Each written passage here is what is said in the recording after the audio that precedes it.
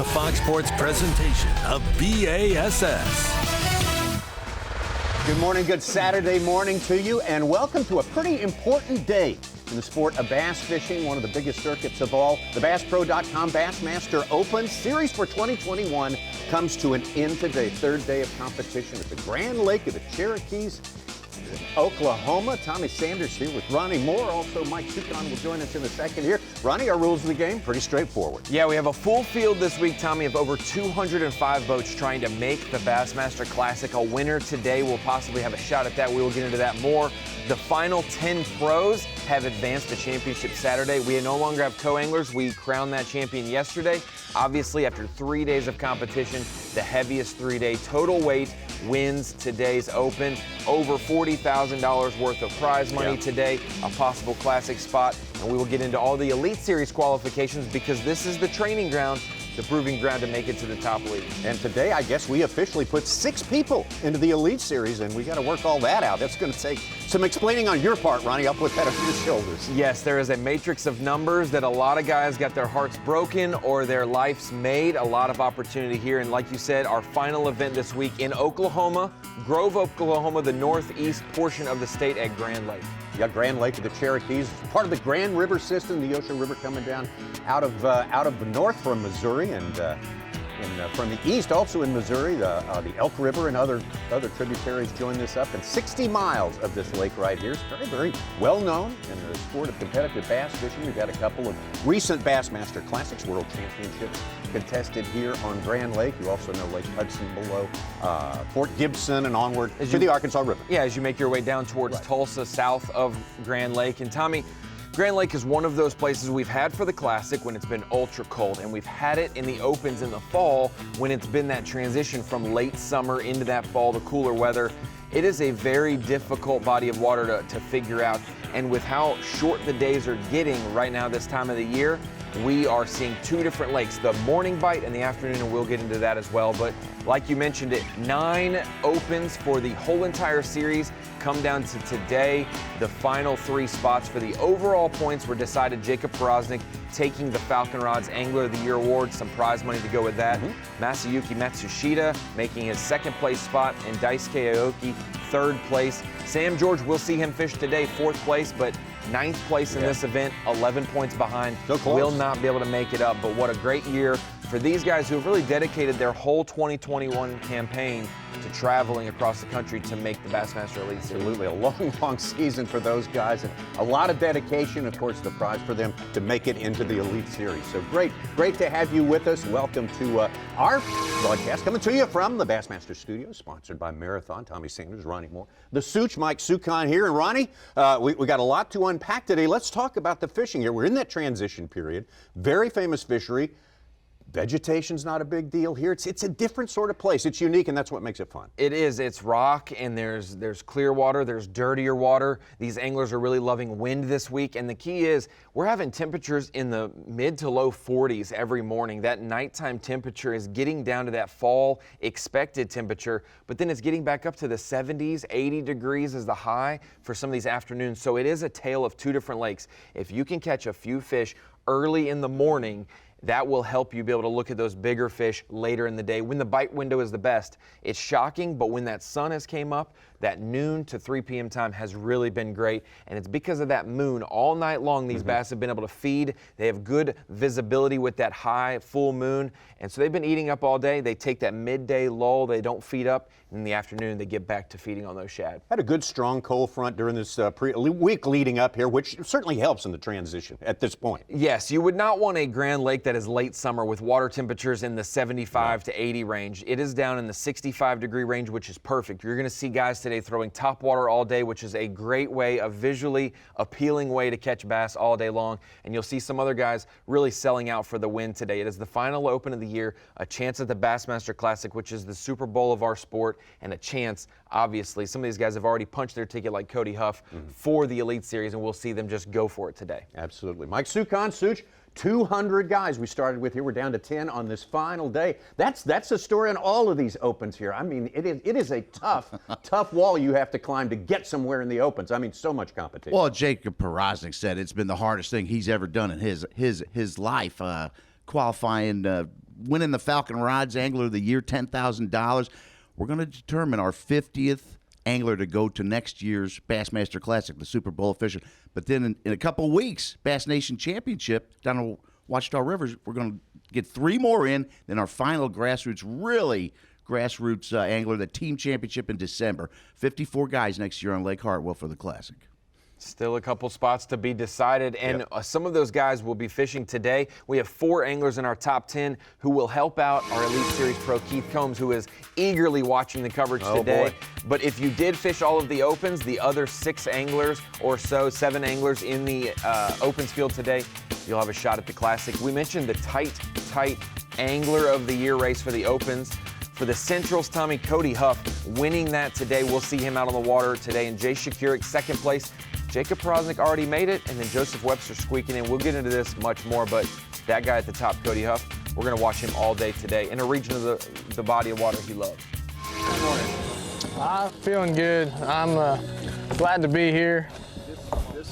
We'll see how it goes. We're going to have good conditions today. We've honestly not had these kind of conditions all week, so I feel like they're going to bite a little bit. It's nice, warm, muggy morning. So we'll see. They may bite, they may not, but we're going to be getting after them either way, so it's going to be a fun day. Mainly today, I've got 3 different jigs tied on. I've got 2 1-ounce football jigs. I've got a 1/2-ounce greenfish all-terrain jig tied on. Spro Little John DD, and then I've got some other stuff that I haven't thrown yet this week. That's oh, you got the glider. Yeah. Some other stuff that I haven't thrown yet this week. Try to catch the biggest things I can. If you're going to go out and try to win one of these, you got to make it to the last day. But that's our plan today, is go try to catch as much as we can somewhere. Don't know where that's going to be yet. But What kind of setup you got up here? Harvey Horn and Cody Huff, both guys you might consider not such a local for Cody, but Harvey Horn just lives a little over half an hour away. But both these guys, local knowledge really helps on Grand Lake. That's never been in contention throughout all the years we've been fishing. Local knowledge and regional knowledge. If you are from the Ozarks region, this fall time period will throw anglers from across the country a big loop and a big curveball. But if you're from the Arkansas, the Missouri, the Oklahoma region, you just know what you need at Grand Lake. You either need to sell out with a topwater, or you need to keep 15 rods in check and throw so many different baits. And we're going to see guys do that. They're going to lock in a topwater all day long. Nick LeBrun, second place, he said, well, hey, when I come to the Ozarks in the fall, I know it's topwater time. I've been locking that in my hand for big bites. And we've seen some guys also, hey, I've caught fish on 6 different lures for my 10 bass I've weighed in. I really don't know what's going to play out today with the weather change, but I'm going to keep it all in play. There's your leader right there, getting ready to go. And it's been said, this has been said as long as we've been working at Grand Lake, is this is a place where you can find something that works and repeat it anywhere around the lake. I don't know if that's true this time of year. That's more of a springtime deal. Yes, and we normally see guys way down the lake and way up the lake. We're seeing a lot of anglers in the mid portion of the lake this week, and we will get to see those locations for sure. We saw Bassmaster Elite Series pro Harvey Horn right there. We talked to him earlier. Also, Brock Mosley making the final day.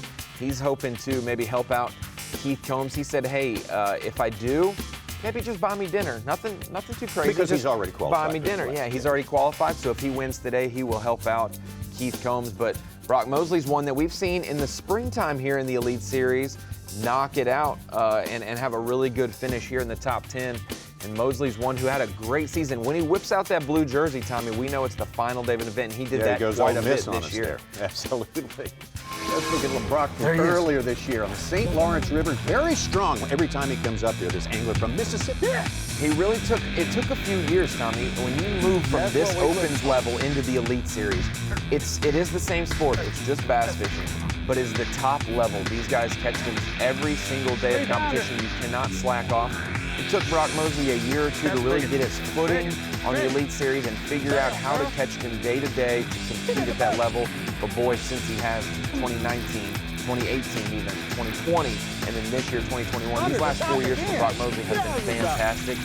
And he's kind of the guy who's risen up the ranks as the next guy who deserves a win. Multiple second place finishes. He had one at Pickwick this year. He's had some at this St. Lawrence River body of water, St. Clair, like we've mentioned.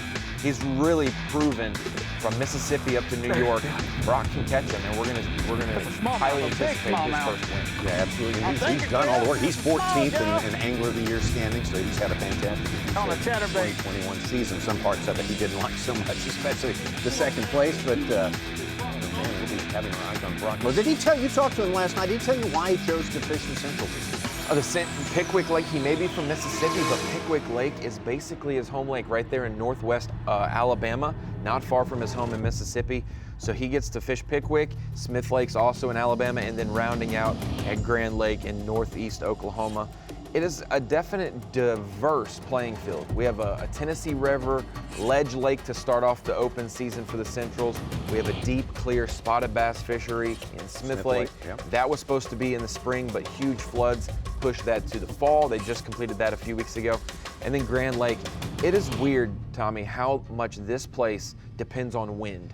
It could have stained water, it could have clear water, but if you have wind on Grand Lake, it can really be your friend. A couple anglers have mentioned that today. You see our Wolf Creek takeoff location, really close to that Neosho and the Grand Rivers where they flow in, but we're gonna see a lot of anglers take a left out of there and go left and go south today, fishing that mid-lake portion. Lake's about 1 foot below normal pool this time of year. Of course, everybody loves Grand Lake when it's up in the yards and so forth like that, but this is a different deal, a different kind of years. We probably can't stress that enough. And we're excited to bring you coverage from Grand Lake today, the final day of the BassPro.com Bassmaster Open. They're taking off right now as we speak, just a little bit after we started our show here on FS1.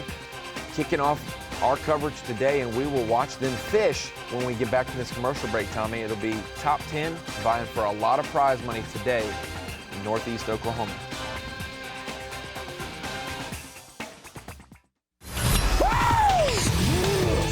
Live coverage of the BassPro.com Bassmaster Open at Grand Lake is sponsored by Dovetail Games.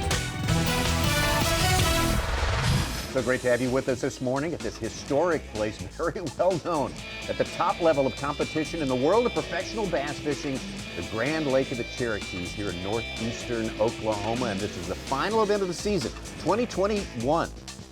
BassPro.com Bassmaster Open, the final event of the Central Division. 3 tournaments there, as you mentioned earlier. Ronnie Moore, we started at Pickwick Lake in Alabama, moved up a little north and east in the state of Alabama for a different look there at Smith Lake, and we wrap it up right here. And with all the proceedings today, we will send 6 anglers to the Bassmaster Elite. That's huge, the Bassmaster Elite Series for 2022. It is. We've kind of wrapped up the other 2 divisions, knocked out 6 qualifications already. We have 12 spots to go to the Elite Series, and 6 more will be decided today officially. We've got our leaderboard looking right there. As they leave the dock, this is the way the top 10 stacked up. We've got a couple Oklahoma locals. We've got some Elite Series pros, some new qualifiers to the Bassmaster Elite Series. And then we've got some veterans of the sport, John Suckup and Nick LeBrun, 1-2. They've really been the most consistent of the bunch. Kinta Kimura, our day 1 leader.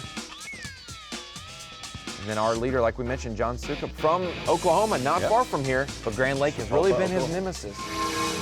Yeah, so the morning's not been too good. Listen, we've got about a 1.5 pound, 2 pound lead on second place. So we got a little bit of cushion, but that ain't gonna mean anything. The weather looks good. I think someone's gonna catch a big sack today. That's what we're doing. We're going for big fish today. We're not playing around. We want 3 and 4 pounders. So that's what we're gonna do. We're gonna power fish through the morning.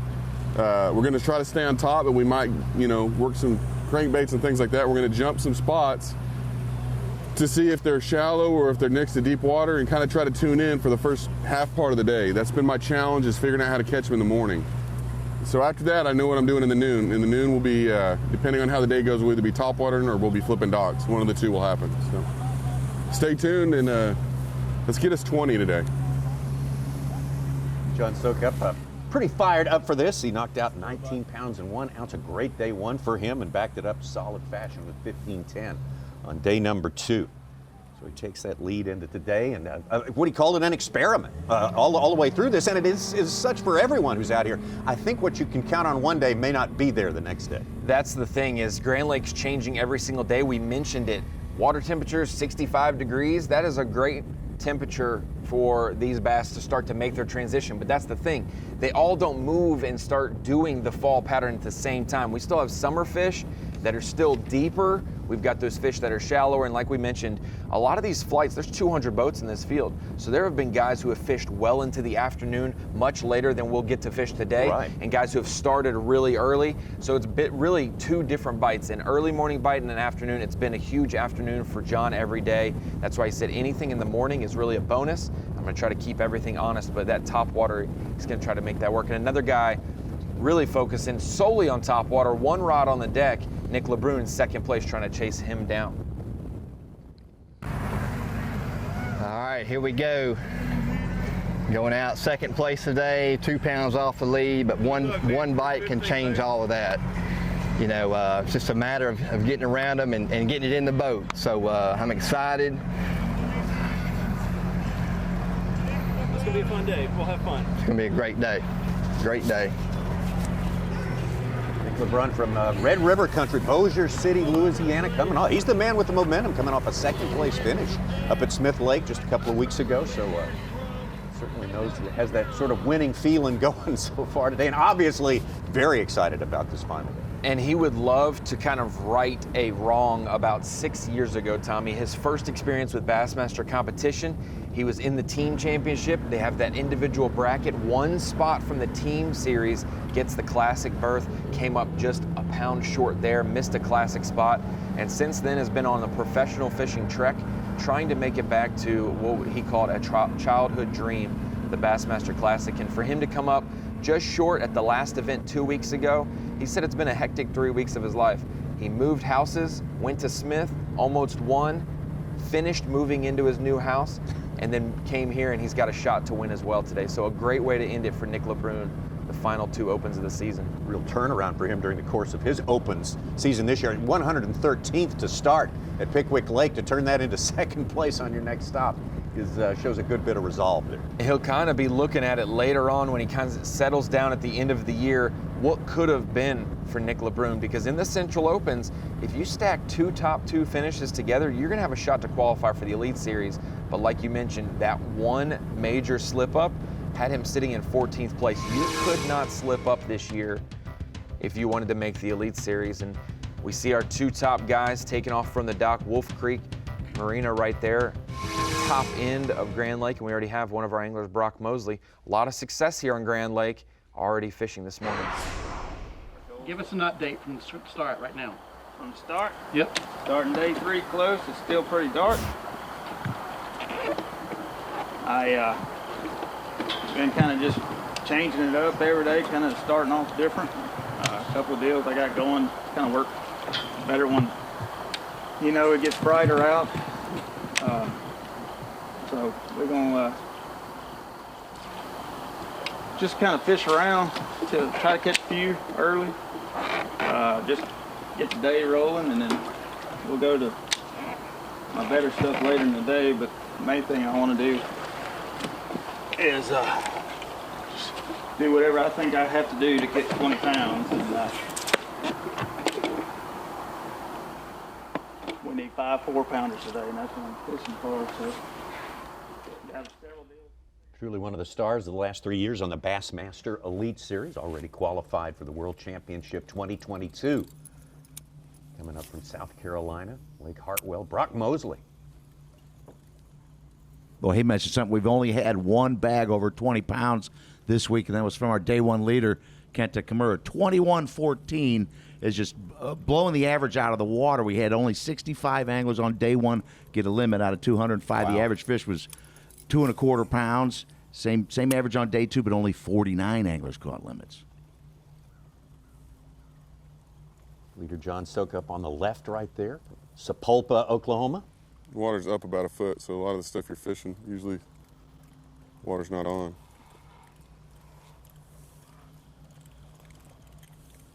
That's the thing you mentioned, Tommy. Water's about a foot lower than full pool. I don't think so. Just higher than we got normal. some rain right before. This time of the year.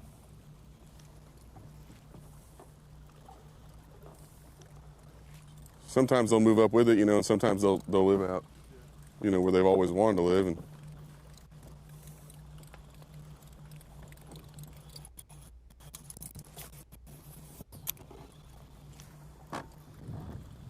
you talked to our anglers last night, Ronnie, but just reading accounts of this, most everyone mentioned that they had caught fish from 1 to 50 feet of water during the course of the 2 days here. The only thing that I will say was different from what you just said was they said not 1 to 50 feet, they said 0 to 30 feet for me. So it was just a little bit different. But I wasn't getting the right info then. The top water has been key, so those guys are fishing dirt shallow. Brock Mosley on the right side of your screen. He's doing something a little bit different. He's obviously fishing marinas, which other anglers have hit this week, but 10 anglers out there today. He's going to have a lot more room to run. But he's also mixed in anything green in the water, and that has been key because the water is higher than it normally is in the fall. Normally it's 3-4 feet low compared to full pool. Because it's higher, there are those green bushes that have grown over the summer when the water's been lower in the water, and so those green bushes have paid off with bigger fish for Brock. Meanwhile, John Suckup has been fishing a lot of those flats where fish move in the fall, but those Chris, have I'd been rather you his stay best back, bro. bites, but it hasn't been his most bites. I'm going to be He's all also over been these fishing rocks. They're bluff all underneath walls us. and They go out to whatnot, about 5 foot. How about the afternoon rallies? We've been hearing a lot of guys, their best bites, or they had one fish at 1 o'clock in the afternoon, catch a 5-pounder, and they build their bag from there. First fish. I believe it is. 14 inches for our fish this week. He's 14. Largemouth and spotted bass. I guess you could Oh, possibly. yeah, son, number 1. I mean, a good one, too.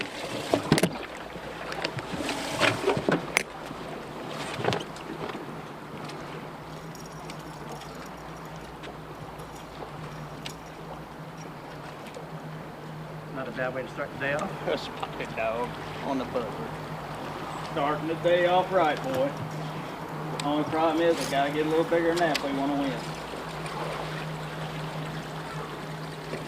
Well, less than a third of our full field, as Such mentioned, catching limits. 5 fish today would be a pretty powerful thing. I mean, that's a good place to start. That's the deal. These guys have all shot. A lot of these anglers said their target weight, especially the top 5, said, if I could catch 16 pounds, I think I'd have a shot to win. Now it's different approaches. Cody Huff is expecting a stumble. It's hard to really catch them 3 days in a row at Grand Lake in the fall. John has done that with 19-1 and 15-10. He expects maybe a slip up today. Cody Huff's hoping for that so he can catch that 16 pounds and make it. Meanwhile, John says if he catches 16, he thinks he can kind of box out everyone else. They'll have to have 18 to 19 and have one of the biggest bags of the week to beat him.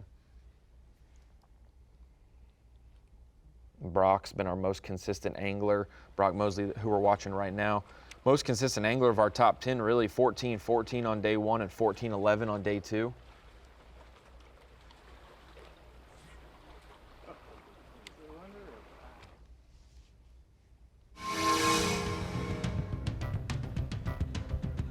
Let's take it over to our day 1 leader, Kinta Kimura, having a great tournament here at Grand Lake. He's one of those guys that's been in that 30 to 50 range, as you mentioned, Tommy. Those guys who's offshore exclusively, throwing a big crankbait, throwing a jig as well. Didn't happen for him on day 2, though, Ronnie. 11 pounds. That's the big deal here. He had a late boat number. So if you're just tuning into Fox Sports 1 and you're wondering about these anglers, all 10 are in the same flight today. They all check in at the same time. But over the first 2 days of competition, there's 200 boats. So there are 20 different flights with 10 anglers in each flight. And they vary those times that they check in. So we obviously have everybody coming up to the scales at different times. Kinta on day 1 had a late boat number. He didn't check in till 5:55. So he had really, when almost everyone was weighing in, he was still fishing, was able to catch some fish yesterday, one of the first flights to weigh in. Didn't get that extra 2 hours in the afternoon when that bite window's there. And we see him come in with 4 fish. Still in contention, obviously, because of his great day 1, but not the limit he was expecting. Starting a little less than 2 pounds back of our leader.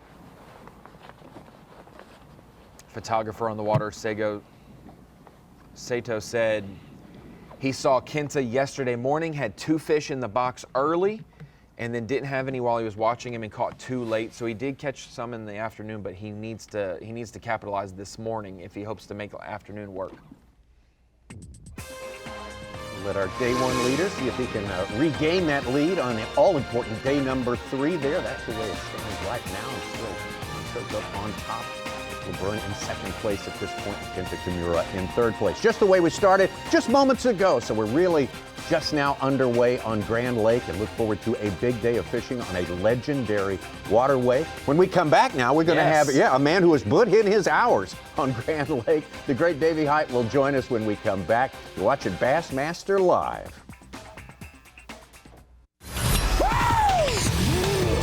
Live coverage of the BassPro.com Bassmaster Open at Grand Lake is sponsored by Dovetail Games.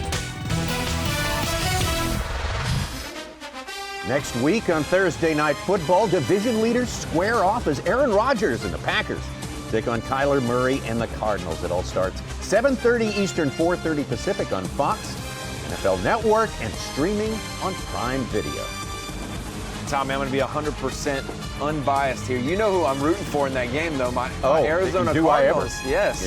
The surprise of 2021 so far. Well, you can put your partisanship aside here today, because you have to do it for the bass fishing. Might as well just go ahead and do it now. I'll be objective for bass fishing and unobjective for football teams.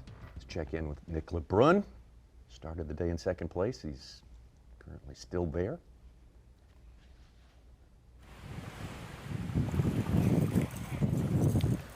I bet you're thinking, man, every time He has been locking a topwater in his hand all week, all 10 fish coming on a river to sea Whopper Plopper right now. little. Has to be 14 inches to be a keeper. I don't know if that'll make it. Close. These are the kind that'll put a hook in you.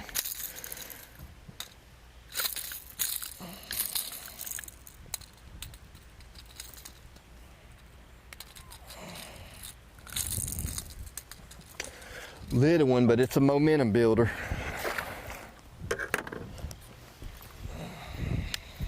That one's going to come up just a little bit short, so still looking for number one, who's Nick LeBrun. And right now we're looking for one of our number one heroes of bass fishing, who was good enough to make some time for us today. The former Classic Champion Angler of the Year, Davey Height, join us here. And Davey, you have put in your hours on Grand Lake. It's a unique place. What stands out to you, no matter what time of year we're fishing there, about Grand Lake? Well, you're right. It's so unique, Tommy. And one thing that jumps out to me when I think about Grand Lake is the water fluctuation. And right now it is a little higher than it normally is in the fall of the year. And in some lakes, when the water is higher, all the fish seem to move into that shallow water area. But at Grand Lake, you'll have a certain amount of those fish that will do that, and they'll get in that shallow water and those green bushes like Ronnie was talking about earlier. But then some of those fish will stay offshore, so you can really pick what you like to do as an angler and try to target those particular fish. Davey, we've obviously seen a lot of techniques come into play over the years at Grand Lake. We've seen a lot of spring classics, but the fall time period, explain to the fans at home how these guys are the best 10 anglers on Grand and how nothing is guaranteed. 5 fish limit is not an easy task because of how much it changes every day. Yeah, you're exactly right, Ronnie. And here's the thing about the fall of the year, particularly right now at Grand Lake. You have fish from very shallow water out there to those deeper fish, some of the anglers fishing offshore. So when you scatter those fish out and you don't have the biggest majority of the fish either shallow or deep, then it just thins those fish out, and you don't have the concentrations of fish shallow or deep. So really in the fall of the year, you have to mix it up a lot and throw a lot of different baits, a lot of reaction baits. But here's the thing that I would like to talk about to a lot of anglers that struggle in the fall of the year. It's getting cooler. The water temperature is getting where those fish really like it. They're most active. These bass are cold-blooded. So the water temperature is getting where they want to be most active, but just the opposite in the spring. As that water is warming, those fish get more and more aggressive. These fish, as it cools down, it's like when we walk outside in the fall of the year, 50 degrees feels cold. But in the spring of the year, 50 degrees feels warmer to you. And so these fish, they kind of slow down in the mornings after the cooler night and after they've been feeding during the early part of the night. But then later in the day, you'll see the activity pick up. David, we're starting to see a pretty nice little ripple on the water this morning. We're in a slow warming trend right now. Some of the anglers actually said it felt comparatively muggy to what it's been the rest of the week there. That's probably good news, isn't it? Yeah, absolutely. Like I said, the water temperature is getting where these fish are active, but the warmer morning this morning should help them a little bit this morning. The wind is always a good thing on most fisheries, especially there at Grand Lake. So we'll see some good catches today. You can see it's still really dark there with the clouds this morning. So we'll see some fishing pick up. Here, got a fish hooked up right now.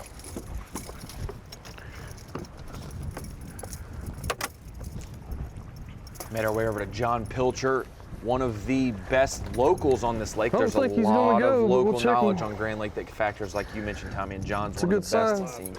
Huh? They're coming live. Okay, it's a good sign, though. Number one, box. Got to start somewhere. This is where I ended my day yesterday. I broke a 4-pounder off on braid right over there yesterday before I came in, and caught a 5 and missed a 4. So that's a good sign. We'll keep our eye on John Pilcher today. He's won a lot of boats on Grand Lake, a lot in the fall as well, and he was very, shockingly, he was very open and explained quite a bit to us last night. So we'll see him today. Got a little trigger happy there. I hit one stick and hit another. I thought the second one was a bite.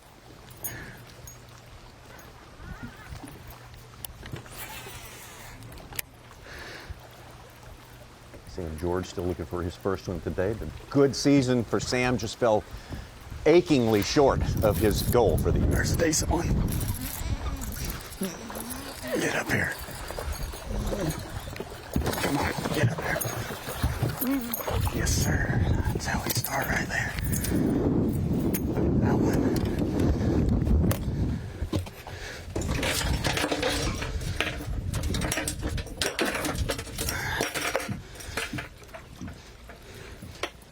Nice start.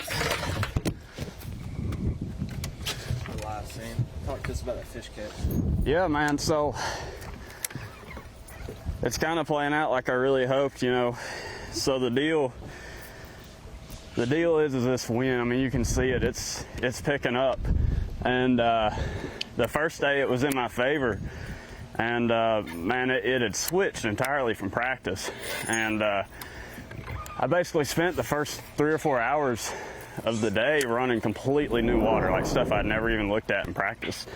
And the reason being was the wind had switched. I mean, there's certain stretches that are good, and it's even better when the wind lines up on them, and today it's lining up on them. And what it is you can see this bank's real steep, but there's like a little, certain of the stretches have these like little shelf on it. And basically what they're doing is, I'm a big believer, on a full moon, the fish pull up shallow and feed at night. And what they're doing is basically they just have these shad pushed up on these little shelves. I mean, instead of these banks falling off into like 30 feet of water, there's like a little lip that's, 3 to 4 foot lid rock. And it's a perfect little, what I like to call dinner plate for them. And, the wind keeps that bait pushed up there, and you can throw that spinner bait or that thunder cricket up there. And, I think that's just going to be kind of the deal today. I mean, with this wind, it's going to be a moving bait kind of day, I feel like.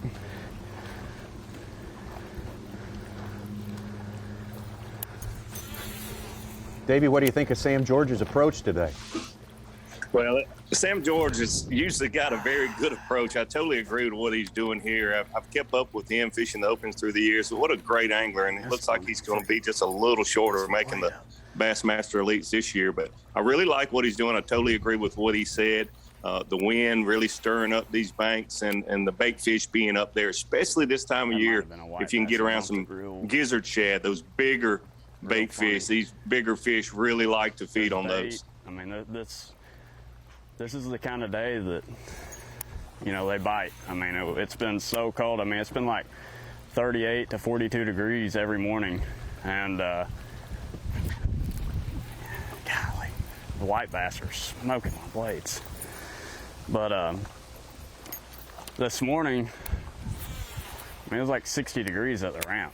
And just one of those good active feeding mornings.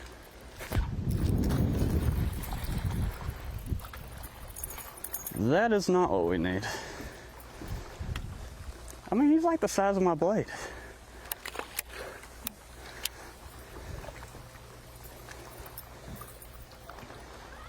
You mentioned it, Tommy. 4th place in the overall points race, 9 open season. 4th place there. 11 points from possibly making the Elite Series, and he's starting the day in 9th. So the best that he can do is just get 2-3 points away from qualifying.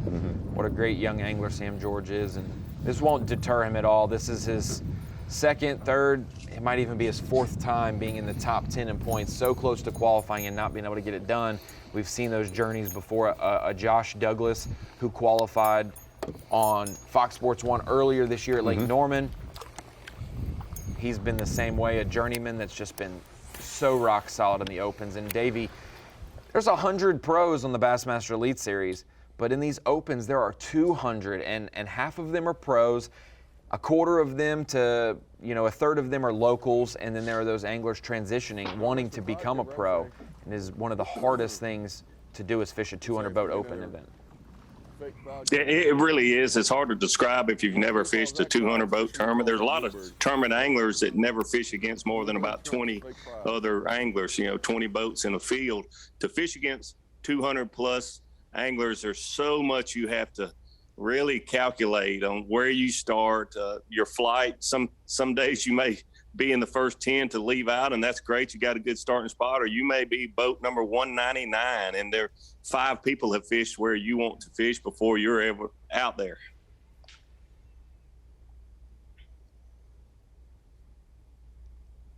Well, Sam George, 57th place at the first Central Open of the year in Pickwick Lake, Jasper, Alabama, a couple of weeks ago. 82nd place, so a little bit of a letdown there, but otherwise a great career so far, as you and Davey pointed out. Yes, Sam George, one of the young anglers that he's such a veteran because he started fishing these opens at 18 or 19 years old, so he's been at it for quite a few years now, getting closer and closer to qualifying for the Bassmaster Elite Series, and we will see Sam George not only qualify at some point in the future, but he'll take one of these opens that he's made the final day on, and he will close the deal and win one. Grand Lake, and there's the standings right now. Our leader, John Soka, remaining in the lead so far. Nick LeBrun, no fish in the boat yet. Kinta Kimura in 3rd place. So not much movement up and down that leaderboard, but we do expect it later on today. Will the wind keep blowing? Open up a few more opportunities on it. What has been a very tough Grand Lake so far. We'll be back and find out. The BassPro.com Bassmaster Open at Grand Lake is sponsored by Humminbird, Mercury, and by Nitro Boats. Good Saturday morning to you. Great to have you with us on Bassmaster Live for the BassPro.com. Bassmaster Open at Grand Lake, the last of 9 open events throughout this great series. For 2021, this is the final one of the Central Division as well. 3 anglers from this Central Division will graduate to the Bassmaster Elite Series. Let's go to the man who led on day number 1, the only angler to post over 20 pounds so far in this tournament is Kinta Kimura. Backed it up with 11 pounds only on the second day, but still in all, he's 3rd place.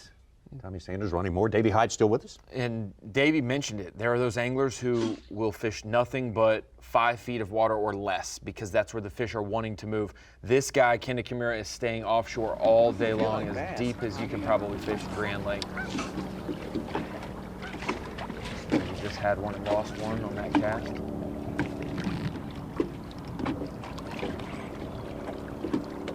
I bet it's not. I feel like it's too big. With some off smoke on them, I crashed those. Yeah. Hope not.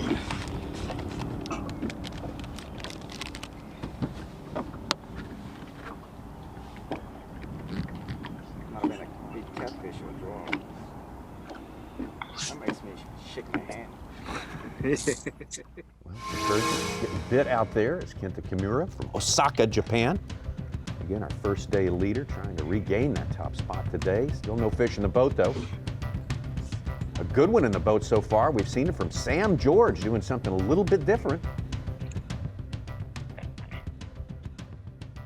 And Davey, most of the guys, all the predictions leading up, so you kind of have to reinvent yourself every day on this lake. You cannot take for granted what you were able to get the day before. How does that change your outlook, and does it make you a little less comfortable throughout the day? It absolutely does, Tommy, and it is so hard to, we're creatures of habit, and if you catch a good stringer, Sam George hooked up here. If you catch a good stringer, one day you want to go back and do the exact same thing, but you can't always do that in the fall of the year. Hit the brakes.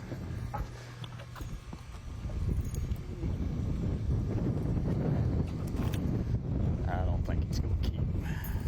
It's not a Grand Lake Bassmaster event if we don't see anglers fishing underneath the walkways here. That is a huge deal, and those fish get as tight to the cover as they can. He does keep. Number 2 for Sam George. Yeah. Definitely off to the best start so far this morning.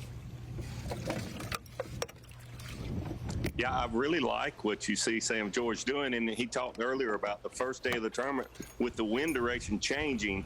He fished totally different than he had in practice. You spend 3 days trying to prepare for an event, but when Mother Nature gives you a change, you have to change with it, and he's done that, and he's really got off to a good start here this morning. I like what he's doing with the spinnerbait on these windy banks.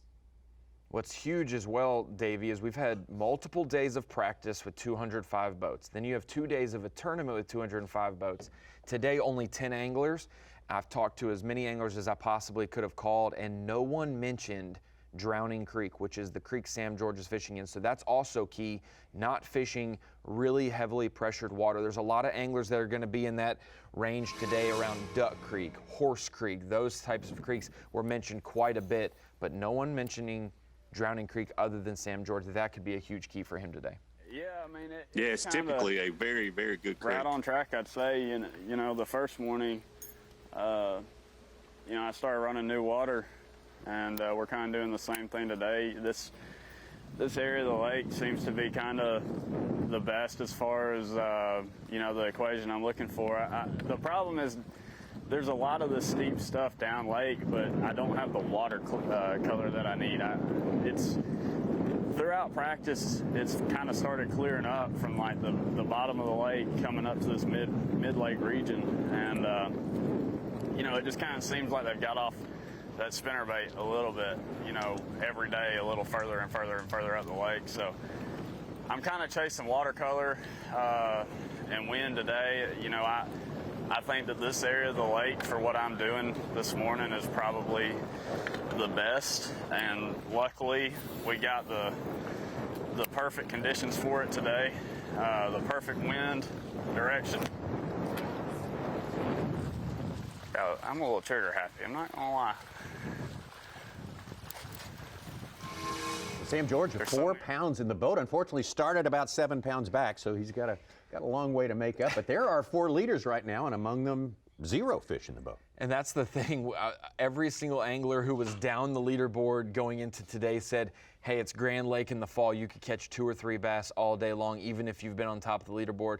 And hey, it's Grand Lake. You could catch 21 pounds. So there's 2 different optimisms there. Optimism that the leaders may not crush them today and you can catch up, or optimism from the leaders that, hey, I've crushed them the last few days. I could keep it up for one more day.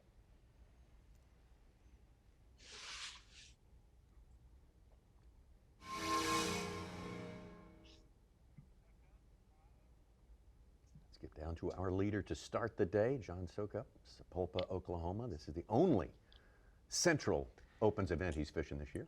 Looking at our Dovetail Games drone shot there, and you mentioned that, Tommy. That is huge implications, because if you win a Bassmaster Open, he's obviously our day 2 leader. If you win a Bassmaster Open, but you didn't fish all 3 in that specific division, your classic spot does not go to you. It will go to the Elite Series list. So Keith Combs, the first man out who's watching today, he will be very excited to hear that he'll go to the Classic. But that doesn't mean that John Sokup can't still win 40+ thousand in prizes and have a trophy on his mantle. And yeah, that seed money goes a long way to fishing a full open season next year.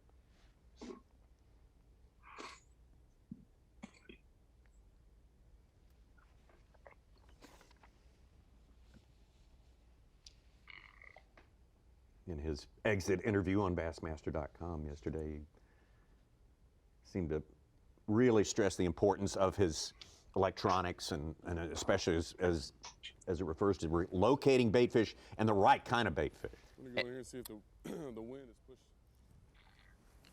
Here we go. He's hooked up right now. Nope, it's a stick bass. I'll land it though if you want some B-roll. Oh, he came off. Had me about a 4-pound stick there. He bit like a big one. The electronics here, even though he's fishing as shallow as you can with top water and whatnot, those little bitty drops, he's fishing two opposite ends of the spectrum. He said that when I called him. It was a tale of two different stories. He's trying to do those shallow fall flats where fish will pull up there and push bait fish and trap them towards the surface and capitalize there. And he's fishing those bluff walls where the wind-based current will whip around the edge and make a little point. Those fish position behind it and ambush bait. So he's had two opposite ends of the spectrum, and any little drop on those flats, any little ditches will hold a population of fish, surprisingly. And so for John, he's been focusing on that, so much so that he had to make a long drive yesterday evening to go get his trolling motor fixed because he was that shallow that he may have busted it up a little bit looking for some big fish yesterday afternoon. I like how he keyed in so much that his bait was flickering. He knows to fish underneath it if they weren't, to go higher in the water column.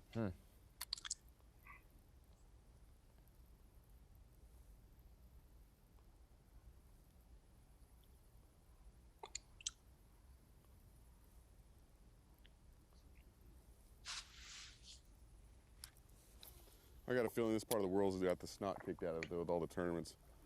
It's just so close to takeoff and everything, you know.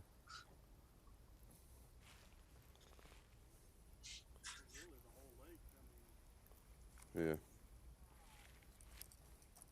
Yeah. Yeah. I guess this. Well, 10 anglers out there working so hard to get it done, and we got plenty of fishing left to go on this day. And at this time, we reluctantly have to say goodbye to our friend Davey Hyde, but we want to wish a hearty congratulations to the Hyde family, Davey. A new addition, I understand. Yes, I wish I could stay with you guys a little longer, but I'm going to meet my granddaughter here in just a little bit. Peyton and Haley Hyde had their first child and our first grandchild, Natalie and I. So they're leaving the hospital this morning. I'm going to go meet them and see her this morning. But great being with you guys. Well, great job and congratulations. Our best to everyone. Say congratulations to the proud parents as well. The great Davey Hyde with us here on Bassmaster Live this morning. Final event of the year. The BassPro.com Bassmaster opens here at Grand Lake. Not too far, about an hour away from Tulsa, Oklahoma. If you're just joining us, the leaderboard hasn't gotten shaken up just yet, but we've got some anglers lower in the leaderboard making a charge this morning. We'll see if our leaders can put a few fish in the boat to maintain that margin that they have over the rest of the field. We'll be right back after this break. You're watching a Fox Sports presentation of B.A.S.S. Bassmaster Live, we started with over 200 anglers here on the Grand Lake of the Cherokees in Oklahoma. This is championship day today, this Saturday, and we are down to the top 10 after 2 days of fishing. That's our leaderboard as it stands right now. One of the locals, John Stokup, on top. Nick LeBrun, Kinta Kimura, Masayuki Matsushita, and Cody Huff in 5th place. Cody Huff having a great season. Cody, known for some tremendous exploits as a college angler, probably one of the top 3 college anglers of all time as far as results go. Yes, he's already represented our Carhartt Bassmaster College Series through the Classic and the Opens. He got to knock that out, and then getting his footing in the Opens, obviously putting it together in the Centrals this year, winning the points race after 3 fantastic events for Cody Huff. And this is his neck of the region, the Bull Shoals Table Rock angler, not far from here. We're just getting started. I've had one bite so far. Blew up on my plopper and didn't get it. I'm gonna change colors real quick and keep on rolling. We're just out here hunting for a big one. We're gonna see if we can swing for the fences today and maybe catch 5 of the right kind. It's going to be fun though. We've got the right conditions. I mean, they ought to be biting. I'm sure they are. How you feeling about making the elite? Oh man, it's just a life-changing deal. It makes today seem like I have no stress at all the stress I've been under the past couple weeks trying to qualify. So we're just having fun today. We can't ask for anything more. We're gonna go have fun. We ain't got nothing to lose. We're gonna go try to crack them.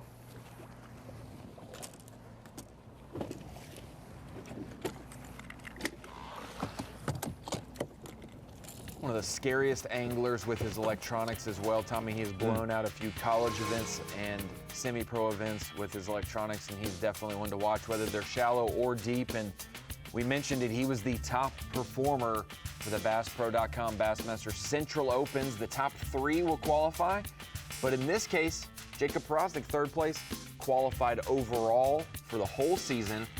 So we skip him, and Joseph Webster, 4th place, gets the last and final spot for the Central Open. So Cody Huff, Jay Shakurik from, I guess, the Midwest portion Wisconsin, of the country, yeah.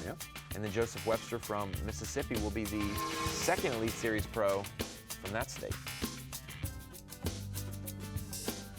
Let's get down to Vance Montgomery. Started this day in 10th place. He is still there now, as no fish so far. No keepers have shown up in his live well.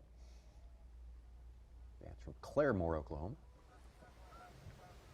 Told me last night he's been fishing the back third of the creeks, those docks that are in the back third. Say again. Sure. So I'm back in the little cut down from Duck Creek. Kind of fishing for some early morning schooling fish that have been in here, chasing shad, throwing a little Carolina rig to them. Been catching a few doing this and a few on a swim bait. And I'm going to give this just a little bit. There doesn't seem to be a lot of activity here this morning. This kind of bite kind of changes every day, so we may have to make them run and try to find a pocket that they're a little more active in. But we're going to give this a few more minutes, then we'll make a short run.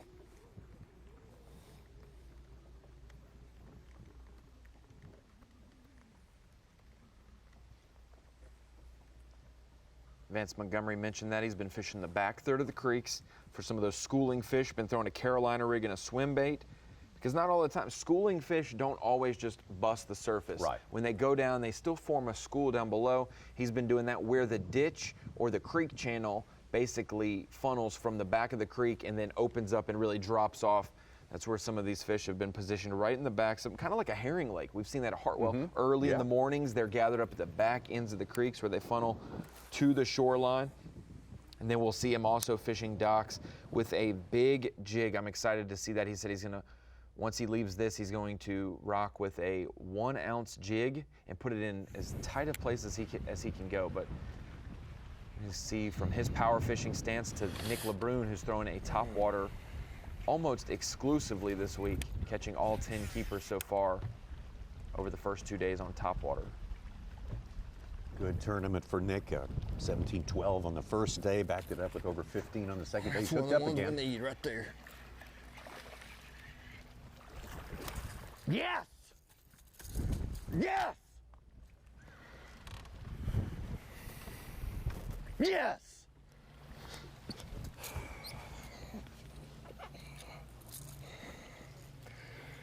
I absolutely choked it.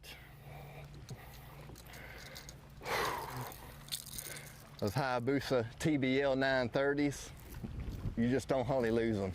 God, that's one of the ones we need. If we can get one more big bite and just a limit, we'll take this thing home. Yes. Oh, thank you, Jesus.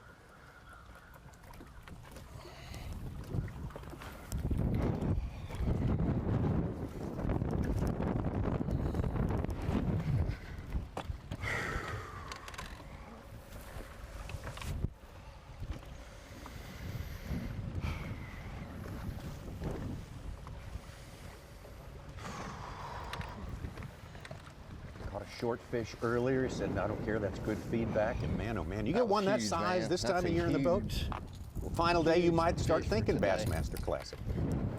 Yes, indeed. Coming up short, second place at Smith Lake. And he said, Tommy, a lot of people will throw topwater early in the morning, and when they don't get a bite or two or they don't land a keeper, they put it down and have to make an adjustment. But at Grand Lake, in the fall in the Ozarks, it is a 100% commitment. You have to throw it all day long. And when you're least expecting it, you will get Dude, those that was bites. unreal. Whether it's in the middle of the day or on a bank you're not expecting. See how that cable droops in the water? That's one of the key deals. And I was worried about my boat hitting that dock, and I kept looking, and right as I looked,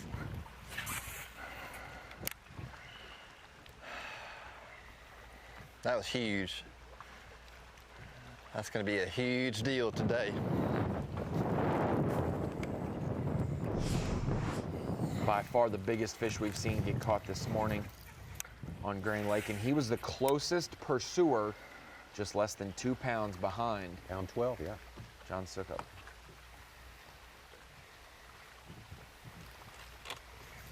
From Bossier City, Louisiana. The opens are coming to his home water, the Red River here, next year, 2022.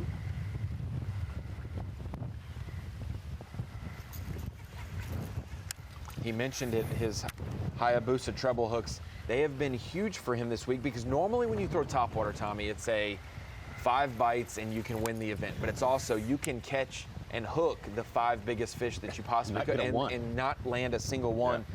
So he said that was huge. The Hayabusa number 2s, the TBO 930s. Man, I'm pumped. He's only lost 1 fish all week, and that was because he had a limb attached to his bait with the fish. It kind of blew up right beside a piece of wood, and he had that and the fish, and the leverage just lost in his favor. But that's the only bite he's lost all week. Them biggins eat this thing head first, too.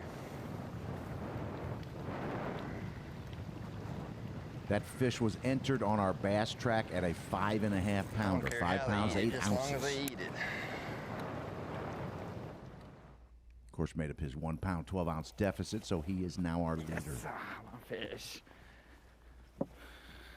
Masayuki Matsushita, looking like he's throwing the same thing. No move, no move. Very dangerous. Maybe a different variation of it. Please no. Do not want to get hooked, Tommy. That would be a tough ordeal for an angler to get himself unhooked. Yeah, that's No. occupational hazard you want to avoid if you can. Nice by right there. And even though it's a totally different structure, that is a lay-down tree off the bank. It is very similar to the bite that Nick LeBrun just caught. He talked about that cable hanging in the water. It's above the water, and right where it touched the water and came back up where that fish bit, same thing. Right where that limb touched the water and came back up in that saddle between the limb on the shore and the limb farther out in the water is right where that bite came.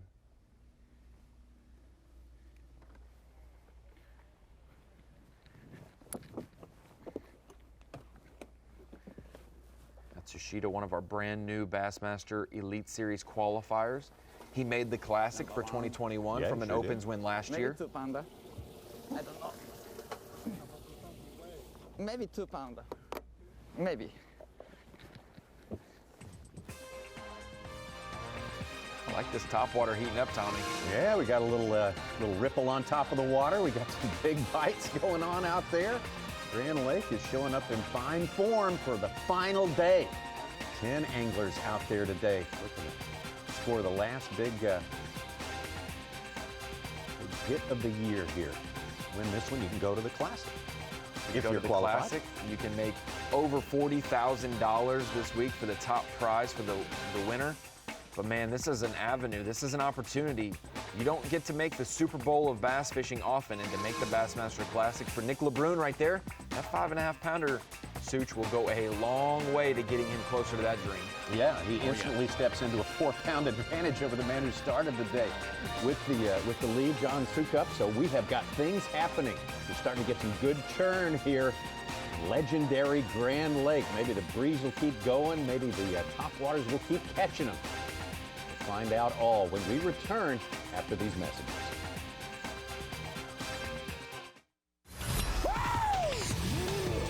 Live Live coverage of the BassPro.com Bassmaster Open at Grand Lake is sponsored by Dovetail Games.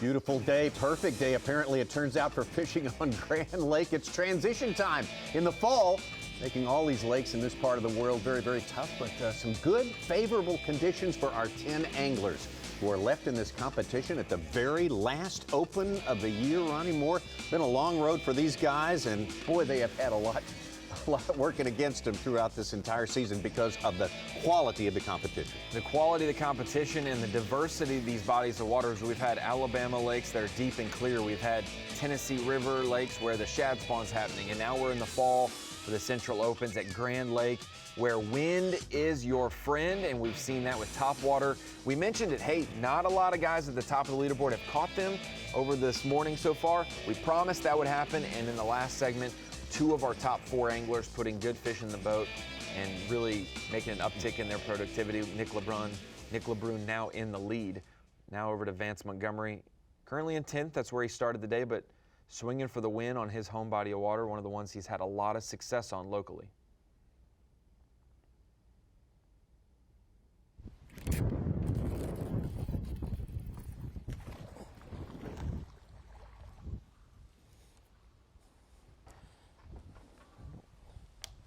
Don't think he'll measure, but I'll check him.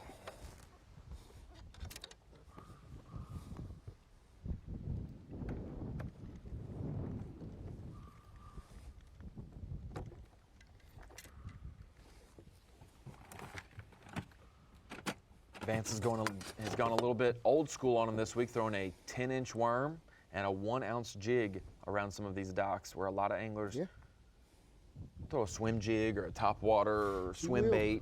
Barely. He's going old school with a big worm. Keeper number 1 for Vance right there. Yeah, that one's going to measure. Have another look at this catch. When those fish aren't directly relating to the undersides of those floats, you know, when the sun's high and it casts a shade and they get right up underneath of those where bait fish are, when that's not the case and they're kind of anywhere they want to be, they could be down on brush piles, down at the bottom. It could be on a rock point from the bank that extends out from underneath, you know, under the docks. A lot of different options for fish on Grand Lake. So Vance has attacked it this way, and hey, he knows, he said, I'm just very, very blessed to be here and to be able to make it. He had 26 pounds, 7 ounces coming into today. Oh, there's some formidable local sticks around this part of Oklahoma. I mean, you can talk about Alabama, you can talk about Texas down in East Texas, but it's the same deal here. I mean, this is bass fishing country. It's a tough place, tough region to tame if you're not from here. I remember a team championship a few years ago, not far from Grand Lake. We were over on Norfolk, on the White River chain of lakes, and it was 20 degrees that week. It was winter time, but it was early December, but the water temperatures were still in the 50s, just a little bit less than what they were here because we had a late winter start. So we had the effects on the exterior, the outside air was freezing, but the water temperature wasn't. And all of the local sticks from Arkansas and Missouri were throwing topwater, and everyone from out of town was bundled up fishing slow, and the fish were crushing topwater. And so if you know this region of the country, it can really be to your benefit.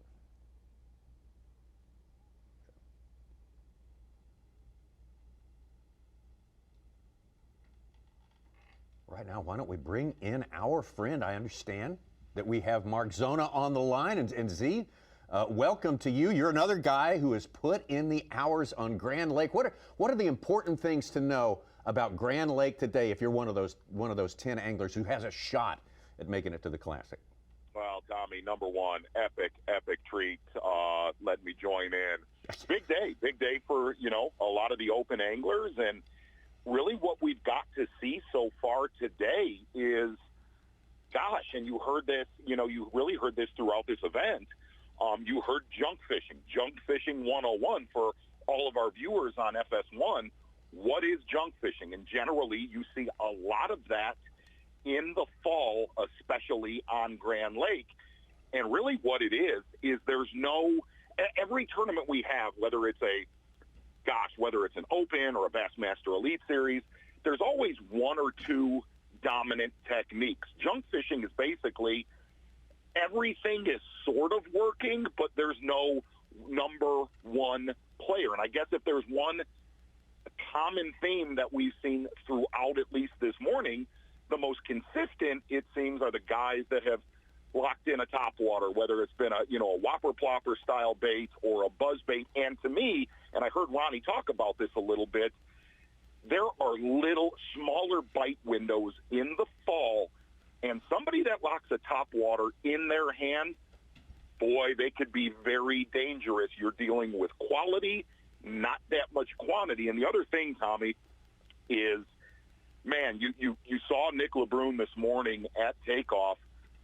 He was feeling it, man. Oh, yeah. He was definitely feeling it and knew he was one bite to being able to tangle with John Suckup, who has had a beautiful year. And I'm going to throw it to Such.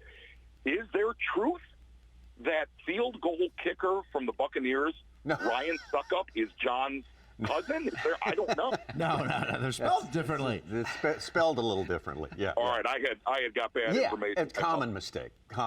Yeah. Anyone could make that. Now, really, we talk about Nick LeBrun.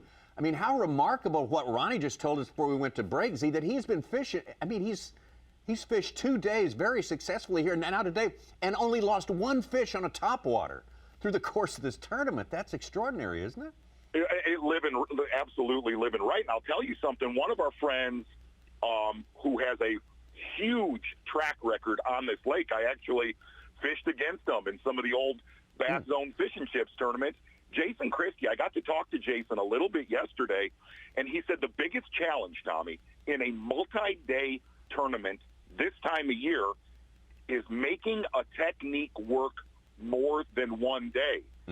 He said if you go back to the well on how you caught them yesterday in the fall on Grand Lake, man, more times than not, you will crash and burn. Nick LeBrun absolutely going against that theory, really doing the same technique the entire week and making that work. It's one of those things, Z, where, like you said, junk fishing, a lot of different baits can come into play for these guys, but there's also something to say for a guy knowing the quality of fish that bites a certain bait and sticking with it all day long, despite what people are doing. That topwater bite, it's one of those deals where we throw it in the morning because that's when we think that they'll bite it the best, but this week it's been midday when the sun is its highest when these guys have caught them like Nick LeBrun. Absolutely, and the other thing about that, Ronnie, and we've seen it from here to Table Rock to Bull Shoals.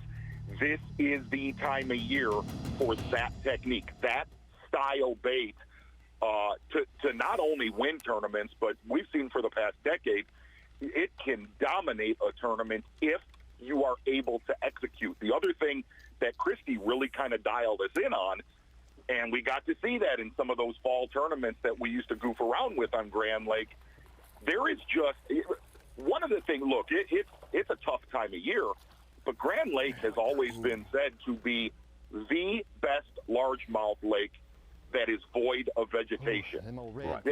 It just has a better average size quality bass. And the other thing about Grand Lake this time of year that Christie said, there is just a population of bass that want to be in 3 foot of water and less. Doesn't really matter if you have good watercolor. He said it's from the dam all the way up the rivers. He said if he was fishing this tournament, no doubt about it, he would be in 5 foot of water and less. But you heard Sam George talk about it. You have to have that little combination of some sort of ripple, some sort of disturbance on the surface to make that bite happen. Just watch Nick LeBrun land his second keeper.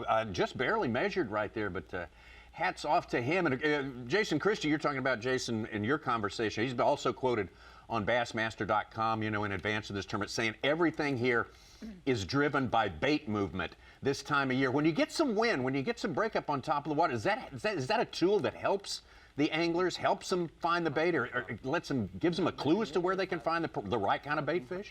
Absolutely, and that's really kind of bass fishing 101 across the country. Look, all of our, especially, through the times, there's just a lot more pressure on popular bodies of water. These fish on Grand Lake, they have been pressured every single day from March all the way up through the summertime months. They're just weary. They're skittish. Any not only the combination, Tommy, really of having the presence of wind and bait. The other thing that our anglers, advantage to them, it was a warm night. We had some really, really cool temps. You could tell this morning, looking at the anglers, hearing, guys like Cody Huff say, this is a fishing day. It's a warmer morning. By the end of the day, I'm going to tell you, this is going to be one of those. We talked about it this year a lot on the Bassmaster Elite Series. Yeah, it's a multi-day event, but whoever catches the biggest stringer today, they're going to hold that trophy. All right. Z, man, we appreciate you and your Grand Lake expertise and the opportunity to visit with you on this special Saturday, the last Saturday for the Bassmaster Opens. Thank you, Mark Zona. We've hit a good window there, Tommy, with Nick LeBrun knocking in his second keeper, seeing Masayuki Matsushita catch another one. That is not a bass, that is a drum for Kinta Kimura, but hey, a sign of life offshore.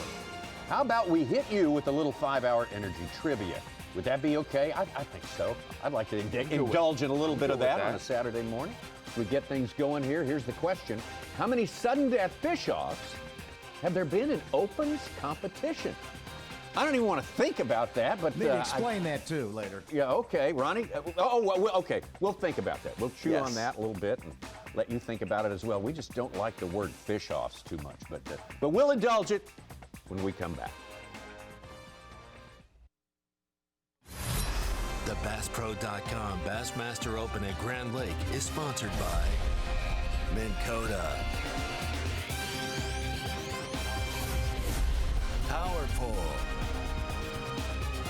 and by Skeeter Boats. Next week on Thursday Night Football, division leaders square off as Aaron Rodgers and the Packers take on Kyler Murray and the Cardinals. It all starts at 7:30 Eastern, 4:30 Pacific on Fox, NFL Network, streaming on Prime Video. Should be a good one, huh? Two of the best teams in the league, two of the best quarterbacks, two of the best wide receivers with DeAndre Hopkins and Devontae Adams.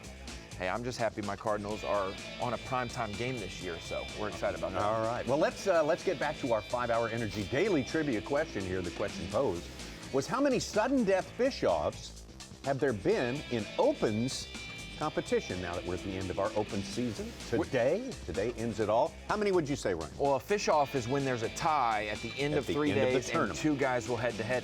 I know of two, so there's got to be one that I don't know of. So I'm going to go with A. I'm going to go with A3. That's ciphering. I'm gonna say B4, just to be contrary to you. Price is right. Tommy is right. Well, how about that, huh? Yeah. We had last one was 2013 at Kissimmee Chain, 2012 Louisville. We had two in 2009. What bodies of water were they on? Atchafalaya Basin and Toledo Bend. Nice. I knew of the most recent two, the Kissimmee Chain with Rich Howes winning that, and then Lake Louisville. Yeah, I think one bass was cold caught that day. I think one bass was caught for the fish off, and that was enough to do it. There's our fantastic playing field, legendary Grand Lake, home of the World Championship in 2013 and 2016. The Academy Sports and Outdoors Bassmaster Classic. Today, it serves as the final playing field for the Bassmaster Opens 2021. And of course, the man who labors on the Bassmaster Elite Series. Normally, Brock Mosley out here in the top 10 today, having a good tournament on Grand. Normally sporting a red jersey, that's his go-to color for days 1 through 3 of competition on the Elites, but when you make a final day, he goes with the Ole Miss blue. There's a good one.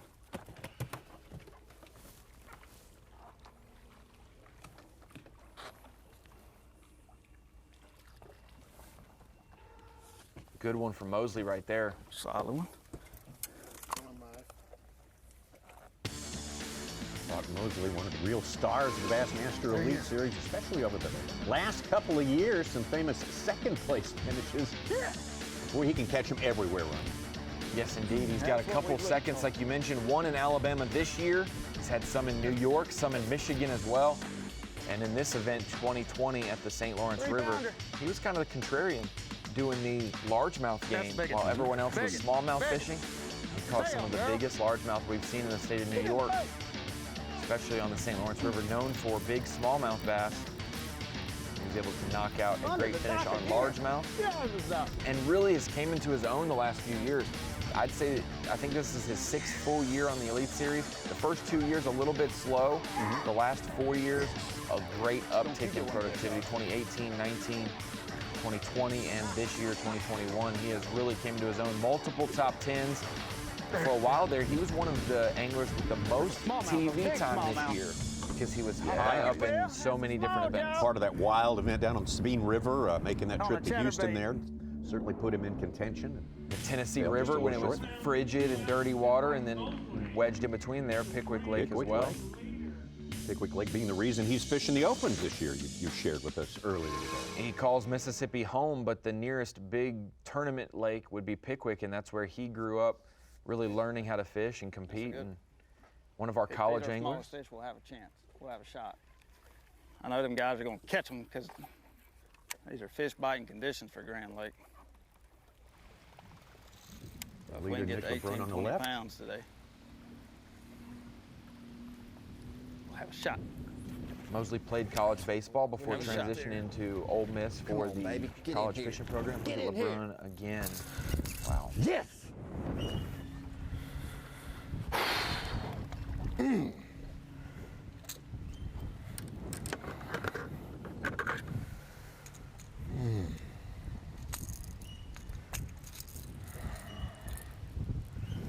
That's one of the ones we need right there.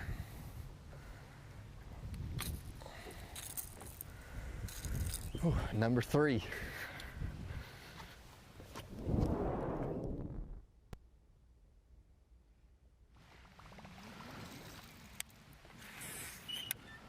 Good solid one for Nick LeBrun right there.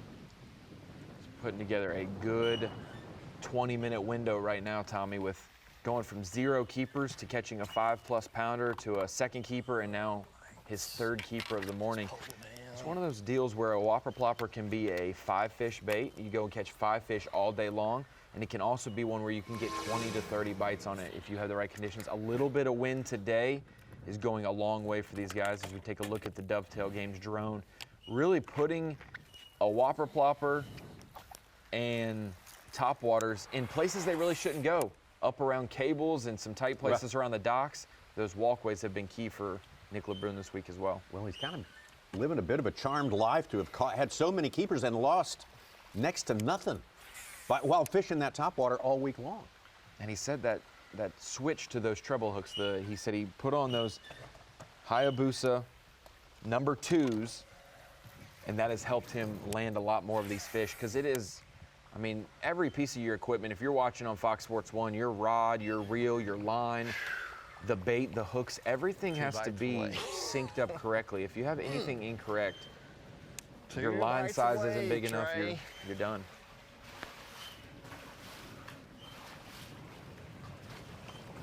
Dude, I mean, I'm blessed and thrilled no matter how today turns out, but what if I did win in our backstory? How cool would that?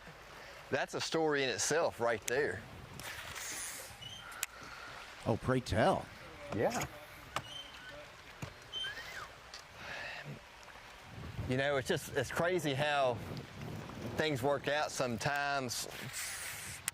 This is my first time being live with a Bassmaster event, and I walk to the dock and my cameraman Trey meets me and he says, "Hey, I remember you from some kind of tournament back in the day fishing cypress trees." And I'm like, well, it had to have been the All-American.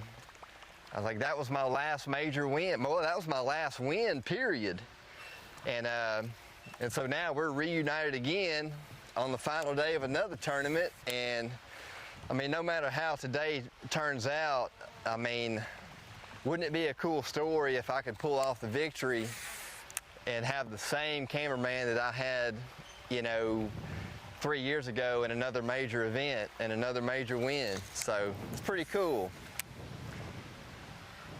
But man, this plopper, you just don't get many bites, but Normally, they're the right kind. I did have a few short fish this morning, but you just got to keep it in your hand and throw it all day. And it's time consuming getting back behind these docks, and you use a lot of trolling motor, but it can be rewarding. And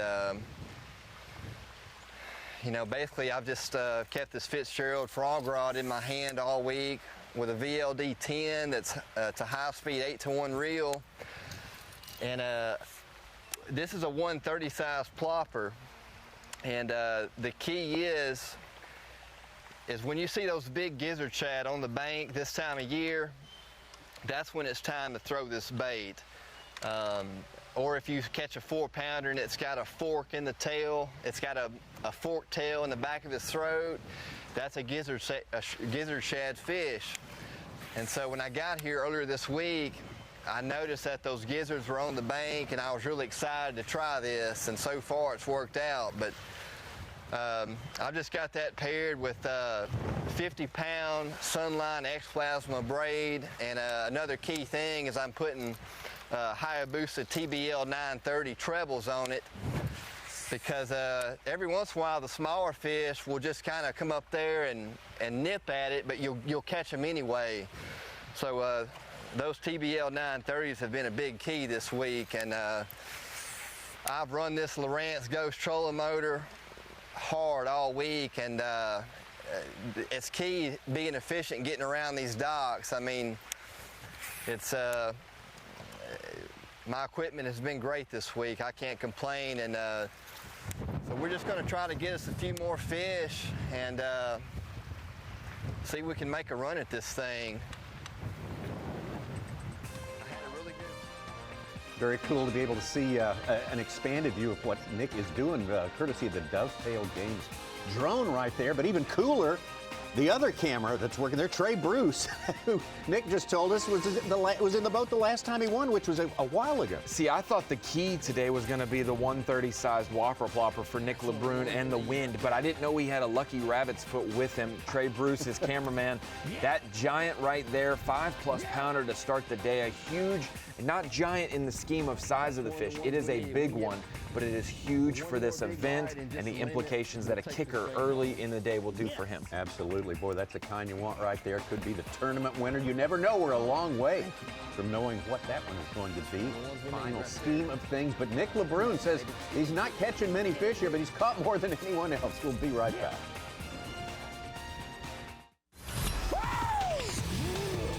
Live coverage of the BassPro.com Bassmaster Open at Grand Lake is sponsored by Dovetail Games.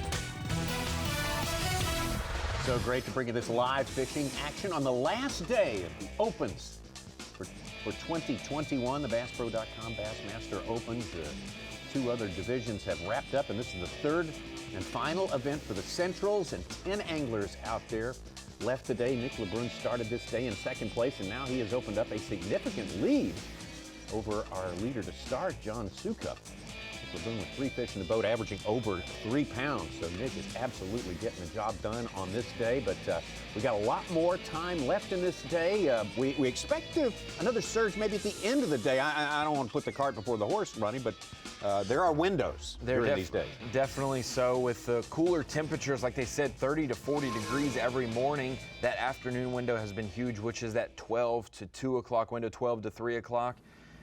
Today, though, we're not going to have that sun because there is some weather rolling into the area, possible rain and storms, but it will keep the wind, the uptick in wind, it will keep that around. So day one, Tommy, we had wind.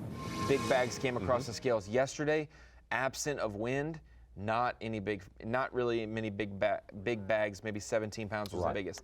Today, we've already had some big fish get caught with the uptick in wind, obviously where Matsushita's fishing right now. No wind, but he's also fishing docks. So you give 1 fish in the boat, a 2-pounder approximately, according to Bass Track, and those are unofficial weights.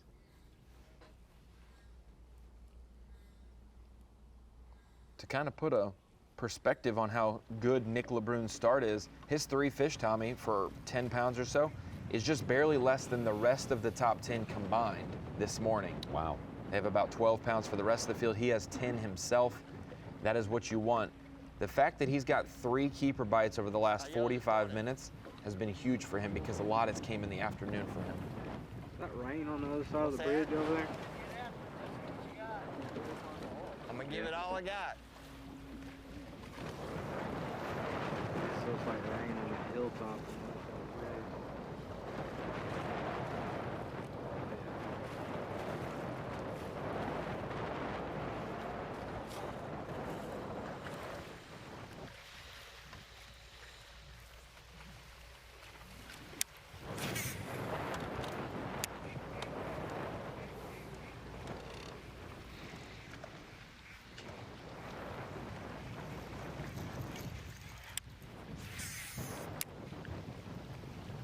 Brock Mosley making a little bit of an idol in the bottom right of your screen.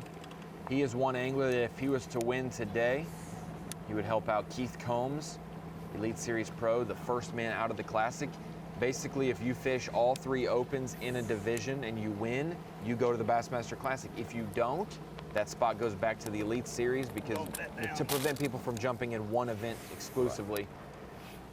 Or if you're already qualified for the Classic, you will let in. Brock would be a double qualifier. Our day 2 leader, John Sukup, he's only fishing this event, so he would give it back to Combs, and then John Pilcher and Vance Montgomery, 8th and 10th coming into the day, would help out as well. Just a quick stop. It won't take but 2 minutes to fish. Might catch one. Matsushida's hooked up. Oh, maybe cross. Maybe keeper. I don't know. Maybe cross. Pretty keeper. Gotta be 14? 14. Yes. Number 2. Number 2.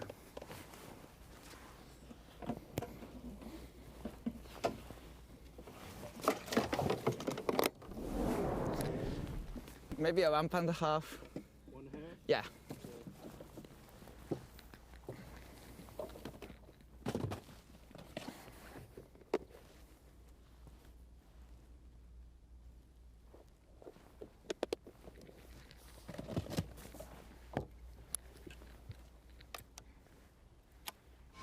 We've seen Matsushita show up big time at Lake Norman. Last time we were on Fox Sports 1 for the Opens. Matsushita finished 3rd place there, I believe, 4th place maybe. Great performance fishing really deep water. And this week he has exclusively relied on docks towards the south end of the lake where the lakes gets much clearer. If you were looking at that 4-box just a minute ago, the difference in where Nick LeBrun is fishing and where Masayuki Matsushita, the clarity-wise, compared to Brock Mosley, it was completely different. 2 different lakes it looked like. Yeah, Masayuki, the 5th at Norman, 16th on the James River, 14th on Douglas. He's had a good Opens campaign this year.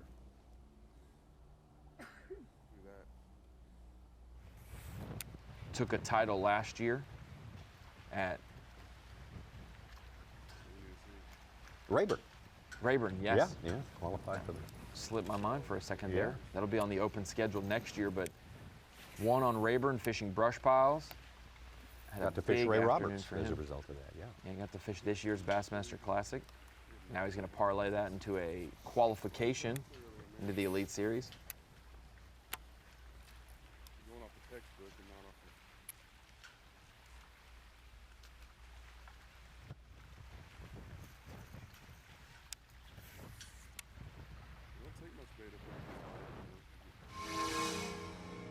We could watch John Sukup throw a topwater all day. That's totally fine. Him and Nick LeBrun. My average bites, look at that. That's a fish feeding up on that point. He's throwing a buzz bait. Similar principle to Nick LeBrun's Whopper Plopper. Right up in the shallows up there, there's a fish feeding. Whoa. Wow. And there's some bait right there. A little bit of change of activity, huh? Good night, dude. Why didn't I test this? Why didn't I try this earlier, man? I'm going off the textbook and not off of...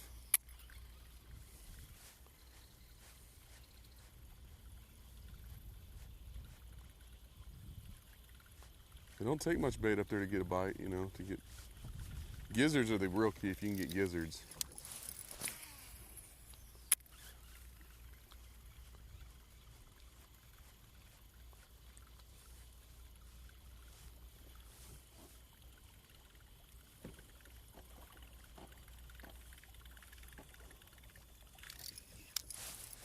Saw one blow up about right in that area. A little bit beyond it, I think.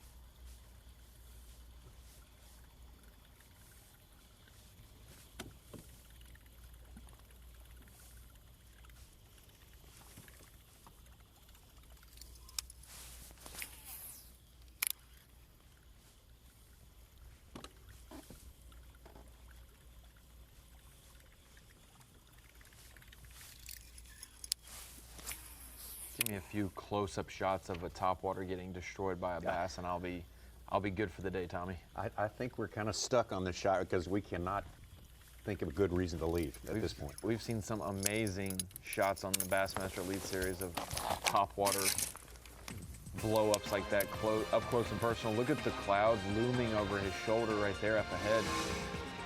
Definitely some weather going to pass through. Yeah. We're going to see how that handles. John said on the phone last night with all the weather rolling through, he likes to hunker down in an area, so won't see him running around burning a lot of gas during this storm. Yeah, it could be an advantage to him. Started the day with the lead, did John soak up. Now he has yielded that to Nick LeBrun. Man, off to a blazing start here on Grand Lake on this all-important final day of the year for the Central Opens, and there is more to come.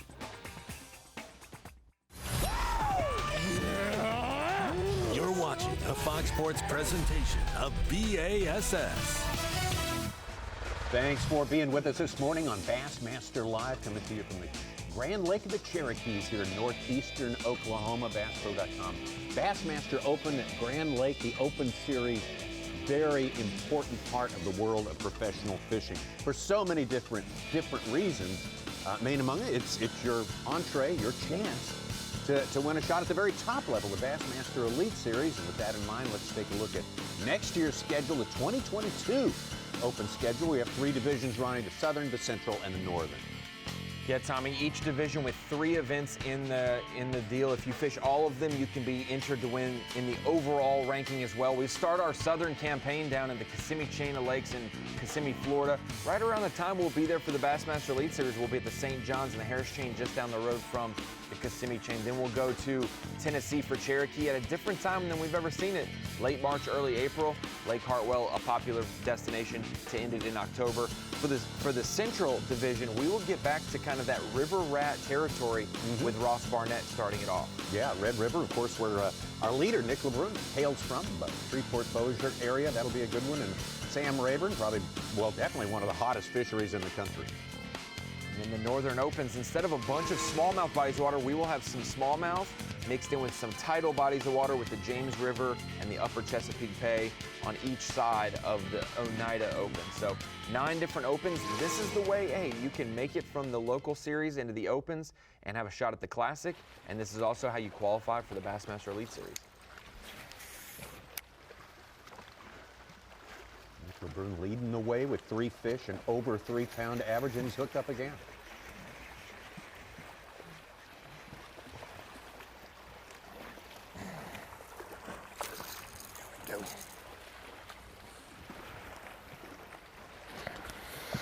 I think he'll go. Yeah, he's gonna go.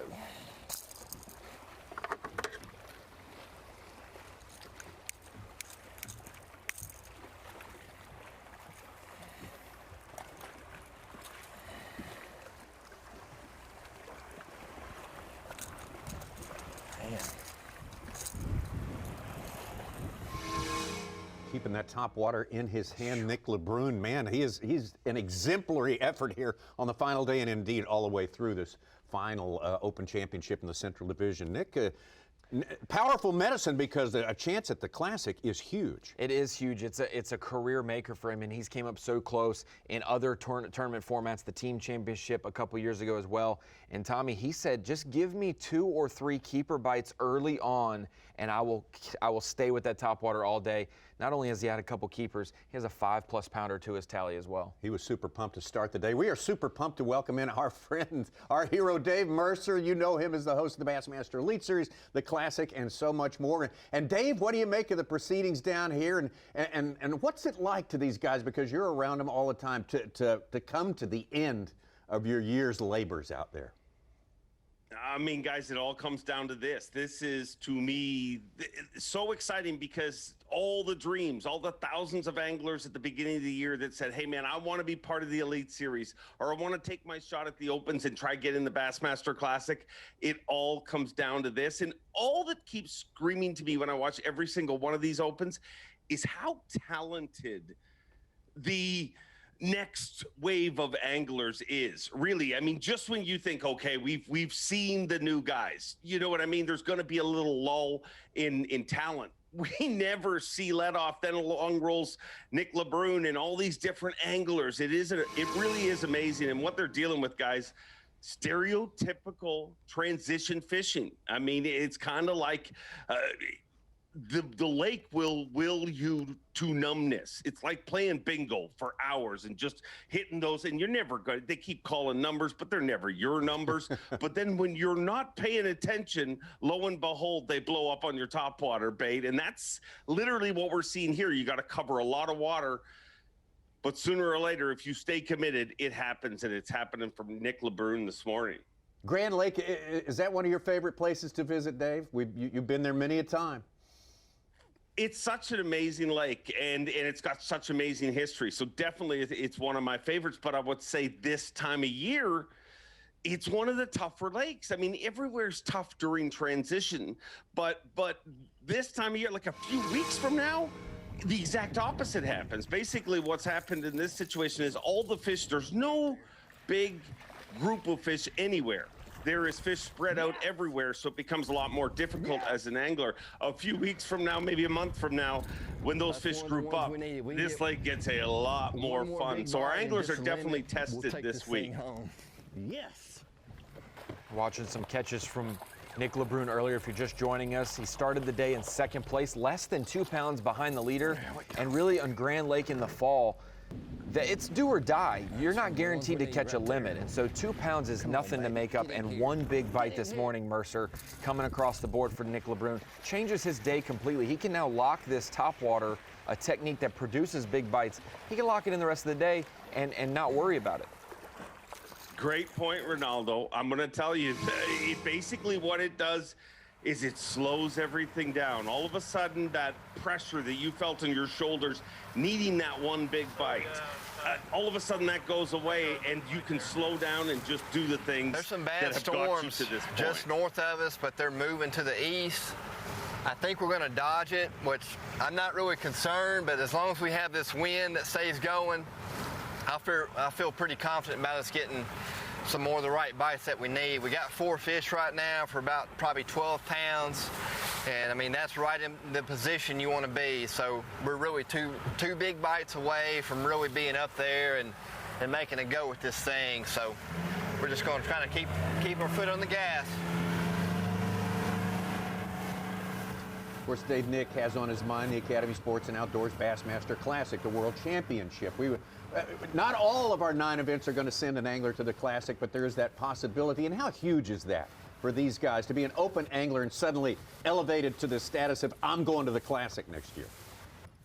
It's everything. I mean, it literally is everything. It changes your name. I mean, it is the only title in the sport of fishing. You know, there's a lot of trophies, but it is a title. You win this title, and for the rest of your life, you're a Bassmaster Classic champion. Or if you qualify for the rest of your life, you're the guy who walks into that room and everybody says, hey, that's a Bassmaster Classic qualifier.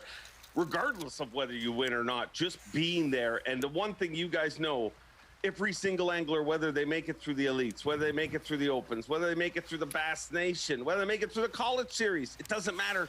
When they make it to the Classic, you hear it year after year. You make your first one, and you're even more driven to make your second one.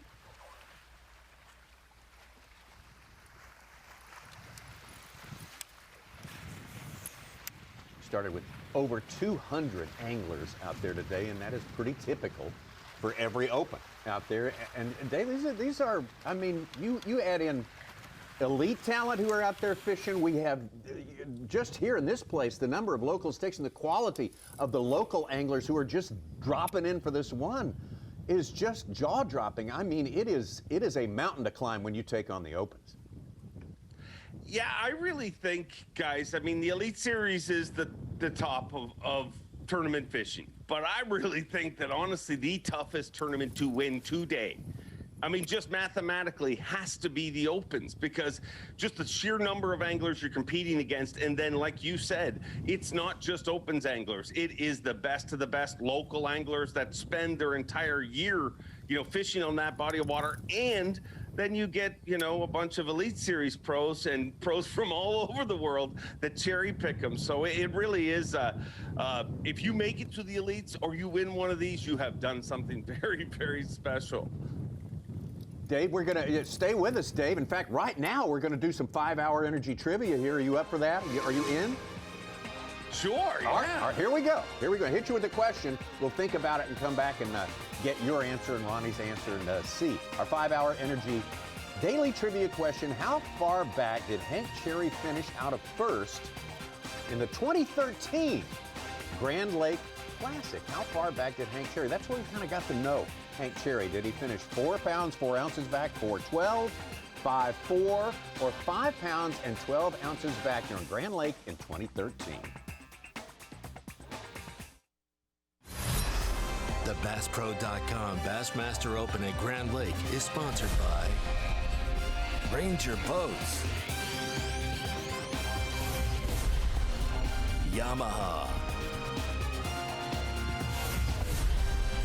Toyota, and by Berkeley. Bassmaster live from Grand Lake of the Cherokees here in northeastern Oklahoma as we wrap up the season for the BassPro.com Bassmaster Opens. This is the final event, the final division to wrap it up, the Central Division. When we left you, we posed a 5-hour energy daily trivia question. Here it is again. How far back did Hank Cherry, our reigning Classic champion, in fact, he's won them back-to-back, how far did Hank Cherry finish out of first place in his first Classic? That was 2013, right here on Grand Lake. Was it 4 pounds, 4 ounces, 4:12, 5:4, or 5:12? Dave Mercer will give you first crack at it. All right, this is the idiot I am. Guys, I'll be honest, I'm playing from home, so I took advantage, and I thought I'd Google it. But I didn't read the question right. I didn't know it was weight. I thought it was places back. So I have no idea.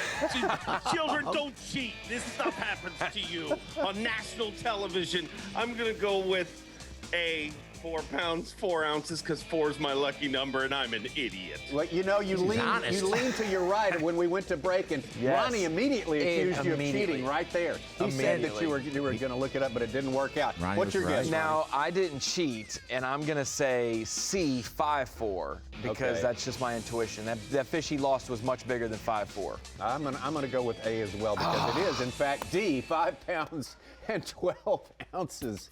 Man, oh man, what a mess of... Hey, all I know is I like Such's old trivia. When we never missed one, I love that. Now we can't get one, and it's driving me nuts. Things change, Ronnie, things change. Let's get back after making them harder, Ronnie. Nick LeBrun of Louisiana, coming from second place to a good, dare we say, commanding lead at this point in the day, but still a lot of fishing time left. Maybe you'll trust me the next time, Tommy, when I say someone's cheating. I can tell. I defended Dave. It's hooked up again, man. Yes!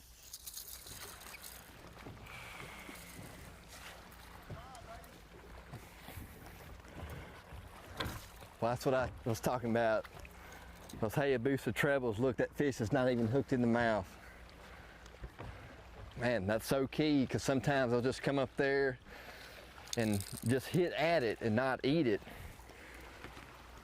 But those Hayabusas got her. Yes. It's not a giant, but it's a good one.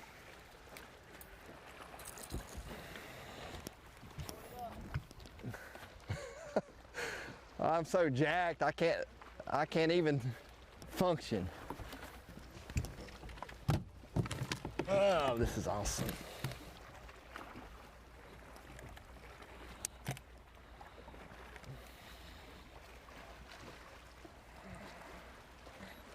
$286. She might make the team.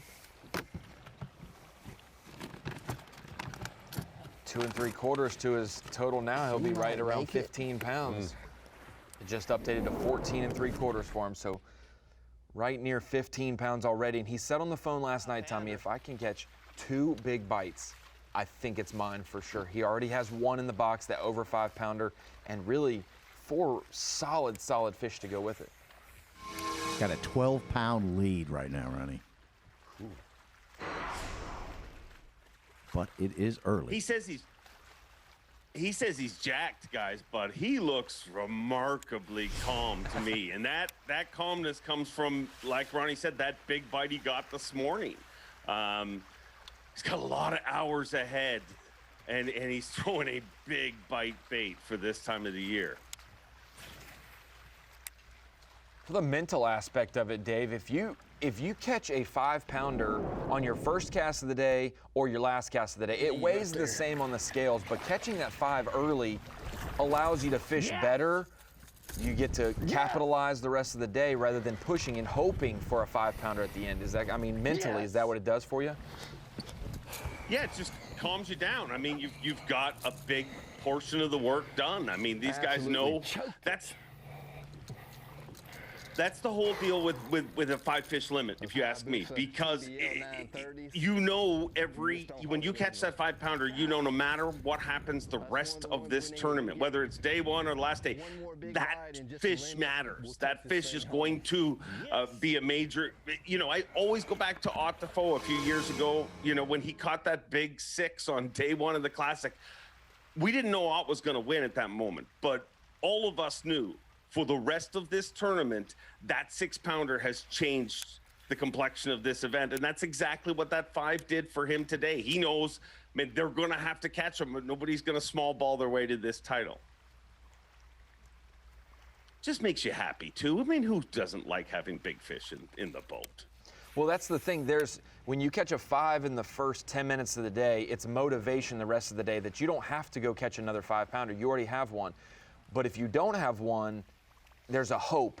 I hope I can catch it, and it's the motivation of needing to get one. So it's just 2 different ends of the spectrum. Some guys love that stress and the pressure of, I still have a gold and I haven't achieved it yet. And some guys are, all I need is a couple 2.5-pounders now the rest of the day, and I think I can do that. And what's better than 1 5-pounder? I'd say 2. 2, maybe 3. Maybe 3. Yeah, I mean, that'd be even better. 5's the best. He's got 5 keepers now, and no one else has that on this final day. That's powerful medicine just to catch 5. And he's coming off a very powerful performance up on Smith Lake, the last open event, 2nd place at a tough tournament up there. When we talked about the timing of bites, too, the difference between a 5-pounder at the end of the day and the beginning of the day, the big difference is what it teaches you. You know what I mean? Like, that has allowed him to lock that bait in his hand. If you catch that 5-pounder at the end, if he had caught 2 small fish early on that bait, maybe he says, hey, it's not the bite. Now he knows, I mean, I got one of the right ones to commit to it, and he's getting bites on it. No angler on earth is going to put that down. You know what I mean? You're consistently getting bites, and you got the big bite. The only way you would have changed ever is if you were just consistently getting bites and not getting the big bite. But that's not a case for Nick. He's catching him. I think it's a little low spotted bass. One thing that's extremely shocking is that 3 days on Grand Lake in the fall, all 15 of his keepers have came on the same bait. That is, you do not see that. I have had lists of anglers with 4 or 5 different baits they're going to throw today and expect to catch fish on. Nick's like, I'm going to throw a Whopper Plopper all day long because I've caught 10 fish on it. And it's rare that you can do that 3 days in a row. It really is. But when do you have more confidence to do it? Oh, yeah. Than after you've done it 2 days in a row, Yes. you know, and then you start day 3 with that 5. Yeah, he was little.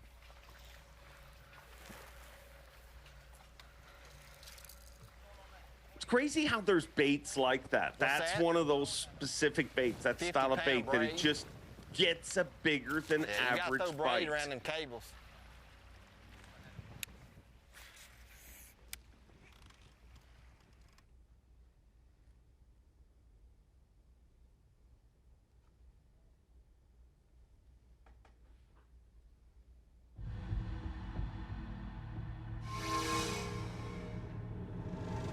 Let's take it from our leader, Nick LeBrun. We're currently in 8th place.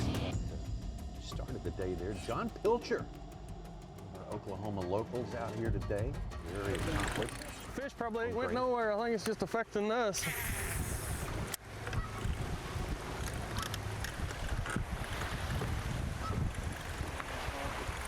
Huh? Just across. It'll be a little bit rough over there. I might make a stop close. I'll make a stop close and then I'll go on over. Oh, good one.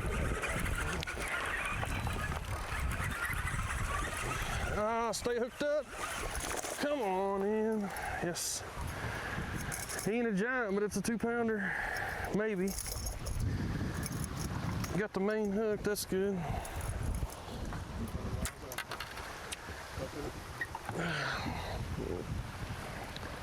Maybe 2.2, 2.3. It's number 2. Need 3 more. 3 5-pounders preferably. But it's just 1 minute up shallow, next minute out deep. I don't know. I'm just fishing, I guess.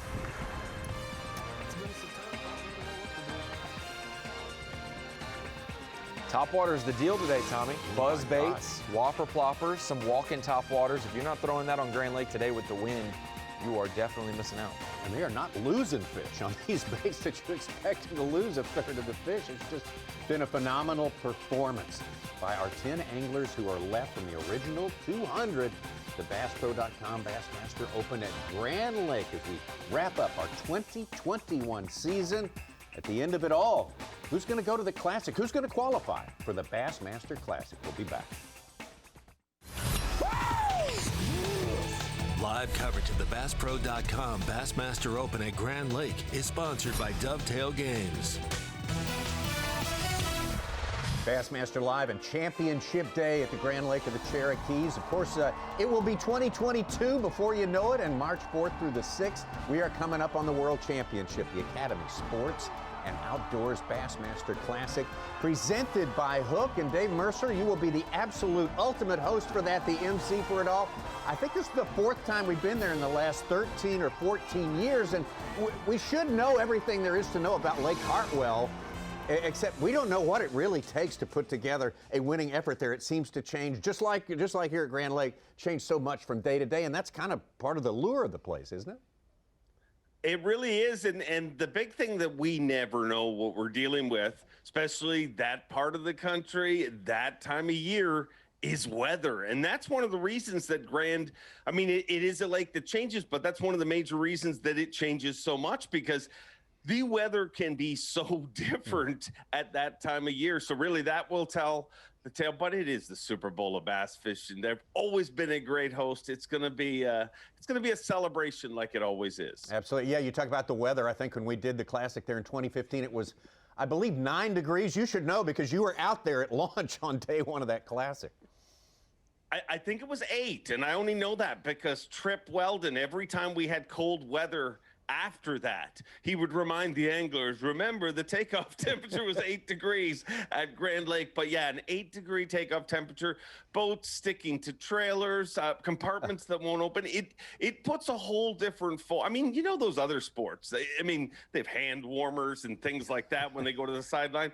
Fishing doesn't have any of those kind of frills and beautiful things like that. I mean, it's a tough sport. Yeah, they are tough guys out there, and it'll be a tough field trying to win that World Championship. But right now, we turn it over to the epitome of toughness in the studio, the man with the screen of knowledge running more. I'm the one who complains about it being 62 wait, that's degrees right, in yeah. here. I'm not the toughness in the studio at all. But Tommy, I wanted to break down those Opens races and a couple of the top lures that are playing this week. And when it comes to the Opens, we talk about it's a 9-tournament schedule for the entire Opens. For a specific division, it's only 3 events. So we normally say, hey, you can't have a bad day on the Opens if you're fishing all 9, or you'll miss out on a chance. Sam George mentioned that on the phone last night. One bad day at the James River, and he's 4th place, 11 points out of making the Elite Series. These 3 guys did. Jacob Poroznik, Masayuki Matsushita, and Daisuke Aoki, the 3 qualifiers. Overall, what a great season for them. They're averaging 500 points per division, which is right up there with what you need to qualify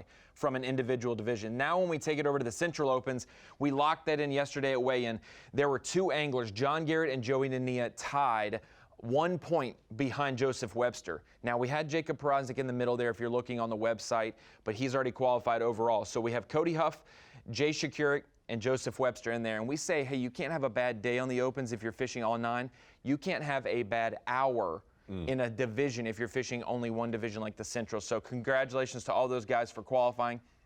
But Tommy, when we take it over to the top baits, the top lures at Grand Lake, there's a lot that were mentioned yesterday on the phone, but the top predominant ones were topwater of some aspect. John Suckup said, hey, I'm going to throw a walking topwater. I'm going to throw a buzzbait as well. I'm going to kind of keep it all in play. So he has this walking topwater ready. But really windy conditions, when it's getting as windy as it is with that storm front rolling through, it gets a little too wavy for a walking topwater for you to really get that action like you want it. So some of these streamlined baits have really been the ticket today on the final day at Grand Lake. A buzzbait. This is a black buzzbait. We saw John Pilcher just catch one in our last segment. And the key is to have a trailer hook on there. You said, hey, the odds of landing fish on topwater are slim to none at times, the way they slap at it or just miss it. They hit it with 100 miles an hour of fury, so you want to have all the odds in your favor there. And then that also takes us over to the Whopper Plopper. And if you've never seen this bait, it is a hard plastic design with a movable tail that propels. It is basically like a soft plastic propeller, and it has treble hooks. And Nick LeBrun mentioning he switched up those stock treble hooks to those Hayabusas, and that is the reason he has had such a great uptick in fish catches and no losses today. So kudos to all the qualifiers, and kudos to those who have dialed in the top baits this week at Grand Lake. Oh yeah, boy, they have done outstanding work, those 3 qualifiers for the Bassmaster Elite Series for the Central Opens. What's incredible, Tommy, is the Opens over the years haven't gotten any easier. Every single year it gets tougher and tougher, but it used to be you get a top 10 in a 3-division event or a series. You get a top 10, you make a top 40 check, and you can have a finish from 50th to 70th, just barely outside. Or if you don't get a top 10, maybe you make a couple checks to make the elites. This year, you have had to make 2 top 10s, and you can't miss a check if you want to make the elites. It is incredible how many people have great finishes that would normally qualify them, and they finish 9th, 10th, 11th in points. Yeah. Whew, I'm getting tired. I can't make those casts. Still got Dave Mercer with us as we watch our leader, Nick LeBrun. Me and my family moved different houses 2 weeks ago. Moved ourselves on a Friday and Saturday. Then I left that Sunday, headed to Smith. You know, fished 7 days, 6 days in a row. And went back home for a week and unpacked stuff and hung mini blinds and helped my wife do a little nesting. Then I left coming here, and so I'm gonna get some rest after this is over. That nesting can be exhausting, guys. I mean, I have nested a lot around my house over the years, and nesting can be exhausting, but great screen of knowledge, Ronaldo. Oh, hooked up. Oh, this could be it. Oh, she come on. Oh, no. That hurt. Ouch. It's only his 2nd lost keeper that would have helped him this week. I'd already turned to go away. She surprised me. Oh, it hurt. I'd already turned to come out, and she smoked it, and she was hot right here at the boat. Oh man. 3.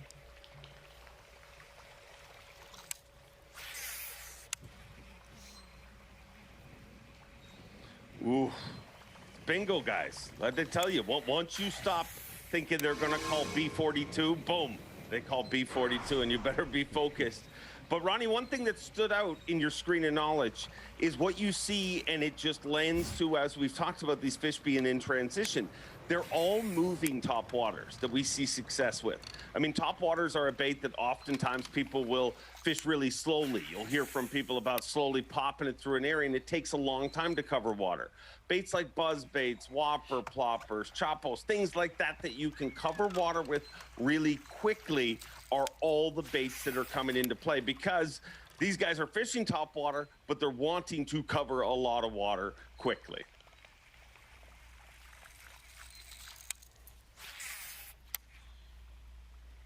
And that's the one good thing and bad thing when it comes to using braid. Like some of the equipment you're going to use on that, he's using 50-pound braid. The good thing is it doesn't have stretch. So when they bite it and you set the hook, you hit them immediately. There's no stretch. There's no rebound in the rod or anything. It is immediate hook set. But the bad thing is when they do rush at the boat like that, they got nowhere to stretch, nowhere to give, and you're just going to pull those hooks not out. The elites. It is brutal for him. But those streamline baits, oftentimes you want to make all the odds in your favor with hooks or with the line, like you said. I think it's also time of year too, Ronnie. Like when you think about it, we all the time in the spring we'll talk about how those fish are just swatting at that bait and they don't get the hooks, and we'll see a lot of anglers lose them. This time of year, in my experience, I mean, fish are not traveling a great distance to hit your bait. You're literally casting it right over their head, and they're simply reacting. They're not, you know, they're not hunting that bait. They're reacting to that bait as it goes right over their head. And the hookup percentage just seems to be that much better because they're actually feeding, not trying to just get rid of the bait. You've even had some awesome underwater shots of fish reacting to some plopper-style baits over the last couple weeks. Yeah, and that's kind of where I'm taking that from. You know, that's what, if you watch the way a fish eats a bait when it's in a tentative mood versus the way a reaction strike happens, I mean, they try to kill that bait. And I think that's also part of when you're throwing a, you know, a prop-style bait. But it was on such a short line. For whatever reason, fish need to kill it. They don't just sip those. They need to smoke them. Come off. It's okay, though. We got a lot of time left.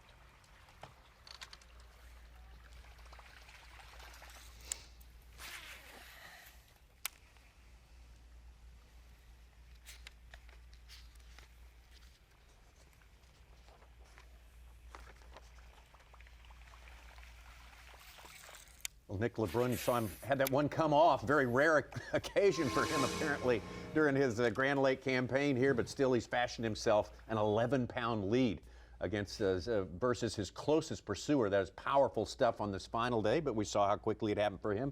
Maybe it could happen for someone else. It's been powerful to have our pal Dave Mercer with us here today. And like we say, 2022 is almost upon us. In February, we'll start the Elite Series down in Florida. Harris Chain this year. That's going to be fun, right?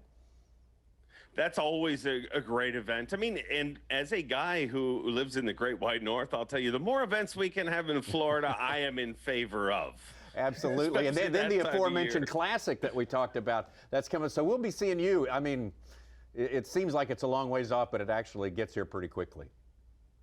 Oh, it will sneak up on you. Once you just start, you know, you're wiping that eggnog off your face from the holiday season. Before you know it, we will be sending boats off. But thanks for hanging out. Thanks for letting me hang out with you guys. I'm going to watch this tournament unfold. Total pleasure. Dave Mercer, the great Dave Mercer, offering up some good stuff for us on this final day of the Opens for 2021.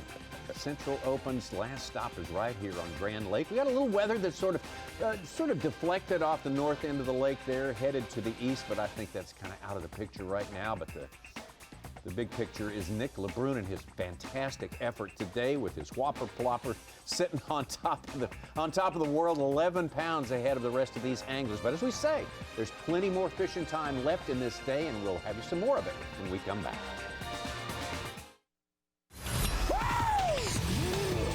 Live coverage of the BassPro.com Bassmaster Open at Grand Lake is sponsored by Dovetail Games.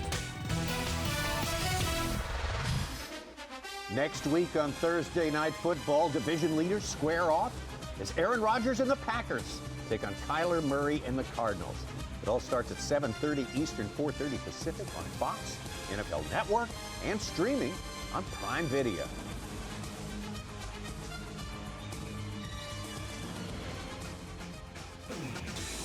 Thursday nights are fun.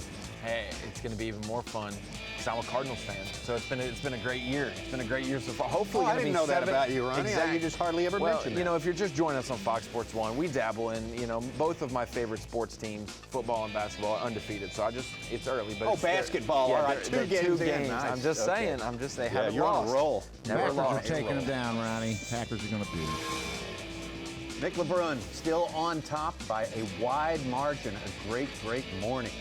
The young man from Bossier City, Louisiana, here on Grand Lake of the Cherokee. And there he is.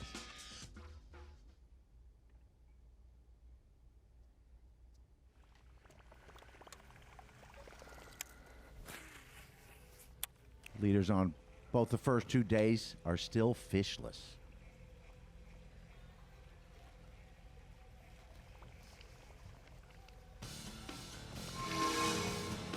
First caught up with Nick LeBrun. He put a small non-keeper in the boat, but said, hey, that's a good start.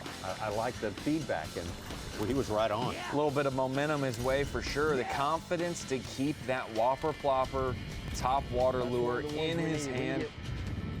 Next bite he got, Tommy, about 6 times as big as the first one. So a 5+ pounder for him there. He's been battling some cables, been battling some shoreline brush and whatnot, and has really not made a mistake all week. Only lost 1 fish throughout the first 2 days of competition. Boy, did he fill his limit with no blemishes this morning. Started the day in second place, not quite 2 pounds back of our leader to start, John Cook. 2 pounds is definitely an easy margin to make up, especially with how volatile Grand Lake can be. And Nick made it look really easy for about an hour there. He caught every single fish that bit. Just a couple minutes ago in our last segment, he lost one, so he's still getting bit into the day, which is a little surprising for him. He really had it early morning and then midday to afternoon. And this lull is this is when he's normally having a lull. But for him, this has been his best time today with that wind.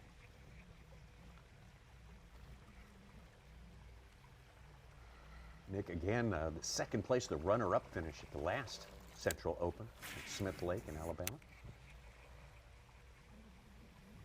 Very different sort of environment than this one right here.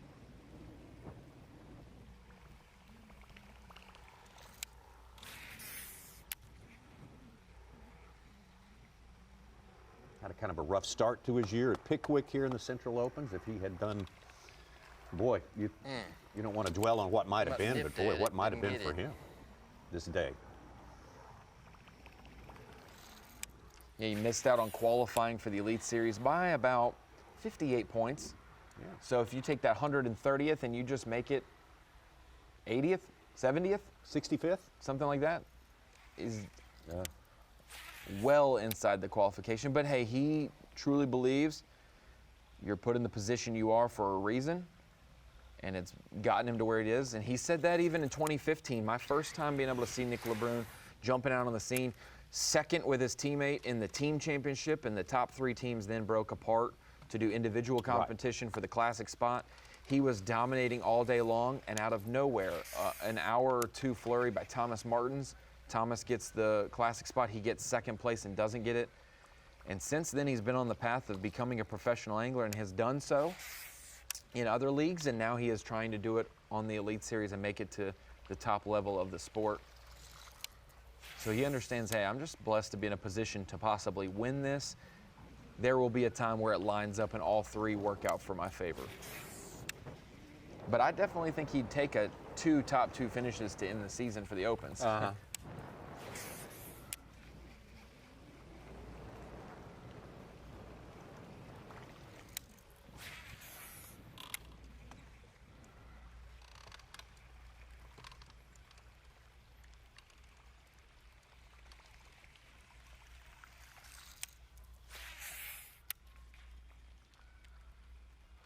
Do you think the Opens competition has gotten harder? I mean, look at the Central Opens champion, Cody Huff. He's got 2 top 10s, counting this week, and his other event was a 25th. Exactly, yeah. I think I mentioned it when we were covering the Northern Opens for Fox Sports 1 for the final event there. Just because it's off the top of my mind and I can remember it, I think Nolan Minor had 3 finishes from like 30th to 41st. Like almost all of them were checks. You think you're good. You think you're in. And he got 14th in the points. That is incredible. I guess the answer is yes. It's hard. Such.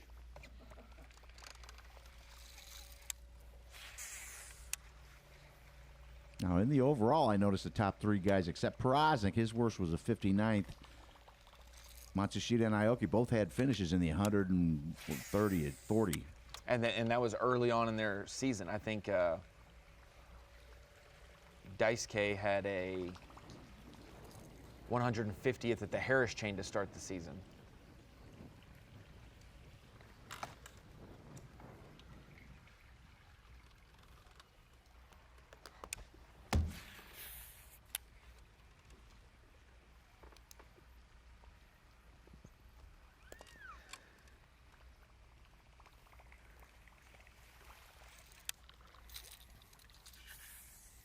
Come on, biggin.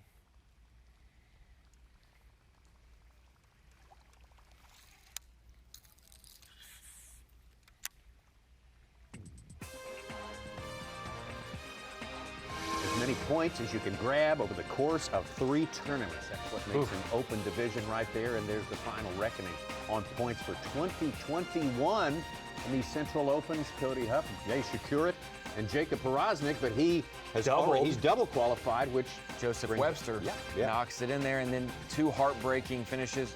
John Garrett and Joey Nania 1 point behind qualifying. But yes, one of those unknown guys we're not fishing today, Jay Shakura from Wisconsin, really put together a great day 2 comeback. He fell down day 1, and day 2, big charge back to qualify. Yeah, he's been a part of the picture all year long.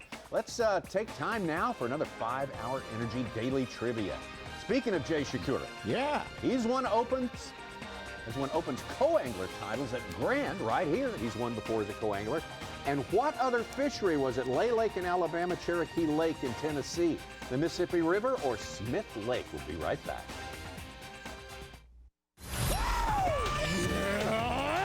You're watching a Fox Sports presentation of B.A.S.S. Getting closer to the midpoint of the day, of the final day of the year for the Bassmaster Opens. The BassPro.com Bassmaster Open at Grand Lake, 3rd Central Division. And this one will wrap it up. We're down to 10 anglers on this final day.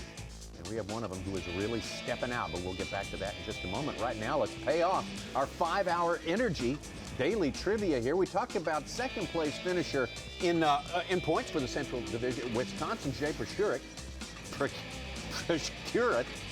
Has won Open co-angler titles as well at Grand. And what other fishery? Was it Lay Lake, Cherokee Lake, La Crosse on the Mississippi River, or was it Smith Lake? Jay Shakura. And where else did he win as a co-angler? And this is former years because he's a boater now. He's now made the professional league. I'm going to say B, Cherokee Lake. B, Cherokee Lake. I'll go with La Crosse. I'm not scared. That'd be C. That would be kind of the chalk one since he's from Wisconsin, but that's why I had to go a little different. That's why I put it in there, Ronnie. Oh, good. I didn't fall for you. No, you did fall for it. It's Lay Lake. It's Lay Lake. See, look at that. Oh. Well, good one, Sue. Titles. You stumped the band there for sure. Back out to our leader, Nick LeBrun.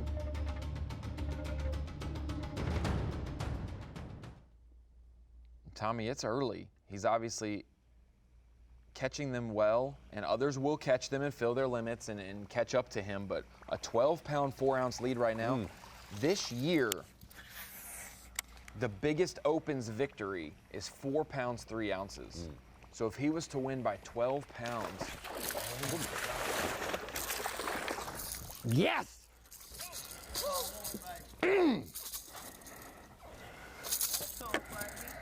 Yes, sir. Oh, yes. That fish right there is going to be key. Yes. That fish is going to be key right there. These Grand Lake fish aren't long, but they are chunky. Oh, thank you, Jesus.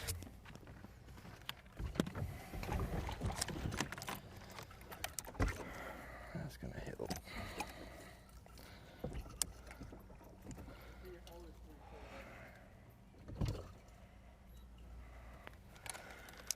$330. Getting rid of a 180. 3 1/4 for him. Yeah, $330. It's about a pound and a half upgrade. He's over 16 pounds. He's got about a 14 That last pound fish was lead. a 330, not a 380. Just FYI.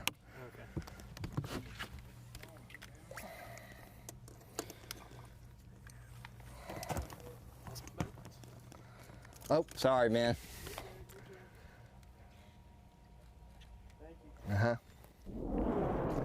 Dalton Tumbling getting the photos out there, and what a great angler to be. Watch this, Tommy. Oh, this catch, watch.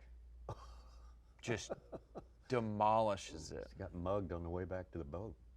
That's exactly the way you want them to bite a Whopper Plopper. When they come up with that much fury, you don't want them nipping at it or slapping at it. Like when they come up to destroy it like that, it is one of the best bites you can have, and it's the best opportunity for them to actually get the bait, and you can land that fish. He's got over 49 pounds this week, Ronnie. We were kind of estimating 16, 17 pounds a day. Get you the victory, 51 pounds. He's close.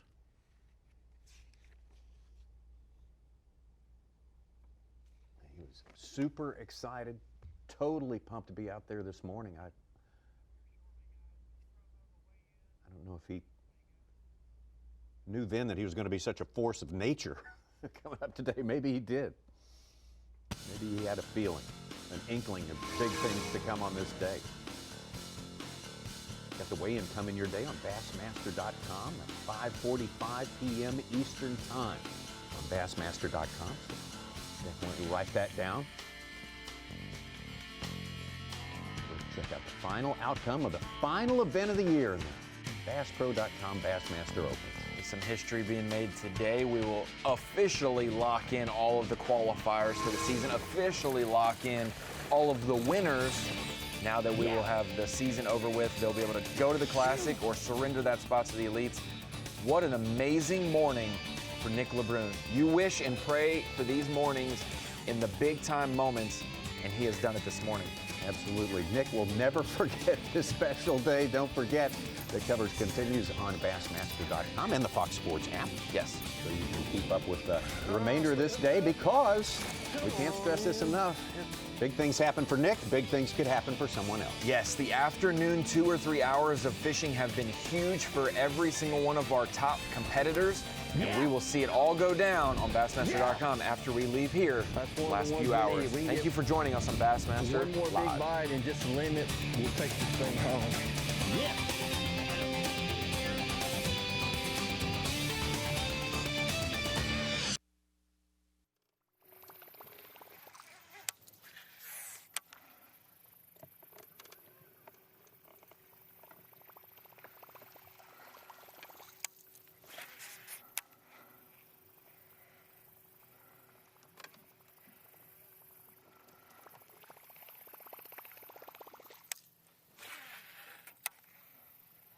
Come on, Biggin.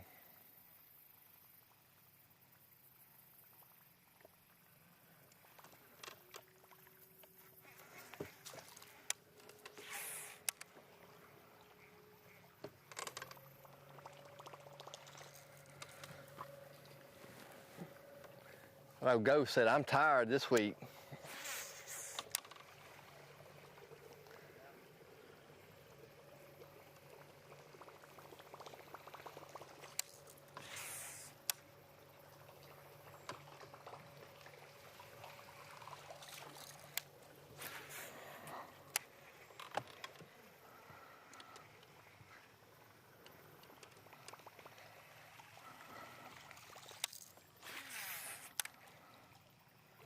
Come on, Big Daddy.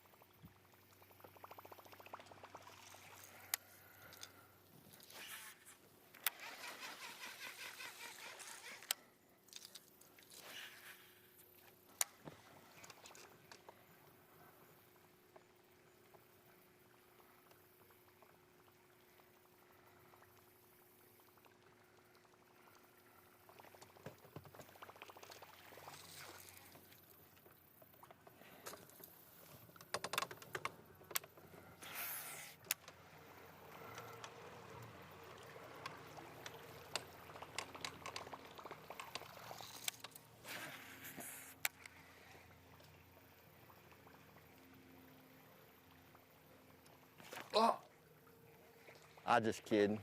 Yeah. I have not had a bite on the end of a dock yet. I'm just kidding. Yeah, I'm just killing time. I'll get surprised here one day.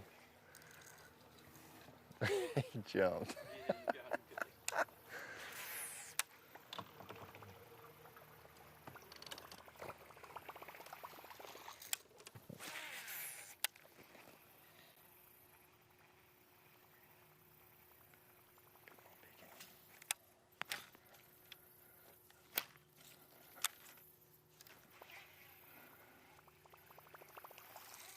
Come on, baby.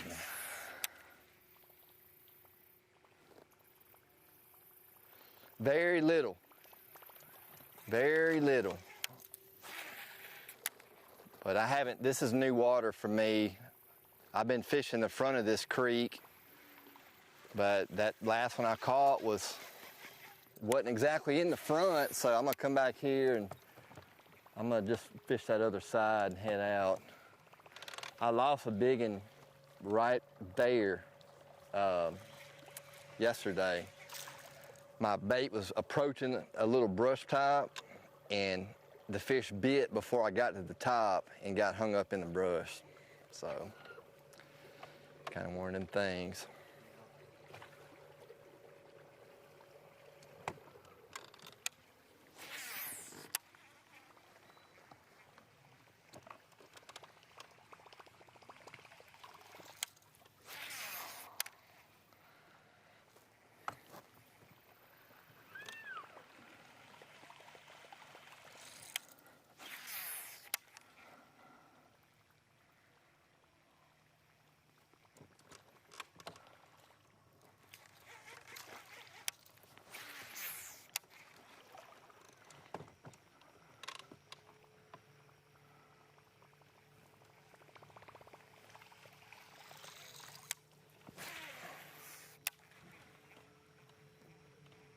You boys ready for another big one? All right, we're gonna see what we can do up here on this point.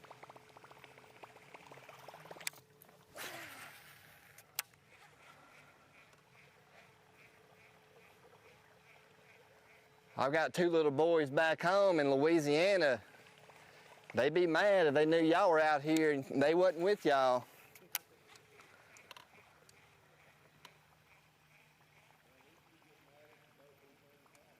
Yep.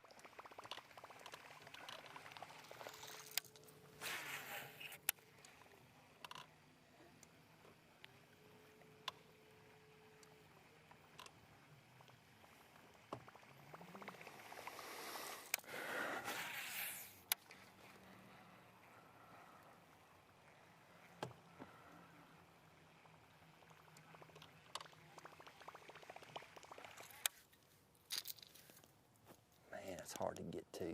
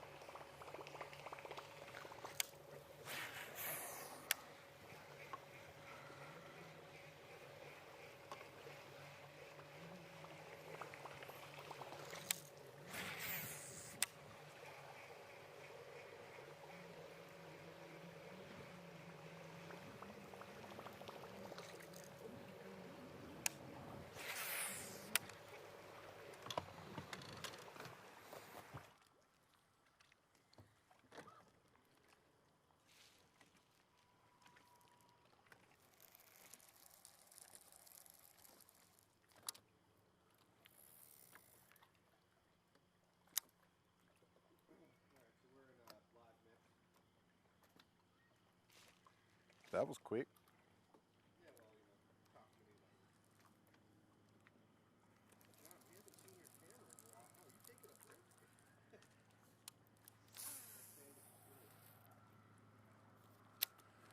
Got to keep these guys fed, man. Have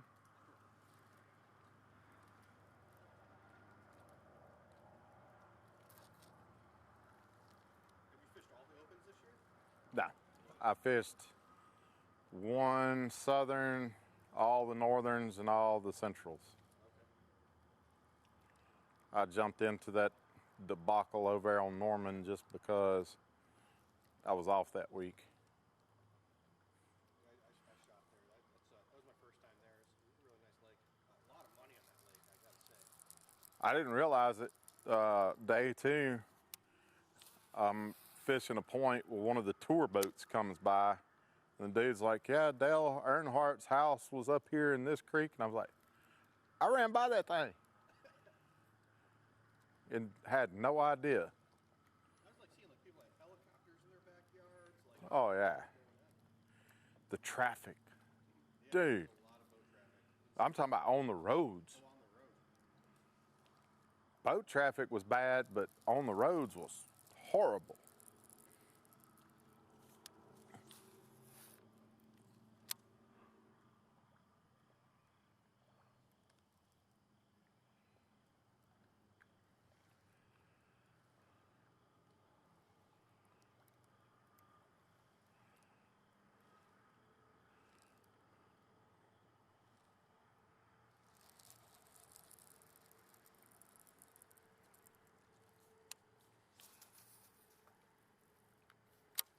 Yes, that was a 1 ounce football jig that I just skipped behind that dock.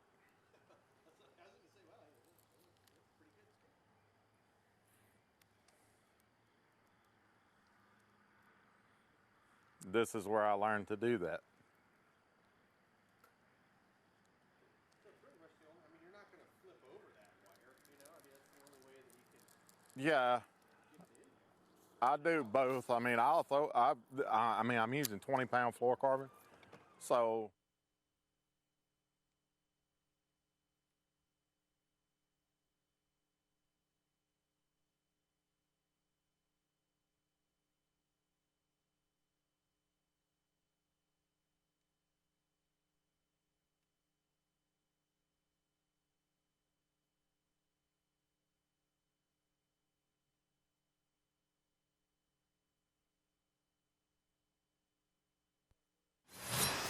The BassPro.com Bassmaster Open at Grand Lake is sponsored by Ranger Boats, Yamaha, Toyota, and by Berkeley.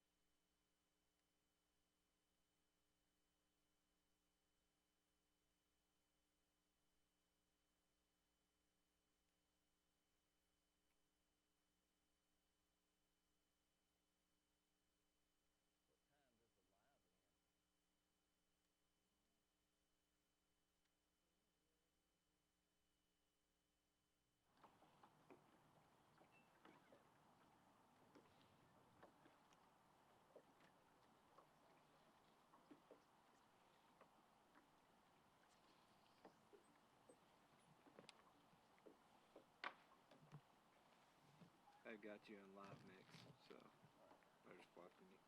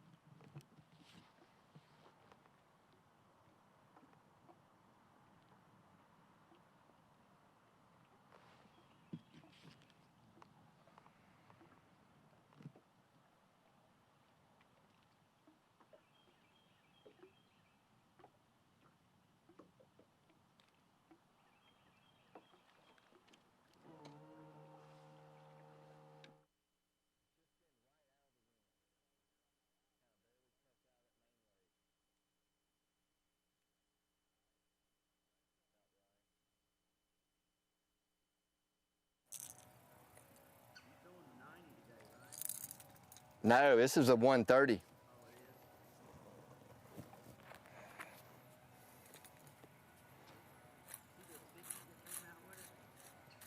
Yeah.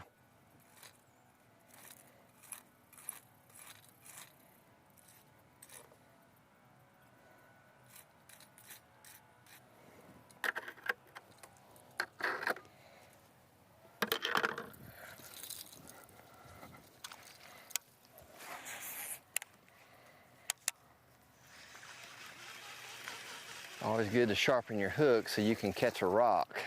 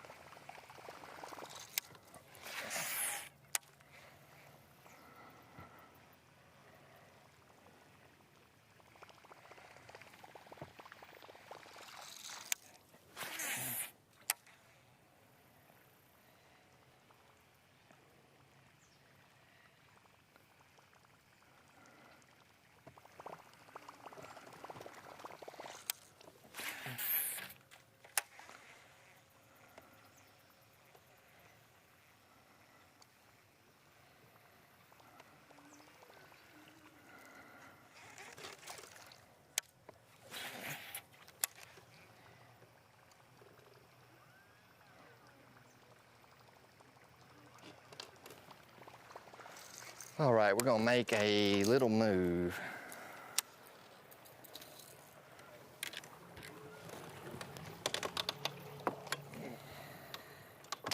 Yeah.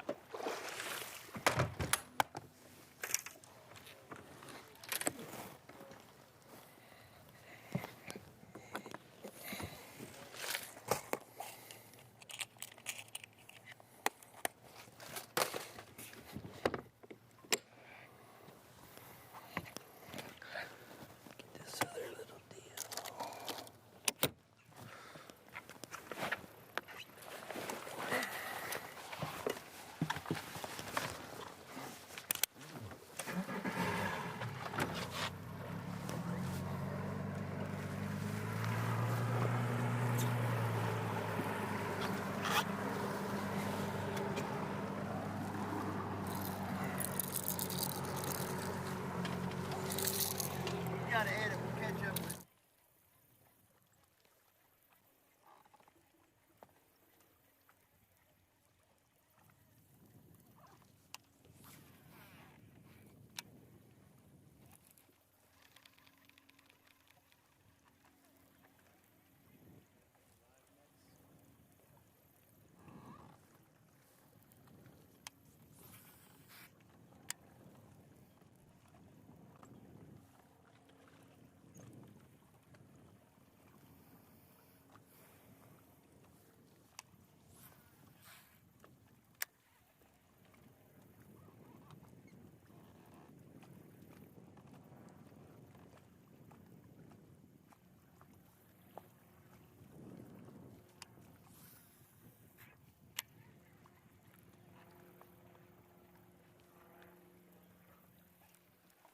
It's got to be white bass.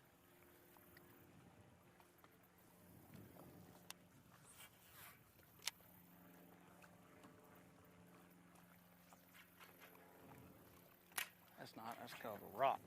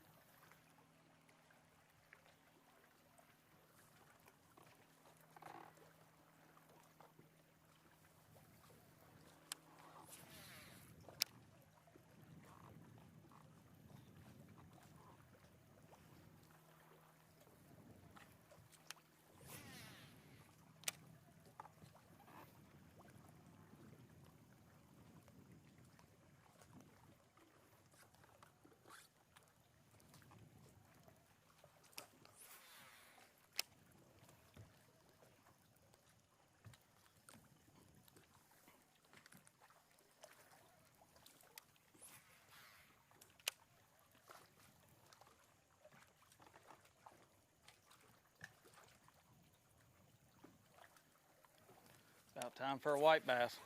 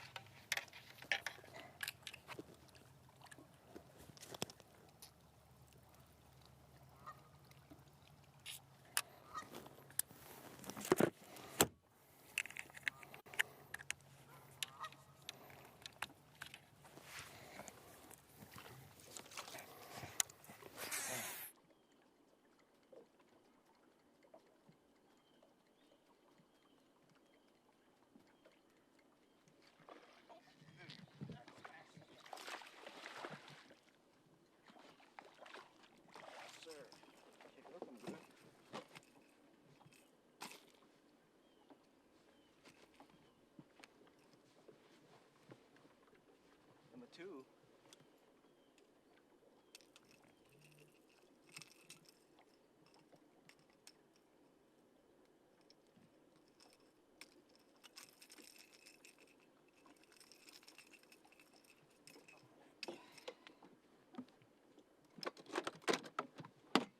So shad to jump around all over, so.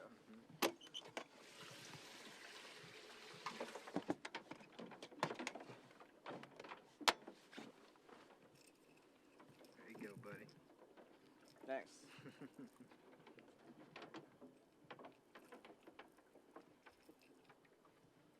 I mean, I know I can have 12 something pound on this area, but I figure it's not going to be enough.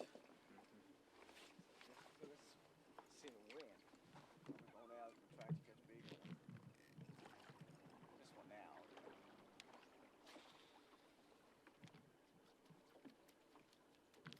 How much do you think those two weighed? Say 4 pounds. So what? 4 pounds. For both of them? No, just 2 pounds of each. Yeah, I was saying 4 pounds for both of them. Yeah. So.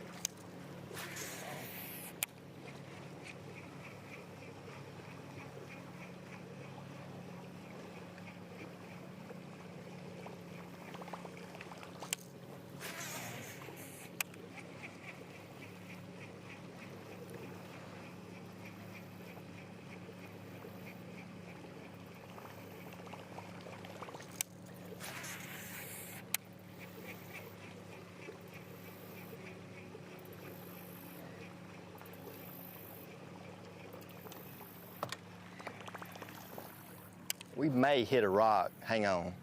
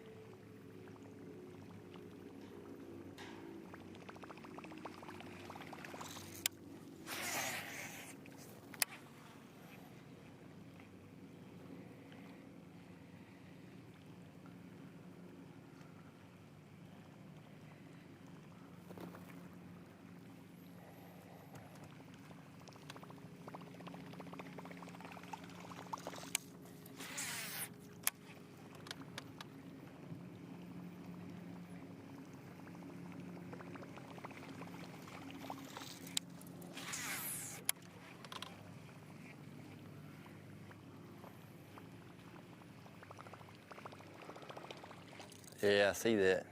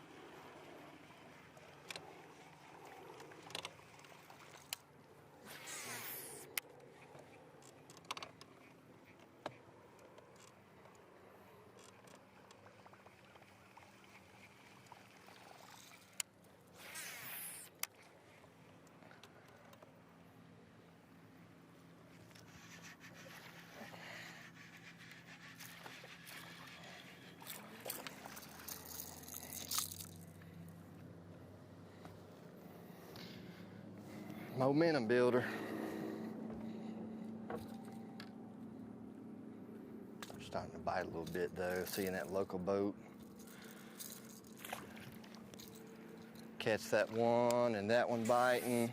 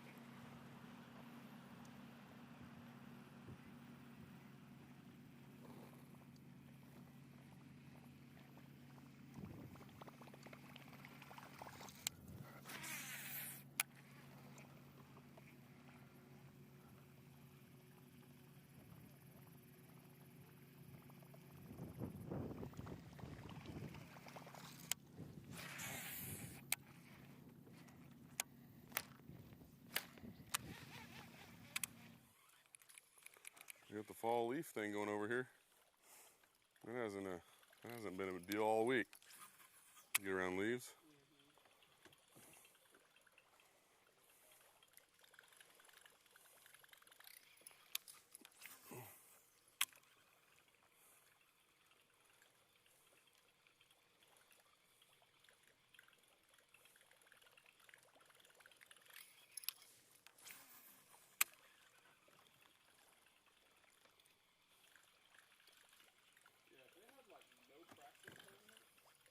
Yeah.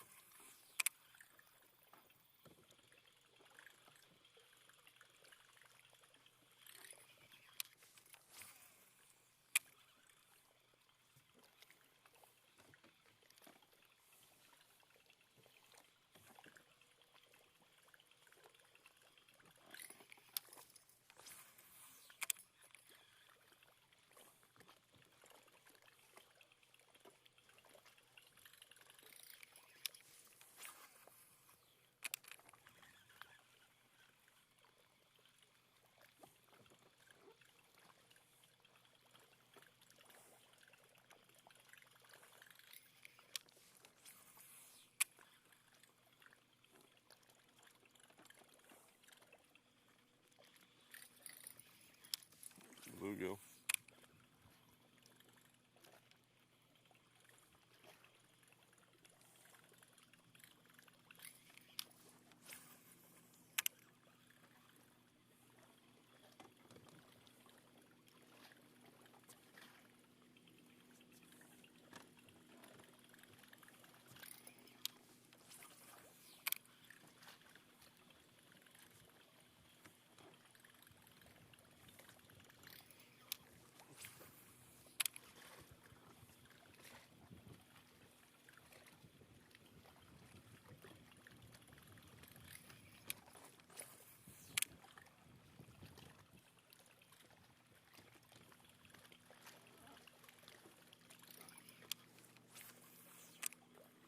Oh, what is that?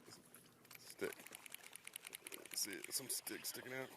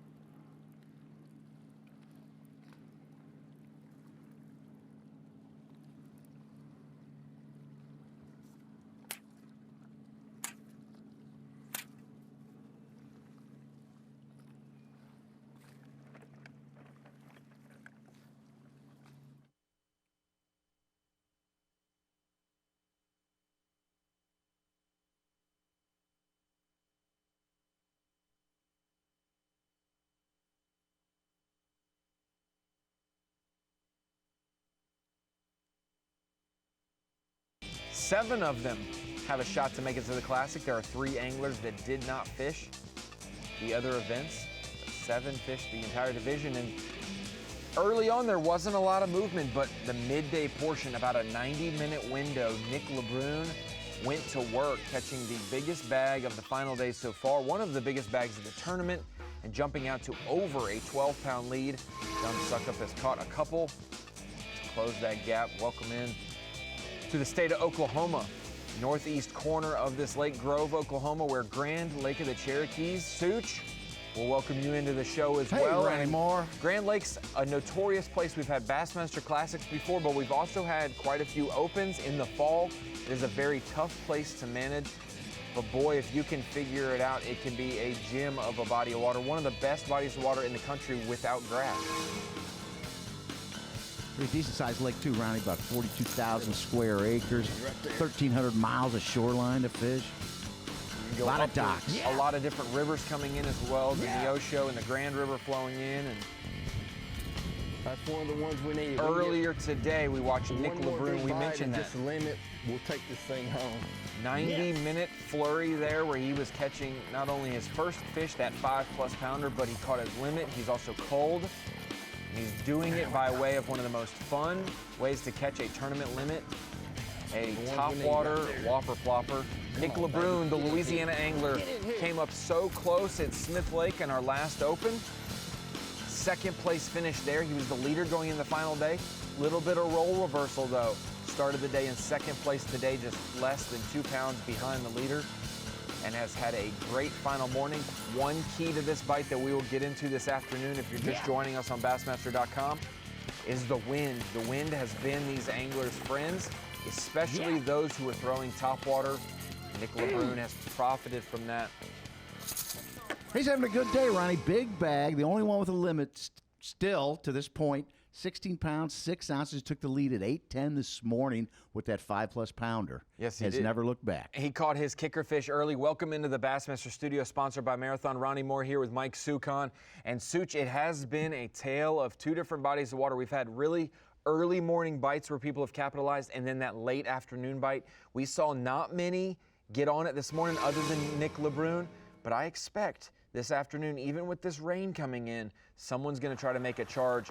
It could be Nick. He could just expand his lead even more, but there will be another bite window we get to watch shortly. Now, we heard a lot of guys. The day one leader, Kinta Kimura, had 21 pounds, 14 ounces on day one. Said he only had like 1 fish at 1 o'clock in the afternoon. And several other guys said the afternoon bite really got them the bulk of their weight. A little rain, kind of unanticipated. Storm blew north of Grand Lake into Missouri this morning, and a little pop-up shower here.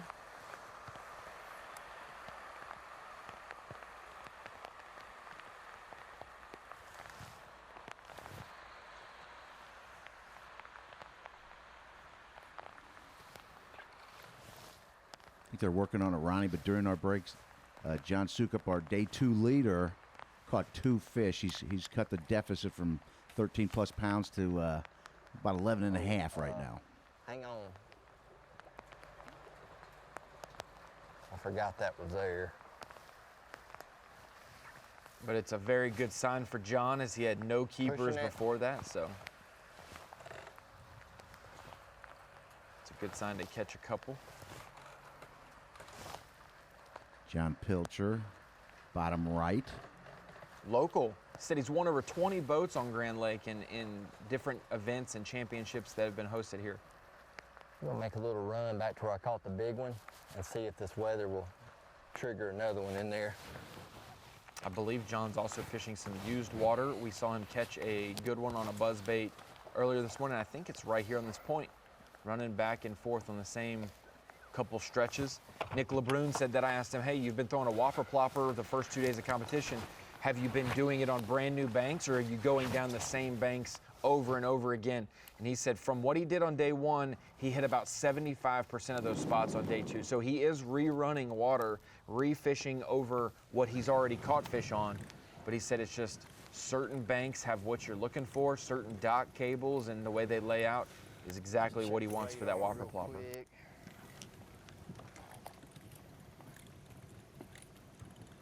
Oh yeah, this is about to be out of here.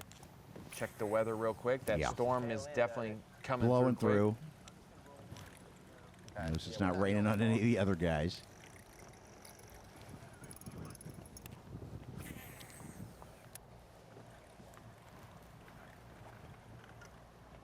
And we've even drummed it up for dramatics, but how incredible the run was Nick LeBrun made this morning, catching the big weight, having the big lead. But every single day, Kinta Kimura, day one, afternoon, 21 pounds. Most of his fish came in the afternoon. John Suckup, same thing in the afternoon.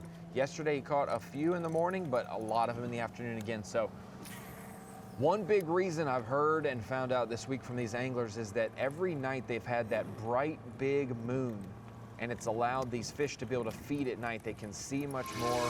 Those shad get pushed in the pockets, and they're able to feed all night. So in the morning, the bite's not nearly They're as not good as eating it first would thing in the morning that you'd Yes, expect. you could still capitalize on it a little bit when it's low light and it's starting to get brighter. Greenery on it. But then the midday lull, and then the afternoon is when it's a big time uptick in catches. So LeBrun's 5+ early this morning was just super bonus fish. Brock Mosley. There's one. That's a junk one. That's what we're catching out of them. They're just chunks. It's a solid one. But they gotta get bigger. Got it. All right. Brock Mosley said he was targeting a lot of structures like bushes that were still green. They were freshly flooded because the water has come up with these storms the last few weeks. Where I've been catching most of my quality fish, and just started actually just running around looking for some new water in the general area. Catching a lot of my fish on trees, willow trees, or bushes that have some greenery on them, and for some reason, they're just, if I get bit doing this, it's a quality one. Like I don't catch hardly any short fish or fish that I have to measure, but I haven't run into like, your 5 or 6 pounder doing this.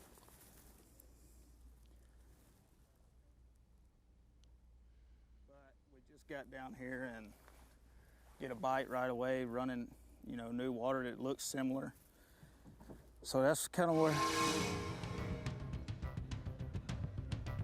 We mentioned that. Brock Mosley said he was looking for any bushes, willows that were green, still freshly flooded. We mentioned it, the water's 1 foot low from full pool, but it's much higher than it normally is this time of the year, and with the summer drought that we had in Arkansas and Oklahoma, it's definitely come up over the last few weeks. Flood Now the we're over to bushes. Masayuki Matsushita fishing offshore a little bit. Just shook his bait free from the tree, the bush, and triggered a strike.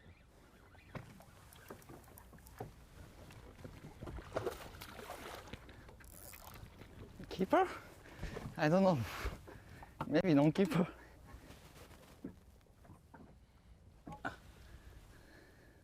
Have to be 14 inches this week. You see on the graphic on your screen for largemouth and spotted bass have to be 14 inches.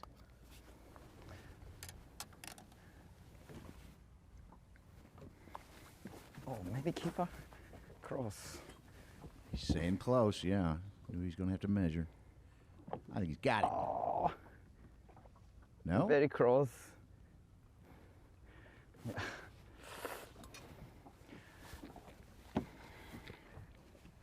One more. 14. Yeah, keeper. Number 3. Number 3. But just keeper. Maybe 1 pound, 1.5 pounds, I don't know. Buy a scale, Ronnie. He By fished the our slime on his tail. Is that what you're saying? Yeah, pretty much. He fished our classics this year, and he's qualified for the elites through the overall opens now. Second place to Jacob Price. Maybe one. Yeah, maybe one half and maybe one. I don't know. 1/4. Yeah.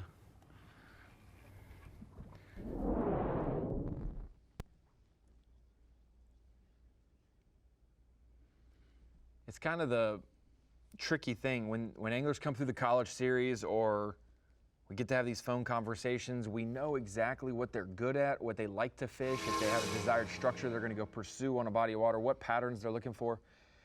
Most of them. With the influx of Japanese anglers, the language barriers there a little bit on the phone call. In person, it's a little different. You can communicate with body language. Show, and yeah. Fishing right there yesterday. With He Kinta told me, he said, the other day, Massa and Daisuke, it's hard to tell what they're really great at. I'd already been fishing here every day, but it catching that big one this morning right there made me think of him.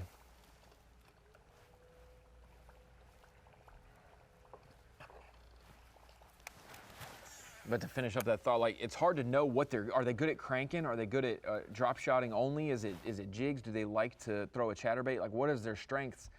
But all I know is whatever their strengths is, it's good enough to get them to the Elite Series because there has been some studs come from Japan over to the United States to try to make the elites, and the last few years they have.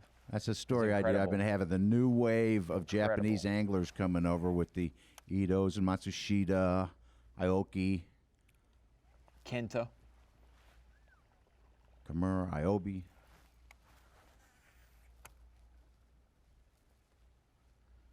The bass track is lighting up green, Ronnie. We've got a lot of fish catches coming across the board. I'll also say, Such, that I saw a co-angler photo yesterday at weigh-in of a Daisuke, but he was a co-angler. I can't remember. I think it was Daisuke Managi or something like that was his last name. So I'd expect in the next 2 or 3 years for that co-angler to be a boater and because this is the same path a lot of these guys have taken. It is very impressive.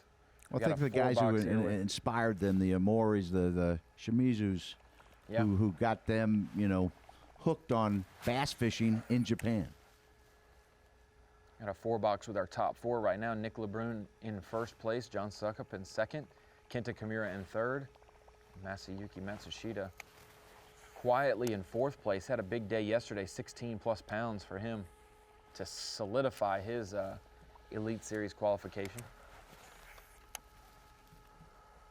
Boy, I want to talk about another guy who qualified. Jay Shakurit started this event second in the points, Ronnie. Bad first day, 76th place. Fell to 11th in the points. But then on day 2, he got 56 spots up with a 14-pound 11 bag.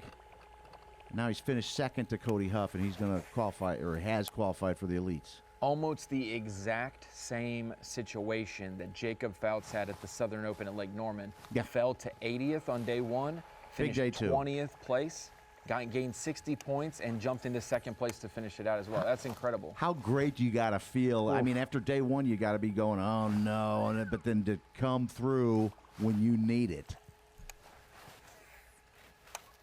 There's Sam George right there. I have a group Just chat. missed. Group chat of college anglers / some of them are fishing the opens now, and one of them driving home yesterday said, I lost a 4-pounder. I finished 41st and missed the check. Caden St. Clair did. Oh. Lost a check because he lost a 4-pounder, and if he would have landed that fish, he would have beat the right people to allow his buddy John Garrett to qualify because the tiebreakers would have worked out. And he's like, oh, no. It's amazing how my 4-pounder would have maybe helped me, hurt another guy, helped another Help guy. a buddy. Oh, it's incredible. Storm looks like Had it some has fully wild passed. fluctuations. I mean, it was tight coming in the central points. I mean, the overall was pretty much determined before we got here, but there was, hey, you can have a great year. Tommy Williams has been second all year in the overall, had a terrible Grand Lake to end the season, and all of that goes away. He didn't make the elites, finished in 7th overall. I feel for that. I mean, he was like 180th or 70th in the tournament this week, and it's hard to come back from that because of the weight distance, but. Well, after day 1, Sam George, who was 4th, had actually climbed into overall position in 3rd place. over Aoki, but Aoki gains 9 spots. He fell 4 spots. He's 11 behind. He can't catch it even though he's in our top 10. Yeah. Fell for Sam George. I mean, the guys who do well, you say, oh, great, good job. But the guys who are right there and then just something doesn't happen right and they just don't catch them that one day. You got to feel for them. The opens are my favorite on day 2 because I have guys texting me saying, did I make it? Did I make it? Did I make it? And then the guys texting me saying, let me know when I realize I missed it. Let me know when I missed it. That's got to be an awful feeling.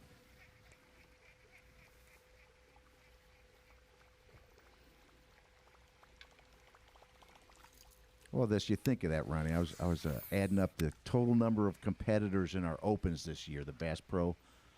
677. 677. Which did you look at? Did you look at which division had the most entrants?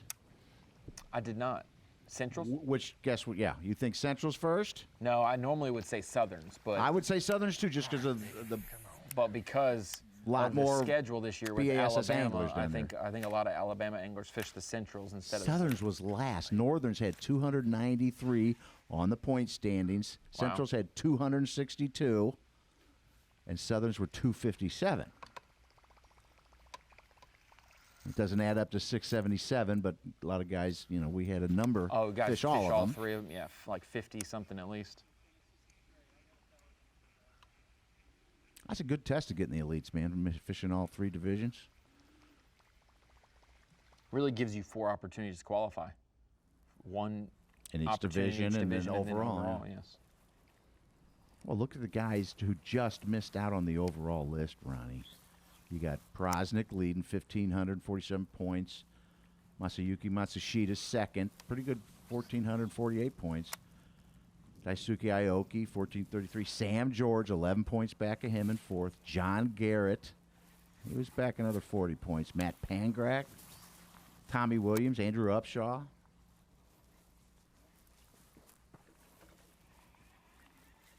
Great seasons, but you just miss it by a fish scale.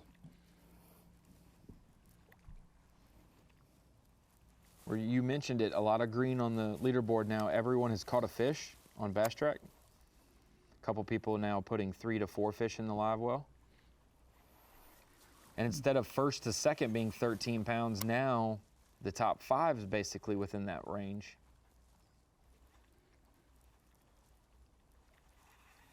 Almost to that afternoon bite they all talked about, or many of them talked about.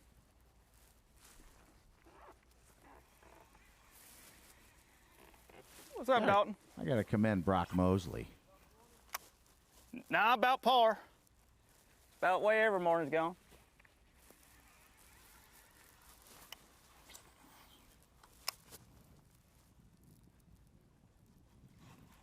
Mosley I just Rooms. caught a quality one, and I just had another one miss it. And I ain't been down here 15 minutes.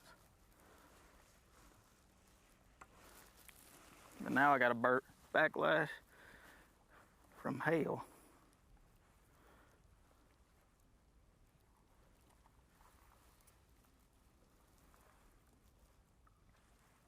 He said he's been throwing a swim jig in these bushes, swimming it around the willows and the different laydowns, and he said he's had to see them bite the swim jig to be able to set the hook and get them.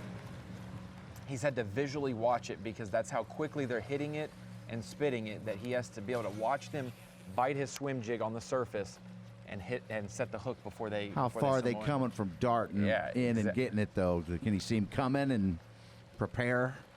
There's quick reactions. I will tell you, those days where you're sight fishing or you're watching your top water or you're looking at your line like that are the most tiring days. You get home and you look like you've been looking at the surface of the sun. Your eyes are so tired. Trying to focus on that. Out with Cody Huff, first place in the Central Opens points race. Qualified yesterday when it was all solidified, and he said, I might as well try to make the Classic too. I got no stress today, just trying to win. He's already made one Classic. That's part of the trivia question. How many Classic berths have come from the residents of Ava, Missouri? 33? 33 is correct, Ronnie. One for Cody Huff and 32 for Rick Clunn. They're buddies. I did that story on them a couple years back when very cool. Huff was working college and said that he had met the Clunns at an event. He actually helped their son. Yeah. River Clunn had fallen in the water, and Cody Huff was right there to help get him back out, and they became fast friends. He always wanted to meet him anyway. Cody did. Got to be crazy to have one of the greatest of all time, Rick Clunn, text you and say, hey, you want to go fishing? Like, sure. Who's going to say no to that? Exactly. But he's shown, through his college competitions and now the Opens and other competitions that he can get the job done. So he's shown. I had a buddy go fishing up towards the White River Saturday, 1 week from today. And he said, guess who showed up at our tournament and won the thing? And I said, I don't know. Who? And he said, Cody Huff showed up and had no practice, just showed up before he was leaving for Grand Lake and won the event, won a boat, and then he headed out of town to go practice for the Open. Wow. We're going to say Rick Clunn because he was out at the U.S. Open saving a donkey. I'll get to that story later, maybe. Incredible points races all season, and in the Central Opens, this is how it's squared out. Cody Huff, top spot. Jay Shakurit, second spot. Jacob Porosnik, he qualified overall, so we won't count him for the Centrals. We skip him and go to Joseph Webster. You look down, 1 point separates Webster from Garrett and Nania. The crazy thing, Such, John Garrett and Joey Nania both lost out on individual tiebreakers in this event, losing that point in the standings, and it costing them in the overall Central Points race. We'll be right back after this commercial break.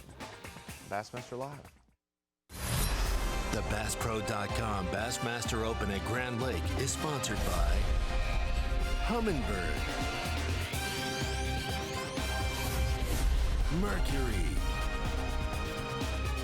and by Nitro Boats.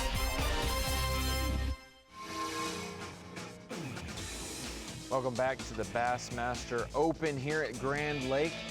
Looking at the overall points race, we're solidifying 6 different qualifications into the Elite Series. And Jacob Porosnik, he's back, Such, officially. He is back. Requalifying for the Elite Series. After last event, he punched his ticket back to the Classic.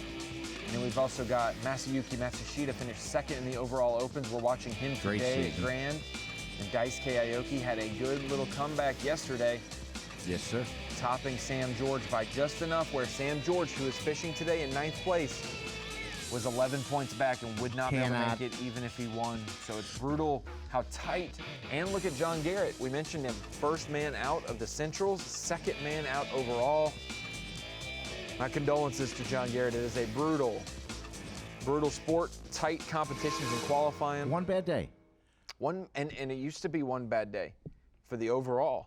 Now it's just one bad hour for the Central Opens. He said John texted me today and said, it is what it is. I blew my motor at Smith. I lost 3 big ones yesterday when I came in with what I had. He had 13 pounds, and he lost some big ones on the final day of Pickwick. He said it's a crazy sport, man. So we'll see him back, no doubt. Well, here's what stuck out in my mind yesterday. Steve Wright did a story with Porosnik. And, he was in the top 5 in the AOI for several years. Almost, he still contends it at Hartwell. Yeah. If we would have started early, he had a chance to win that one. That, he missed last year. He tried qualifying through the Opens last year to the Elites, and he missed it this year. I think he got like 9th or 10th in points, yeah. He was quoted, it was the most nerve-wracking, emotional ride this year. Feels like 100-pound weights are sitting on you when you go out every day. He felt physically ill, almost like he was really going to get sick, but just when he caught that 5th fish yesterday, he said he just went, oh my gosh, what a relief, And same thing with Hackney and Christie the year before when they requalified to the Bassmaster Elites. It's definitely one of the hardest things to do these days is to qualify. Like you said, over 677 pros overall have competed, and then you have the top 3 spots in each division. 3 out of 240, whatever, 50 average of was that the each top division, the top 1.5%. It is incredible how tough it is. And it doesn't get any easier when you add that to the list of Elite Series pros. and then you're the fresh bait for the 2022 season as rookies. Well, we're getting a couple of, veterans. Well, Joseph Webster from the Centrals, he's been around. Yes. He had a good comeback yesterday too. Day 2, he had fallen outside our top 3. So it's kind of a mixture of youth, Cody long-time Huff. veterans of the sport like Porosnik, Iaconelli, Webster. Then you've got the Huffs, the Red Wines, the Kellys, the Foutses. I'll even add Josh Douglas into the veterans of the sport one. And then you have the influx of Japanese anglers. We have a couple of those as well. But 4 touring pros, I think 5 or 6 former college anglers, and then 2 Japanese anglers make up the 12 qualifiers.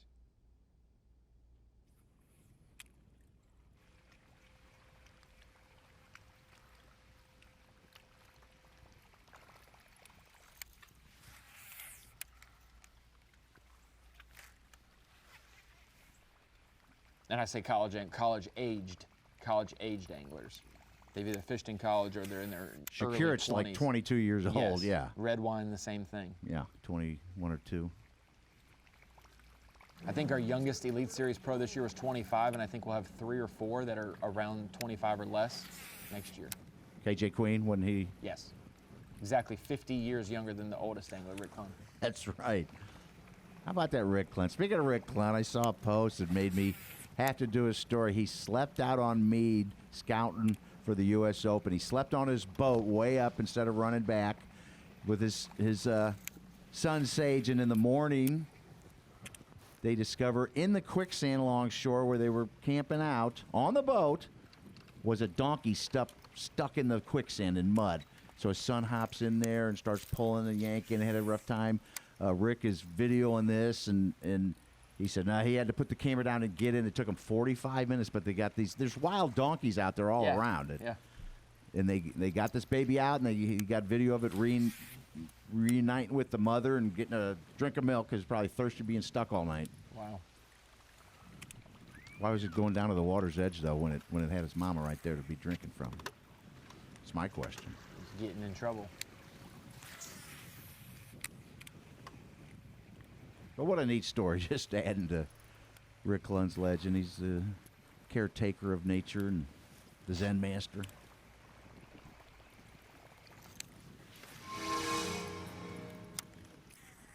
Looking at Grand Lake, our playing field, as we dive back into the action there, we had a full box with some of our top competitors.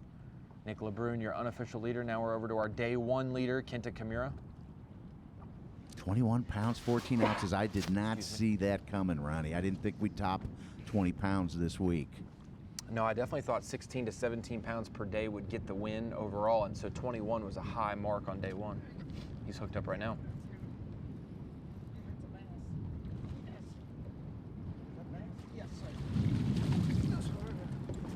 But he only came in with 4 for 11. Not big like I want, but good to know you started. And that was on a football jig. Solid keeper. Number 3. Put him in second place right now.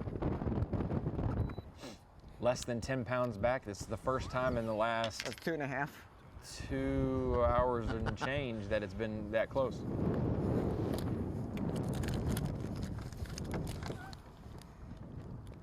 Yeah, LeBrun with that first big bite. He put in as a 5 pound, 8 ounce.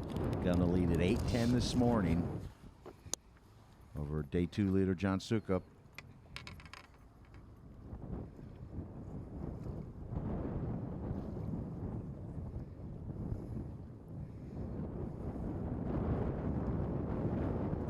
Hey, we joked off camera before we came back for the last 3 hours of action on Bassmaster Live. We joked off camera. If Nick LeBrun were to win this event by 17 pounds and an ounce, he would take the entire Opens winning margins this season. We've had some tight ones.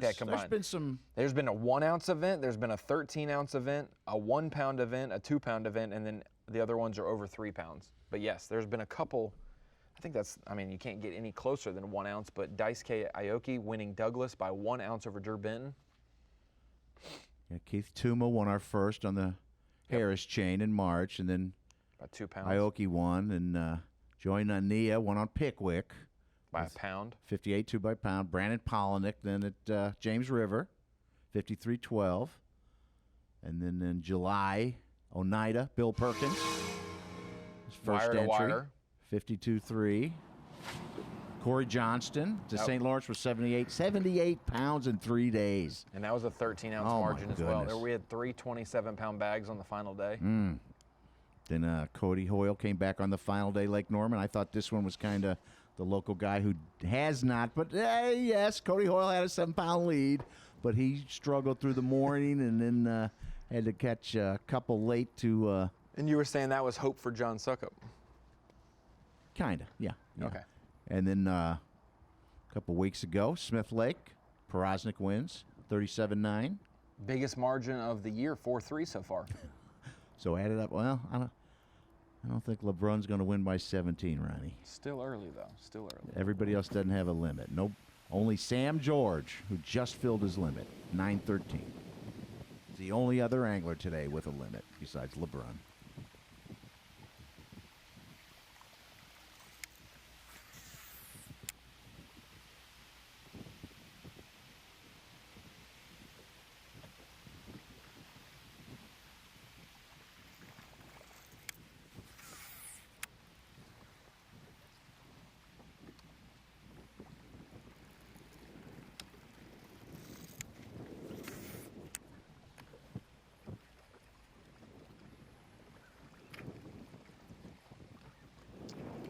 I think Kinta was doing this just a second ago when he caught that bass, but a lot of anglers have been mixing in kind of like a hybrid deal. You know how you can throw a wobblehead?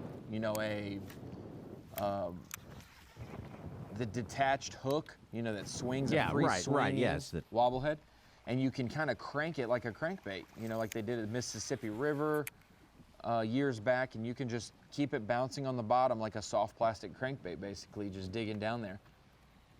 And a lot of anglers this week have been throwing a 1 ounce football jig and reeling it like that, kind of like we saw Keith Combs win at Mille Lacs a few years ago doing that. But they've been cranking a big jig on these gravel points and these rock points. We're gonna make a move. Probably much more natural after all the pressure that this body of water has received this week and this year, more than like a crankbait would. And so it's very interesting to see. I believe Kinta's doing that right now, winding a jig, unless he's picked up a different rod in the last few minutes, but I believe he was doing that.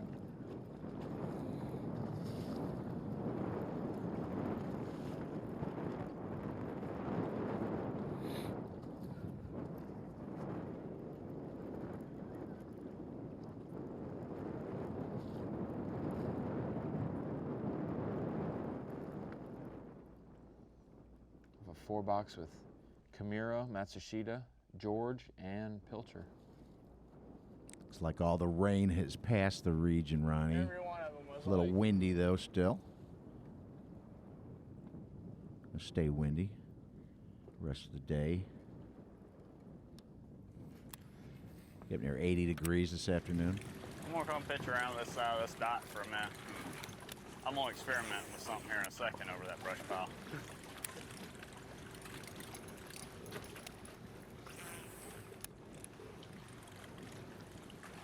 I believe that is John Pilcher's buzzbait we can hear. Volume or just visual? Kinta's hooked up again. I feel like it is. I don't know. Oh, yes. Oh, yes. Oh, yes. Oh! Oh! God. Dang it. Shouldn't swing in. God dang it. So stupid I did that. Never happened in the first 2 days. Did happen now.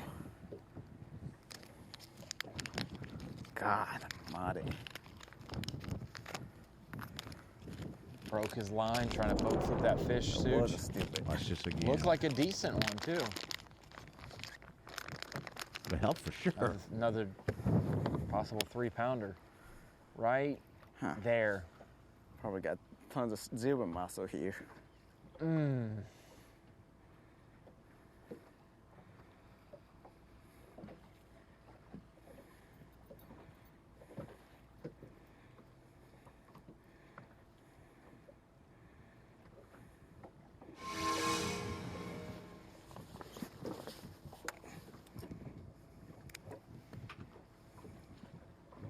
That makes sense. Where his line broke emulates reeling his lines, just beating on the Over rocks with the jig yeah. down there. Yeah. It's got a nick in it, and just the pressure. Could have swung in 4-pounder in the first day and two.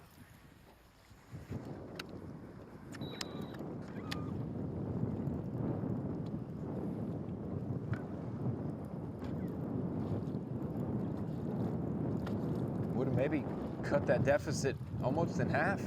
9 pounds and change behind. He said that was close to a 4-pounder.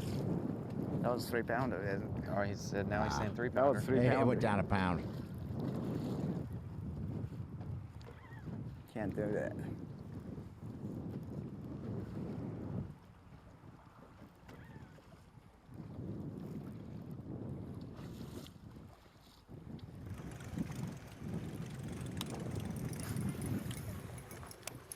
What's that? Well, we've had south, north, and east on the wind.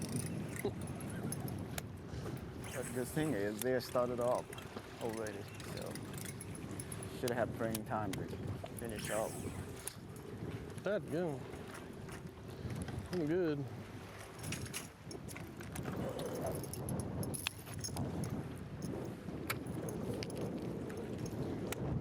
What's that? I can't hear you. What did you say? Yeah.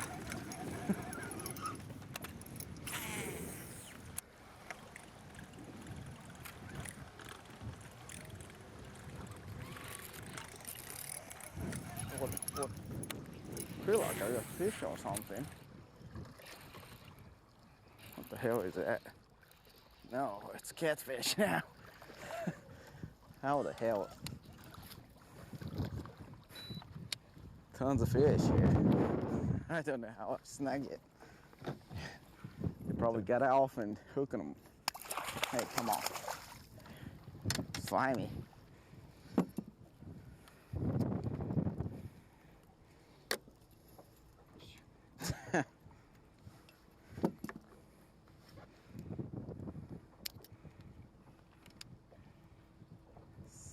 Slimy.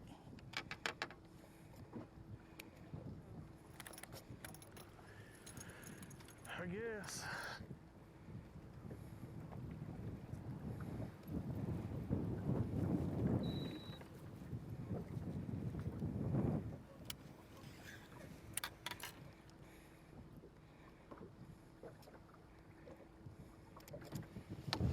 Speaking of non-bass, Such, I want to give you an update on the Hogs. It's been 4 minutes of the game, and they're up 14-0. Your Arkansas Razorbacks.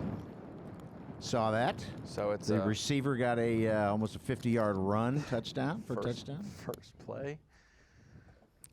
I want to see what happened there later. I'll figure that out. There was lines on the highway waiting to get to the game this morning when we came in for Bassmaster Live. That's how fanatical college football fans have been lately. Nick LeBrun knocking it out of the park right now, just barely under a 10-pound deficit. Kinta Kimura faces, John Suckup in third, Masayuki Matsushita in fourth, Sam George in fifth. That is your top 10 right now. As we go to a quick commercial break here on Grand Lake, we'll be right back after these words. Live coverage of the BassPro.com Bassmaster Open at Grand Lake is sponsored by Dovetail Games. Welcome back to Bassmaster Live here at Grand Lake, the final BassPro.com Bassmaster Open of the season. Grove, Oklahoma, our host. Weigh-in is down at the Bass Pro Shops in Broken Bow, Oklahoma, I believe, today.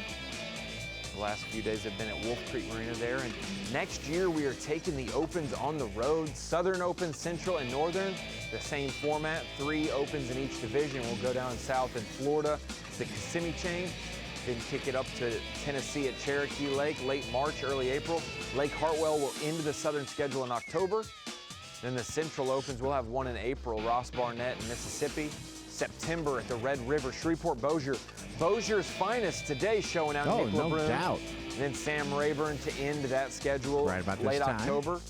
And then Northern Open schedule will have the James River in April. That is a untapped time of year. This year we were there early and it was May. Next year we'll be there in April. We'll also have Lake Oneida. Back and we will Oneida in have the July. Upper Chesapeake Bay to end that out. It's a cool September, another destination. We went there in 2015 and excited to be back there. But this week we are capping off the great 2021 Open season. 9 events, 3 different divisions, and Grand Lake is the final stop of the season. Got a lot of options here. We see guys who have won here. They've done it in different areas of the lake every single day. You know, they've down south one time, up in the river, mid-lake on another day. But Nick LeBrun has stayed in his region of the lake all 3 days of competition. The biggest shot across the bow right there this morning, about 8'10", 5 pounds. We can get one more big bite and just limit. We'll take this thing home. Yes. He said that last time on the phone. If I can have 16 pounds or more, I think I have a shot to win this thing for sure. There we go. And I really need 2 big bites to make it happen. Well, he doesn't really have 2 big bites. He's got one really big bite, and then he's got some really solid fish. He still has one pretty small one to get rid of, but other than that, Nick LeBrun has fished a perfect day besides one fish catch loss that caught him by surprise. Pretty amazing not to lose very many on a Whopper Plopper. Yeah. The odds of catching 15 keeper bass on a Whopper Plopper and landing them. Yeah. And only missing 1 or 2. That is huge odds in his favor. And he said this week, the reason he's been so good, he made a switch and he upgraded from the stock hooks that come on a bait in a package, and he upgraded them to size number 2 Hayabusa TBL 930 treble hooks. And so those, I mean, he's throwing, so for the River to Sea Whopper Plopper, there are 4 or 5 different sizes. They have the 75, the 90, the 110, and the 130. This is the biggest size you can throw, the 130. Obviously a lure designed for muskie way back in the day.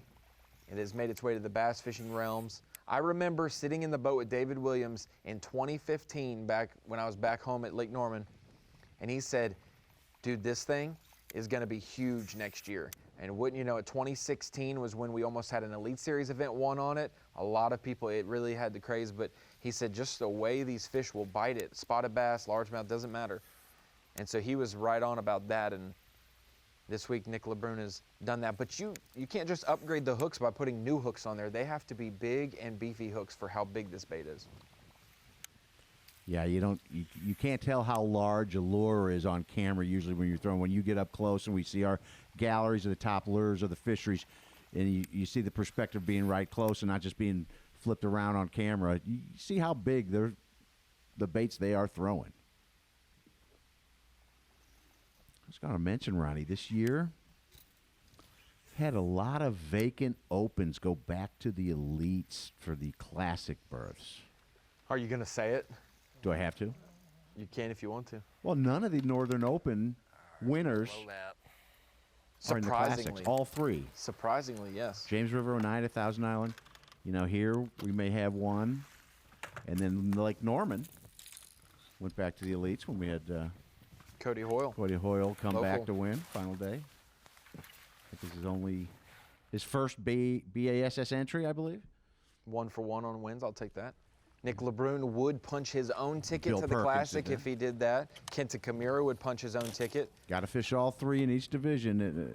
John Suckup, though, only fishing this one. John said last night, he had told me, you know, a few weeks ago, I talked to him on the phone, I actually needed to get a part for my boat, and him and the folks at the Bass Tank were able to send it to me.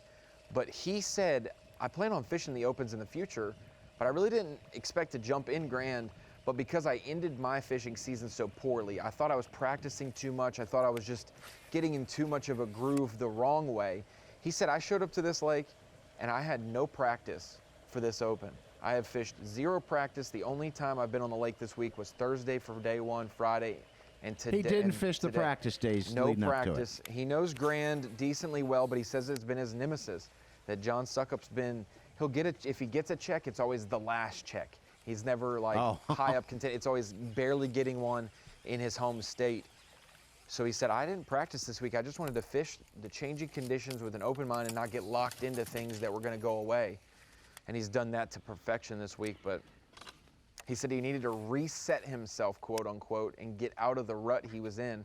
So fishing a tournament with no practice and just going has been his reset. And it's obviously worked pretty well this week. Yeah, obviously. You always hear the guys who say, oh, I had a terrible practice, and they do well in the event, or they had it's pretty decent practice, and then fish are gone. The two wild opposites. But never heard of that, I didn't practice at all. Well, very rarely do you hear that.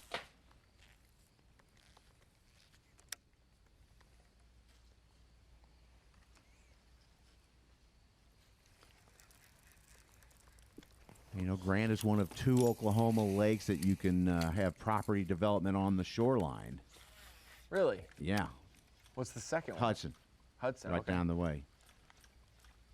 I did not know that. Well, it's like, you know, Bull Shoals up here, Corps Engineers Lake, that they don't allow any development building 300 feet, and, you know, docks, certain marinas they give licenses 10 killers, to. Yeah. 10 killers that way. I've noticed that, yeah. But our reminiscences from Grand, there's plenty of development. There's a lot of nice houses and golf courses, and Nick LeBrun was fishing right down the way from Shangri-La, Ronnie. He may have found it. It's Shangri-La. That is if you've been around Grand Lake, you know that area. Has been a big-time area in past events. That's what's very interesting. We have 0 anglers really fishing north of Wolf Creek, where the takeoff is, going up the Neosho I think Brock River. Mosley might have went right from Wolf Creek.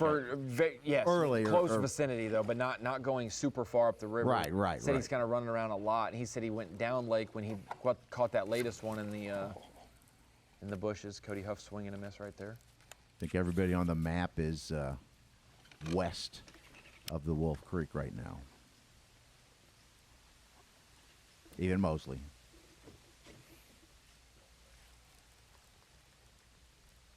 Beautiful takeoff park there.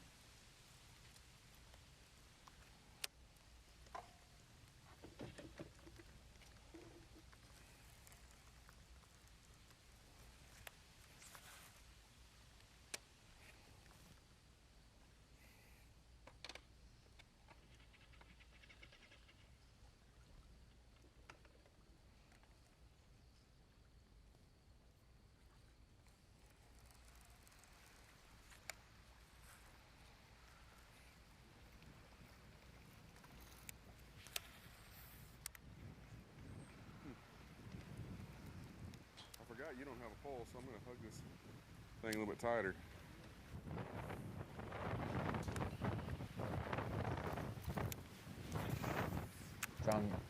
John Suckup mentioning that. He forgot that his cameraman wasn't fishing today. Come on, didn't have a fishing pole.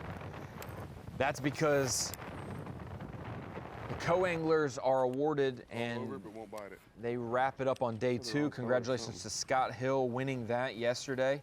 And congratulations to John Jezerski winning the Falcon Rods Co-Angler of the Year. We know Johnny's What a great season he had. I think him and I think Joe Lee are the 2 winningest co-anglers. I think they've both won 3 or 4 opens apiece, and now he's won the overall. John has a big connection with Garrett Paquette, Michigan angler, and a lot of the Japanese anglers. He houses them, you said? Helps them out. And so no co-anglers fishing today. Cameras in all 10 of the anglers' boats. But what a great open season it was for co-anglers as well. We had quite a few actually travel all season to try to win that Falcon Rod's Co-Angler of the Year. They are bass. I don't think you're gonna go, but they are bass. Boy, and look who's I can get my limit here if I climbed up from being a co-angler.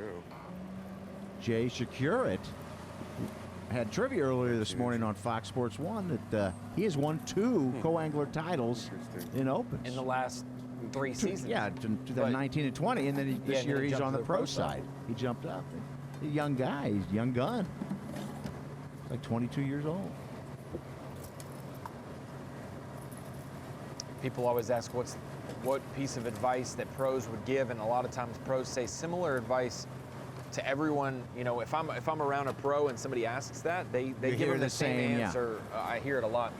It's fish with as many different people as possible, and that's not for the benefit of knowing spots or waypoints or getting info that way. It is fishing with different styles of angler. It's fishing with different situations, and learning from the back of the boat will help you, no doubt, in the front. Just keep bouncing around. Different schools of knowledge from each different guy. Take them off one at a time. It's the same thing going from high school to college. I fished with my dad, learned how to fish, moved up to the college basics, the angler ABCs where and I had Ds. to, I had to do it on my own with a partner and my own thinking, no adults really around, and then you go up to the opens and you have a co-angler who's not fishing against you, but really sometimes it's on you to formulate the game plan mostly, so. Or they could give you a suggestion. Yeah. But I thought even in the high school terms, the college terms, these kids are talking to each other, and they're figuring stuff out. They're going to dinner with each other. They're hanging out at the weigh-in and saying, oh, this and that, and back here at home in South Carolina, we do this. You can't help They're it. sharing info. When a Nick LeBrun says, yeah, the water temp's been 65 to 67, like as a fisherman, I already know of maybe 4 or 5 things I would try to tie on if the water temperature in the fall was 65 to 70 degrees.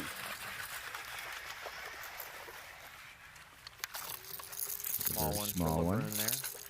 So it definitely cuts down on your learning curve and your experimental curve when you get to fish with different people.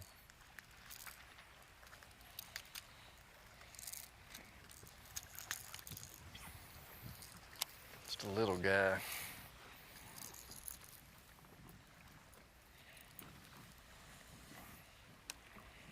I think anglers, Ronnie, on the whole, are some of the most observant people, especially when somebody else is fishing.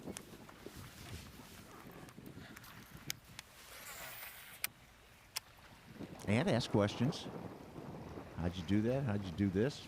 What'd you tweak? How'd you tweak that lure? You're not. What's your tie-up? What's your weight? I was with Lee Livesey the other day, and he said that in the fall of 2020, when the elites were at Lake Fork, Rick Clunn had 28 pounds on day 1 and was leading. And Lee had like 9 or something, and he was like, I'm getting smoked by Rick Clunn on my home lake. What the heck? And Rick was like, yeah, I'm just throwing like a big square bill. So Lee tied on a big square bill, ended up catching over 20 pounds each of the next 3 days and finished like 6th or 7th in that event. And he was like, thanks, Rick. Appreciate the heads up on that. Wow, bad start though. And then, of course, he came through big last event on Lake Fork.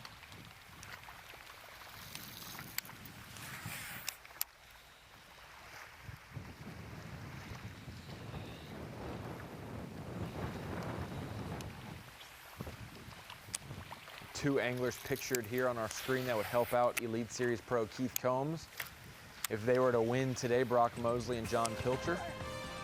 Brock fished all the Opens, so he would qualify, but he already did through the Elite Series, so he would double qualify. Pilcher, though, only fishing this one. This is his home lake. Same with Vance Montgomery and John Suckup. Those are the 4 anglers that can help out Keith Combs. But right now, Nick LeBrun helping himself out big time. No changes at the top. Still about a 10-pound lead from LeBrun to Kimura. Suckup about a 1.5 1.75 pounds behind second place. Masayuki Matsushita, 4th place, and Sam George in 5th. We'll be back. We have 2 hours left, roughly, in our coverage and of the day of competition for these 10 anglers here at Grand Lake. We'll be right back after this commercial break. Live coverage of the BassPro.com Bassmaster Open at Grand Lake is sponsored by Dovetail Games.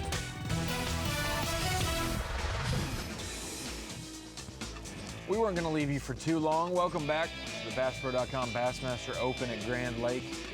Grove, Oklahoma, our host city this week. The weigh-ins today will be at the Broken Bow Oklahoma Bass Pro Shops. These are the 10 anglers who are going to show up to that Bass Pro Shops with their catches from Grand Lake. Nick LeBrun having the best day so far, over 16 pounds on Bass Track. We've got to watch that go down on Bassmaster Live today. Kinta Kimura, a key loss that would have maybe cut that deficit, at least in thirds. It would have been about 6 pounds and change behind instead of almost 10 pounds back. John Suckup right behind him in third. Masayuki Matsushita and Sam George rounding out the top 5. Meanwhile, we've got John Pilcher, Vance Montgomery, 2 local sticks down below, and Brock Mosley, Harvey Horn, Cody Huff also accompanying our top 10. Huff and Matsushita fishing today, both punching their tickets to the Elite Series for next year. It'll be a part of our rookie class. I still think there's going to be some important fish caught this afternoon, Ronnie. The trend was the bite picked up in the afternoon.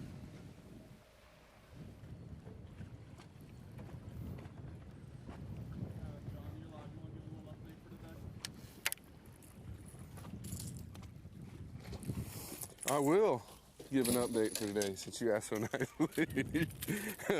We've got 2 fish. I don't know what I'm doing out here. I've got some smaller fish found, trying to fill my limit real quick, but I'm about to just pull the plug on that and go swing and try to put those bigger fish in the boat. It's been tough for me, extremely tough. It's been tough for me every day this week, though, to be fair. So that's the one thing I got to figure out is, what do I need to do just to get myself to calm down and think right, think clearly. I was thinking I could come over here and catch some keepers and calm myself down a little bit. So that's kind of what we're doing at the moment. This thing's loaded with fish, but they are just so inactive. They're all tucked underneath there.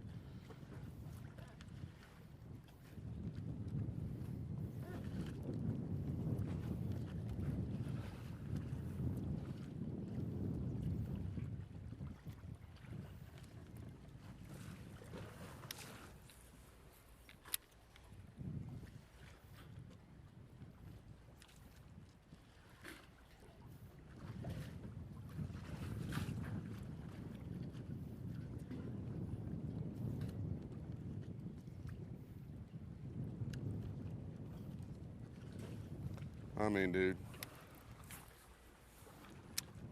100 bass underneath this thing. Just figure out how to get them to go. When I'm saying they're under it, they're under that concrete. They're not, yeah. Trying to trigger one to come out and play ball.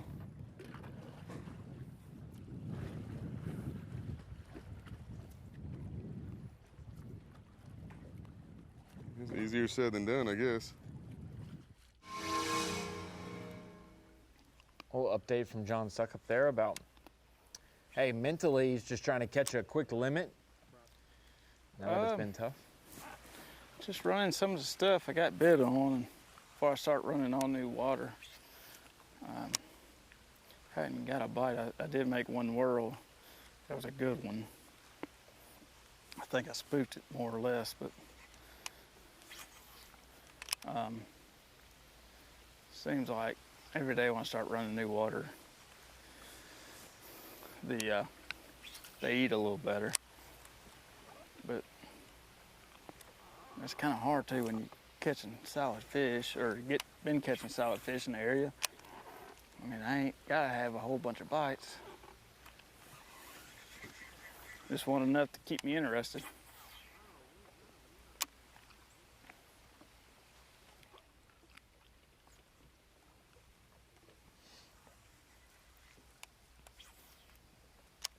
Wanted to commend Mosley earlier for going down and helping Tyler Rivette, whose homes in Raceland, Louisiana, were damaged by that hurricane. He went down and stayed for a week helping them tarp roofs and doing a lot of work, brought a bunch of supplies down. And then Hank Cherry, Classic champ, and his other roommate came down over too. him. I threw a spook over him, threw a buzzbait over him. You really got to work an area. Took 2 flips to catch him. Cody Huff boxing one up right here.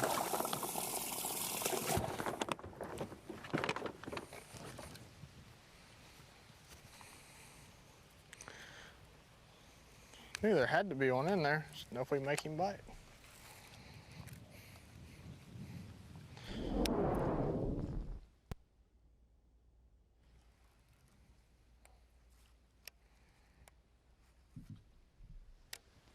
Cody Huff said he threw numerous baits, buzz bait. I think he said he might have swam a jig through there, and then he flipped to it twice and finally caught that fish that he had seen or missed earlier.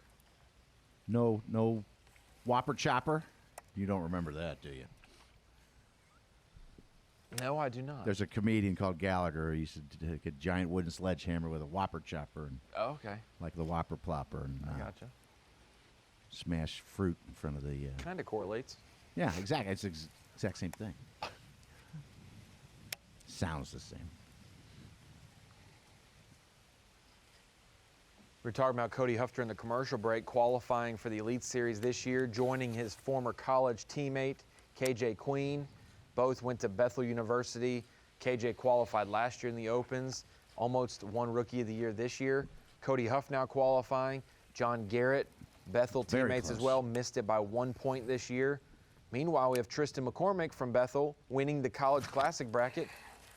That Congrats whole to school is him. being We left. represented in many ways, and it's They're definitely everywhere. solidifies how good the College Series is getting with these anglers testing themselves while still in school, fishing the Opens.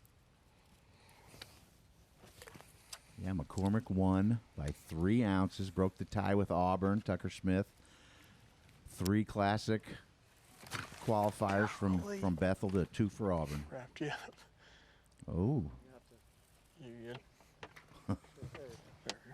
Well, he was flying out of there with it. Had it. This Good might day. have that same theme Brock Mosley said. It's got some green in it. Those leaves are dying a little bit, but a freshly fallen tree it looks like.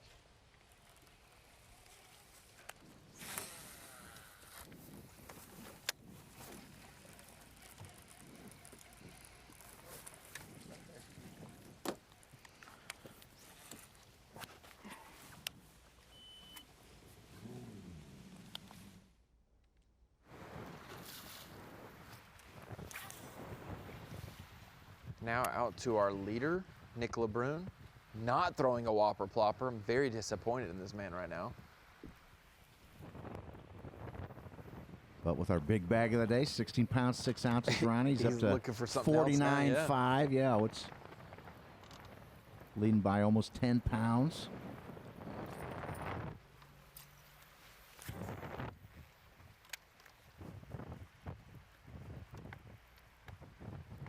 Obviously kidding when I said that I was disappointed Yeah. in him, but I just liked Yes. him. I liked him when he was catching them on a Whopper Plopper, and that was a fun bite to see, and obviously a great day today. You said it, only 2 anglers with limits on Bass Track. He and Sam George, and his almost doubles Sam George up right now. Nick LeBrun having a great start as we take a look at our Dovetail Games drone. Also the live sponsor this week. We appreciate that partnership, and it's super cool to see these different views on many bodies of water. We've seen some really clear fisheries with the drone shots, and you can see the structure they're fishing. Here at Grand, you can just see how tight some of these marinas are, and you got to get back behind the walkways and the cables to fish the walkways behind it. And the color and the chop and the... Definitely helps paint a picture there.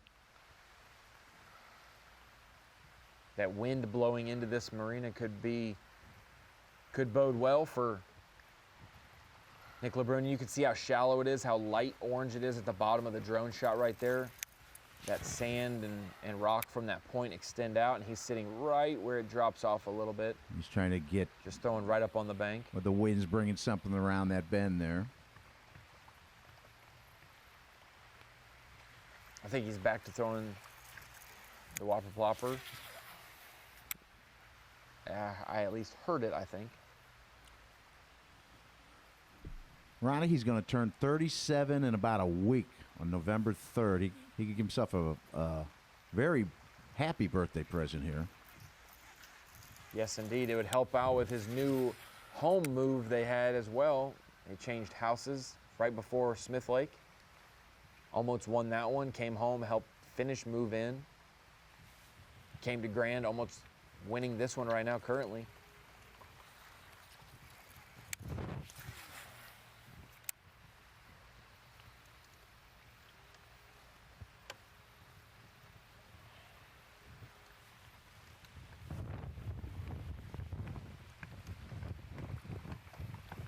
Like you said, he would qualify for next year's Academy Sports and Outdoors Bassmaster Classic over there on Lake Hartwell.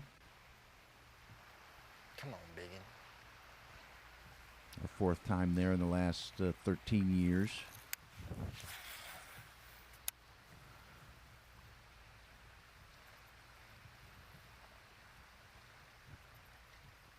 You see that wind funneling right between those 2 points into that marina.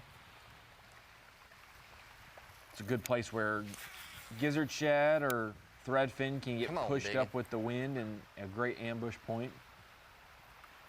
And he needs, like he said last night, I'd love to have 16 pounds or so and have a shot, but I think I need 2 big ones. He's already got 1 big one.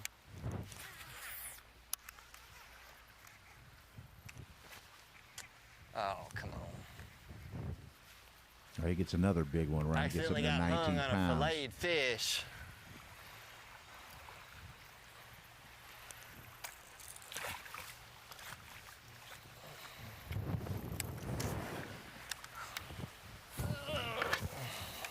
That is not a keeper.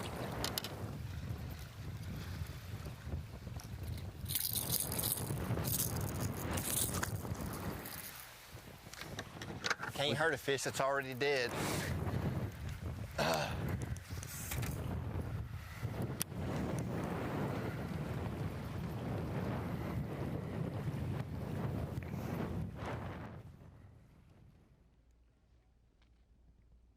I would not be surprised if he upgraded in this marina before leaving. Great textbook situation with the wind blowing in there the way it is. Funneling any kind of bait fish, and obviously the sun is up now. The storm is past.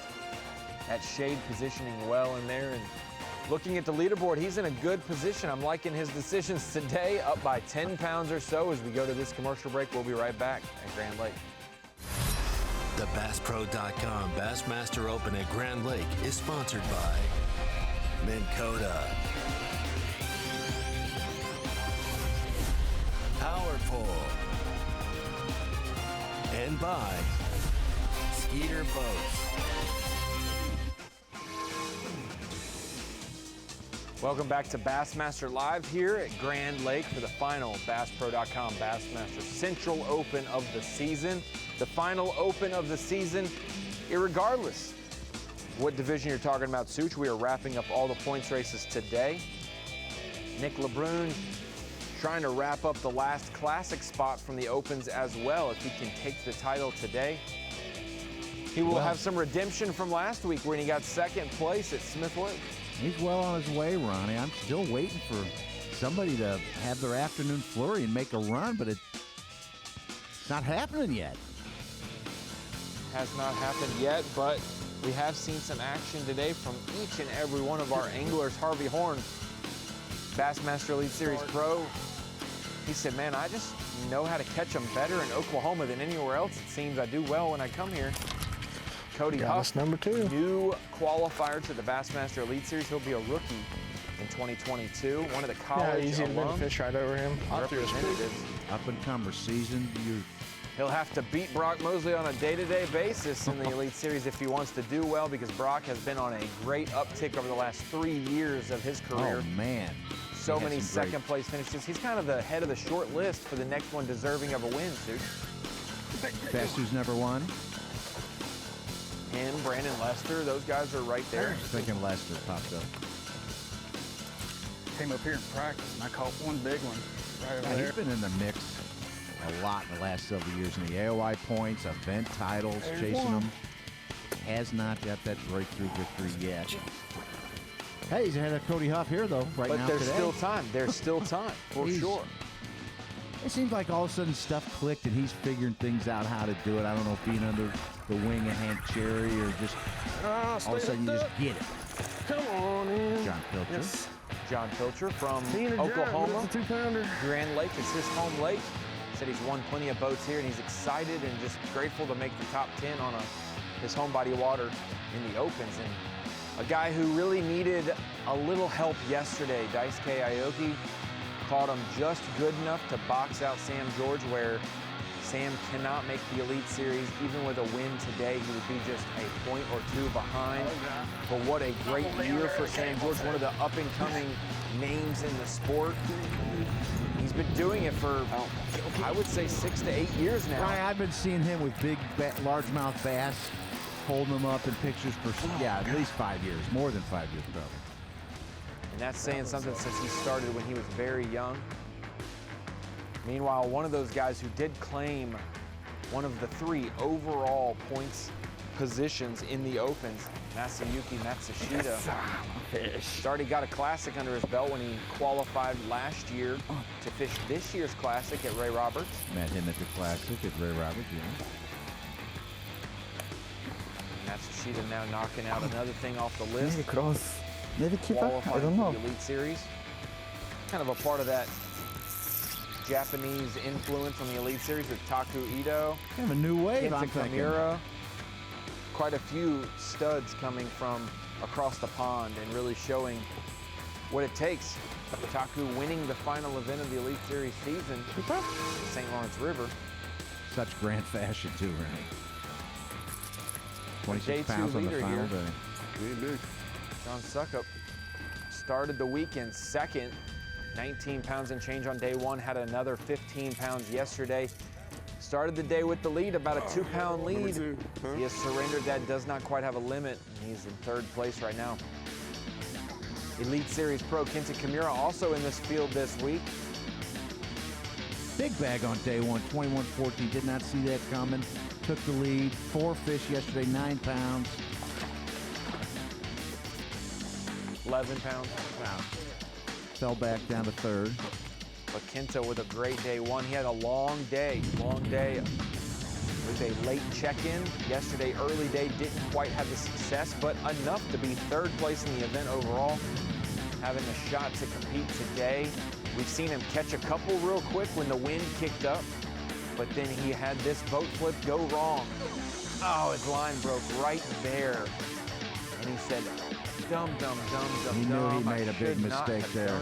3.5 pound mistake possibly. Meanwhile, the story since 8:30 this morning or 8:15 this morning, Nick LeBrun starting strong. Yeah. He said, hey, I've thrown a Whopper Plopper and I've caught all 10 of my keepers this week on it. One more big bite and just a limit, we'll take this thing home. He said that. I need 2 big bites and over 16 pounds if I want a shot to win. He's already got one of those bites. He's already got over 16 pounds. One more could slam the door. As he has about a 10-pound lead right now over 2nd place. But nothing's safe right there. until everything's official. Get in here. Get in here. No, I think Kimura on his run caught a 5-pounder in the afternoon and then kept upgrading, even came in and caught 3 fish late. Don't know if they culled, but when you get up to 21-14, hard to cull. Yeah. Big fish of the week, a 6'9" on day 1. Jacob Walker. Yeah. Sukup had that 5'9", 5'5" yesterday. It could have been a totally different situation. Jacob Walker, you mentioned it, the big bass of the tournament, a 6'9", was 2nd place in the Opens points as well. 1 bass yesterday and drops down to 11th in the points race. Now we're out live with Kinta Kimura, our 2nd place and 1st pursuer of Nick LeBrun. Kimura has 3 fish in the boat. Hooked up right now. Yes, sir. Yeah, this one's got a lot of fish here. Say 2 3/4. 2 3/4, he said. Straight to his weight. That's number 4. Not quite a 3, I don't think. 7 1/4 behind now, One probably. more.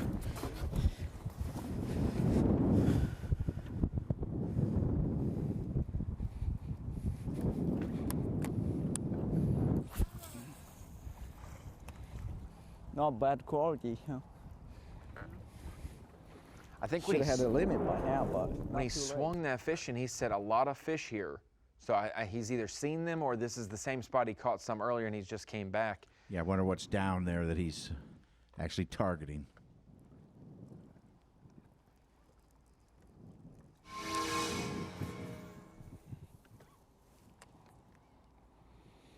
I believe that looked like a jig or it was indeed a wobblehead. When did you start your job?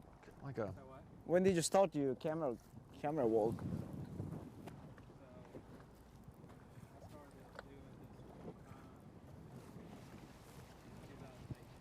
Oh, so you're still 3 years? Oh, yeah. Oh, cool. Fast Would track you up. wanted to do a fishing deal or it don't matter?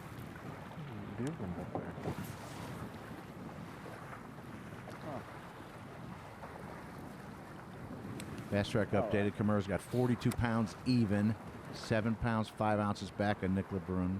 Yeah. More consistency to make money, right? More consistency to make money, right? That's the same way, hoping. Making a move from Kinta Kimura, his 4th keeper in the live well. Now he's 7 pounds back. Nick LeBrun. So you're saying there's a shot?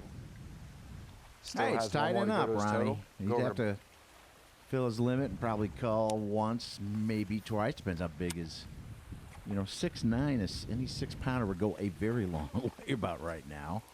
But he'd still need to call to catch Nick. Going from one angler who had 3 over to this angler, Brock Mosley, who has 3. Now he has 4 keepers in the boat.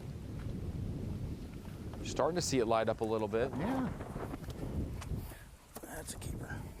They were talking. It was early afternoon that things started ramping up. plenty. Get the bites again. Bites are few and far between today. That's 4, nonetheless. Ain't no big ones yet. Yeah.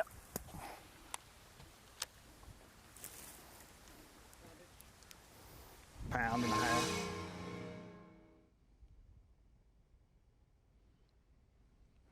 Fourth keeper for Kinta Kimura and Brock Mosley now. We try to move up a little bit. Should move Brock into 6th place from his 7th place position.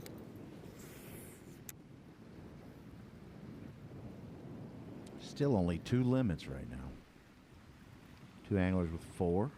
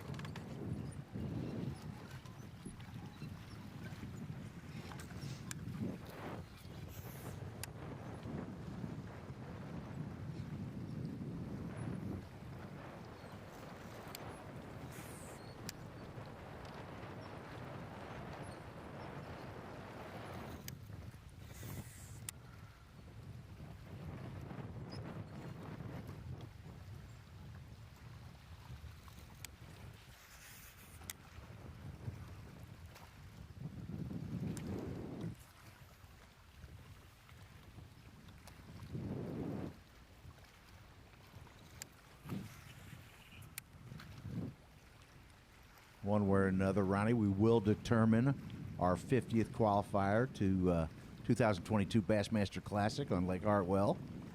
And then on November 5th, the TNT Fireworks Bass Nation Championship, Ouachita River. 3 more Not classic far birds. from here. Yeah, right. just down in Monroe, Louisiana, I believe. And then we wait till December 11th, the true grassroots level, the 54th. And final qualifier will be determined at the team championship on Lake Eufaula. Alabama's. The great anglers will rise to the top no matter where they're coming from. We've seen Paul Mueller come from the nation and the likes of Mike Iaconelli. We've seen some other nation anglers like Jeff Luger do it multiple times. He's Tim been Johnston. competing here. We saw Justin Kerr, who made noise at the Ray Roberts Classic, compete this week and had a kind of slower second day. And then you've got the team championship, that grassroots level. The last couple qualifiers there, you've had Jordan Wiggins and you've had Matt Robertson. And Robertson then may help. We'll have to following see. year got through the opens, won an open, got on the elites. 52nd Classic. May be able to help Nick LeBrun.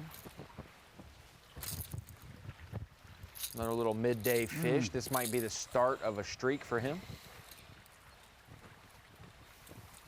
Which, if that's the case, everybody better watch out. If it's anywhere like his first flurry this morning.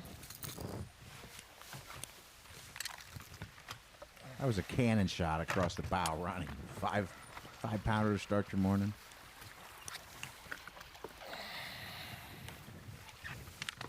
Because it's windy, LeBrun just tried to anchor down, but also he doesn't want his trolling motor to bounce on the rocks if the boat blows, so he just pulled his trolling motor up there, try to do this whole culling process. Let's hear it. 198, I don't think she's gonna help. 98, I think the smallest is a 2 1/4. We got a 2 in there. Wait one more time and see.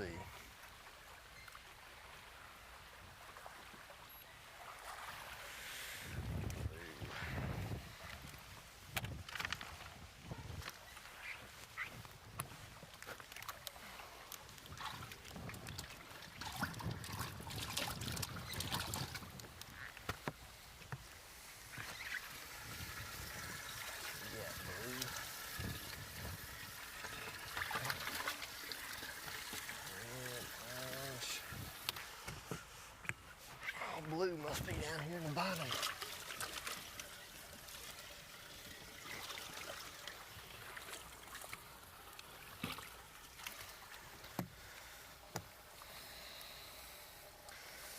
I mean, gonna be close.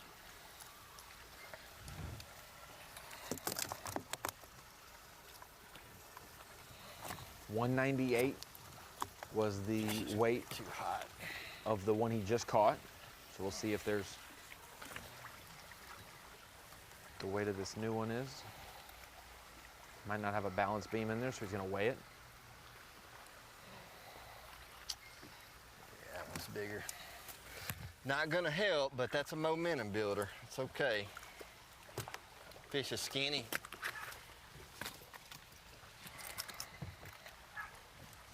Get that coil clip off of there.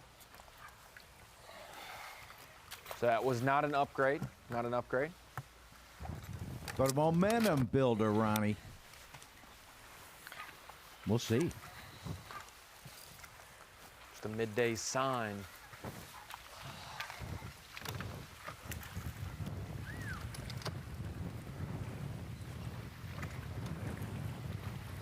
It said the forecast for this afternoon was partly cloudy with winds, 12 mile an hour from the south. Warm it up to about 80 degrees this afternoon.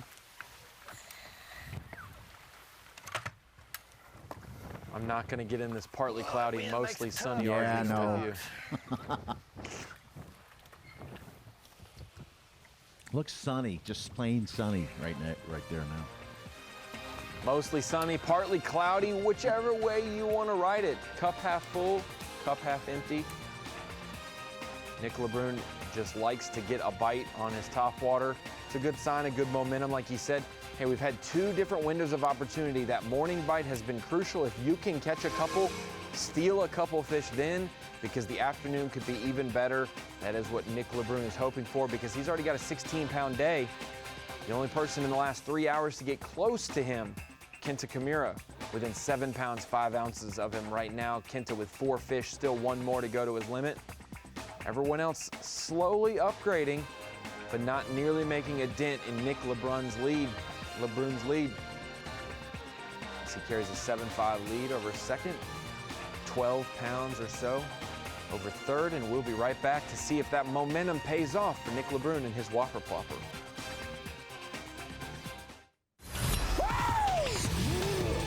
Live coverage of the BassPro.com Bassmaster Open at Grand Lake is sponsored by Dovetail Games.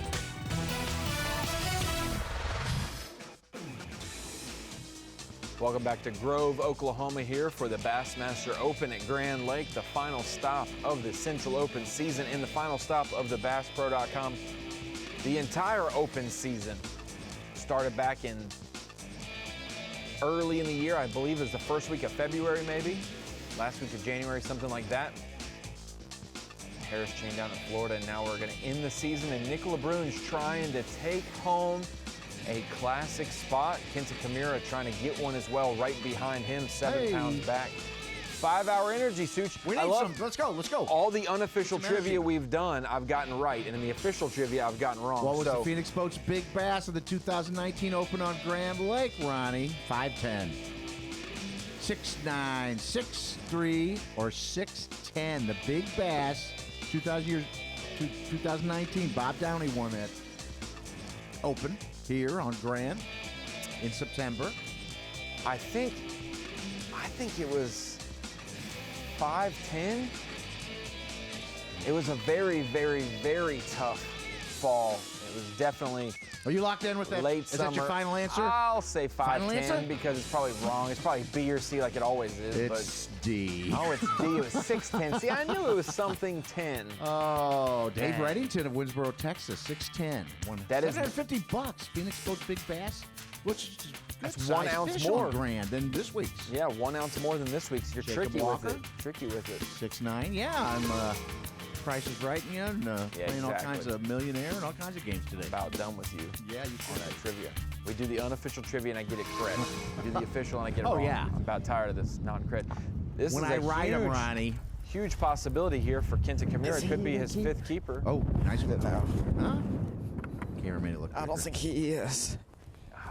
Maybe. I'd say 13.5. He said maybe 13 and a half. It has to be 14. Yes. Ooh. No, 13 and a half. Still on the hunt for his 5th keeper. He had it on the line, but he broke Feel his good line every trying to time I boat flip said it that. a little bit earlier. You're looking to cull now, Ronnie. So yeah, when I go right in trivia, I always think what will stump Ronnie. I appreciate your Yeah. endearing Well, love. some of them are too easy. You know. So now they're just way too Obscure. hard. They got to be obscure. It's trivial, is the Oh, I point got of it. Trivial trivia. Well, big fish the last time we were here in an Open. That's not trivial. I think that's Reddington. Dave Reddington will be proud to have his name back up there again. Wonder what he did with that $750 from Phoenix Boats Big Bass. Lures.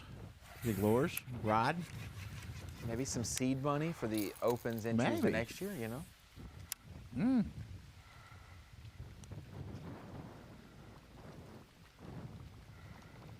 Man, we mentioned it. I believe we were taking, I think we took 4 in the division. Yeah, last year was just 2 divisions. In 2019, Yeah, two divisions. yeah. So that class, I believe, for the Central Opens was Wes Logan, Caleb Kufal, Bob Downey, and Taku Ito, I believe. And that is On the 3. in the Centrals? I believe so, Logan, yes. Cox, Kufal, and Ito. Bob Downey was 5th. But I think Cox qualified in another division as well, so So- I think it took it from that one. So Eastern was Schmidt, Destin DeMarion, Brandon Lester was 3rd, John Cox, Buddy Gross. So Cox double qualified. yes, so I think we took him from the East, and Look at another fish catch from Kinta Kimura.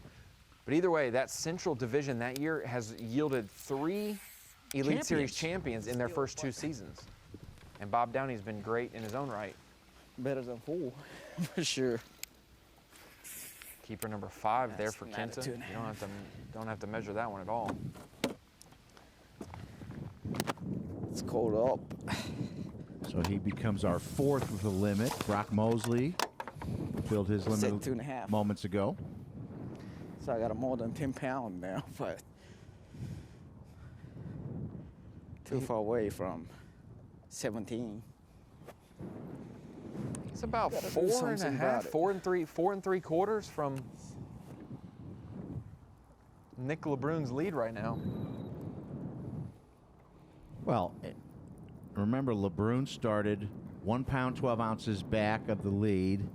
Kimura was 1 more ounce back, 113 back, Ronnie. So if he's targeting 17 pounds, Kimura, if LeBrun doesn't cull again and he gets that target weight, look out. It'll be up to Chris Bowes down in Broken Arrow, the Bass Pro down there. Sure. And it is Broken Arrow. I did say Broken Bow, but that is much farther south. It is Broken Arrow where the Bass Pro Shops weigh-in will be today. For the final I'm turning 10. around. Driver on the road turning around to go to... I sent 10,000 people to Broken Bow on accident, so I had to make that known. It's Broken Arrow, Oklahoma. But see, you know, I knew it was something with hunting. It was either the bow or the arrow, and I just chose you. Either way, they got to replace it because it's broken. It's an old lock. A couple of years ago down there near Broken Bow in the hills down there southeast. The whole code for Oklahoma, me is they just had a speed. I mean, everybody's throwing like half ounce or lesson. 3/8 here, but I'm using 5/8. You have to trigger it. I don't think too many people cut them off this kind of lock pile in this tournament, so. That's the same deal in my home. If you really too slow, they're not gonna eat it. You almost have to react it, you know. Yep.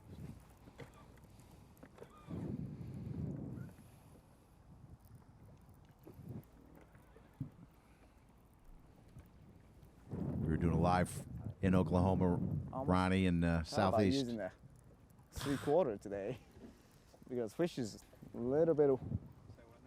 I almost thought about using 3/4 because it looks like it went down a little deeper. But usually bigger ones come on the top of a hump, so. It's hard to hear because of the wind. Oh yeah. Usually the bigger ones come off the top of the hump where the shallowest part of the salt. Still ain't got a right kind of bite yet, but.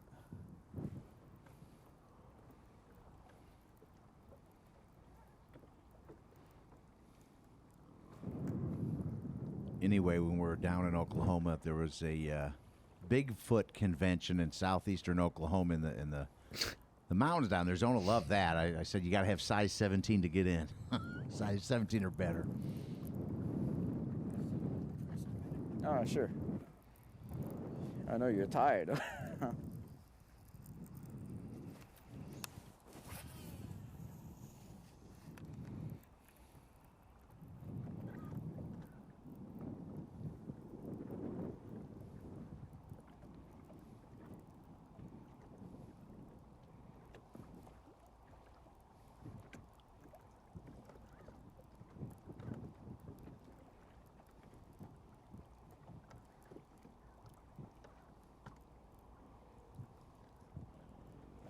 Back to our leader.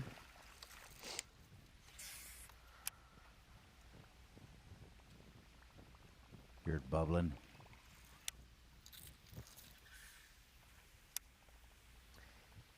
I asked him this last night because I too happen to be a Whopper Plopper aficionado. I love it, and there's different intricacies to it.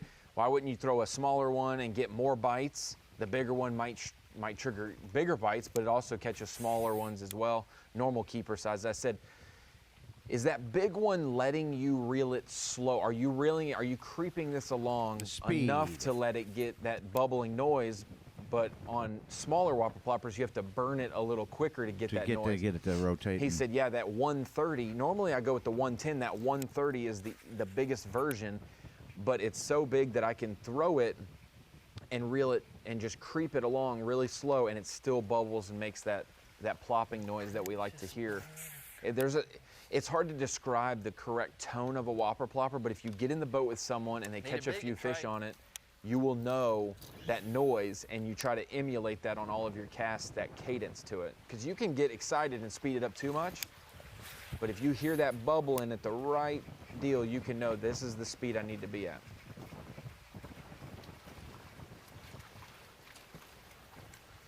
Reminds me of having a straw with my chocolate milk as a kid. Blowing bubbles? Yeah. I saw you doing that in the break room today. Yeah. There was no chocolate milk. Very, very impressive if he ends up pulling this off. His lead is only 4 3/4 now over Kinta Kimura, so it's much closer. Everyone else is 11 3/4 back or more. But Nick LeBrun being able to lock a single bait, not a type of bait, but a single bait, a loon-colored Whopper Plopper for 3 straight days at Grand Lake in the fall, very tough to do. Normally it changes so much that something's going to die on you pattern-wise and you have to switch up. So that is very, very impressive. Love the drone. Look at that. Remember 2013, I got to fly in the helicopter to take photos of that classic. It was very cold. Come on, biggin.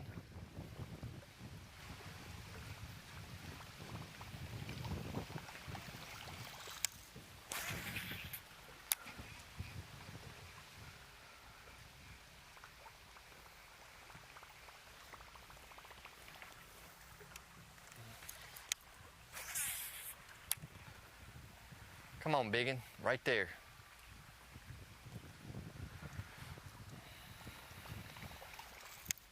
He's calling his shots, Ronnie.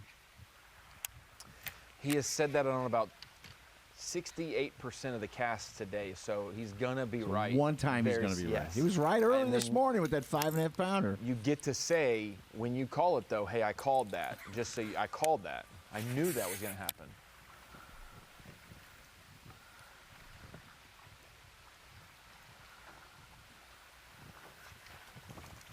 Just like at the end of the half of a football game, watch them. They're going to throw the Hail Mary. Watch them catch it, and they don't. And then when they do, you're like, I knew they were going to catch that pass. Yeah, the bolder predictions you make, the grander the prize. I looked at a newspaper guy called a tie once, and it happened. It became the in tie college guy. football, yeah. Heralded as a genius for that. But he always made outrageous calls every game. Every game. All right. Last moments of fishing, last couple segments hour here, of Ronnie. Bassmaster Live, definitely bringing you some crucial catches. Either Kinta Kimura is going to catch up to Nick LeBrun, somebody else is going to have to make a big splash very quickly, some big fireworks, or Nick LeBrun is going to seal the deal. Tune in for the last hour of Bassmaster Live. We'll be right back after this commercial break.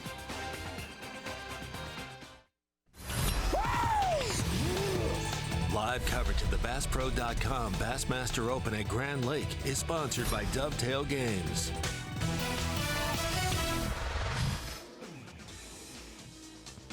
Back out live on Grand Lake, Matsushita with a giant catfish, man.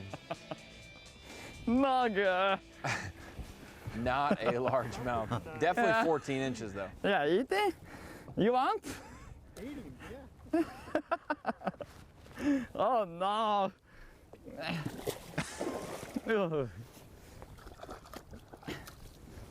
A big Grand Lake catfish right there.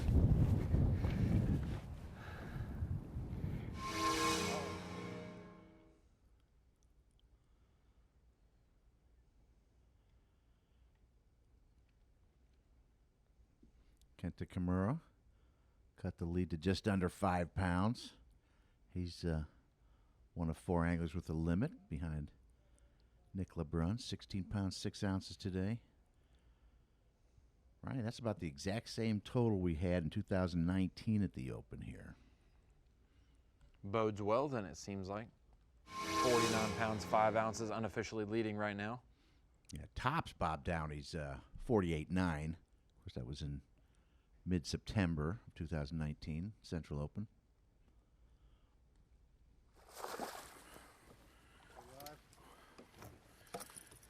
There's a bass for Harvey. Harvey home with a We will take him. really orange and yellow bass. It's got a really red tail. Number 2. Wow. Almost like you'd see her in Ain't the... much. Getting there.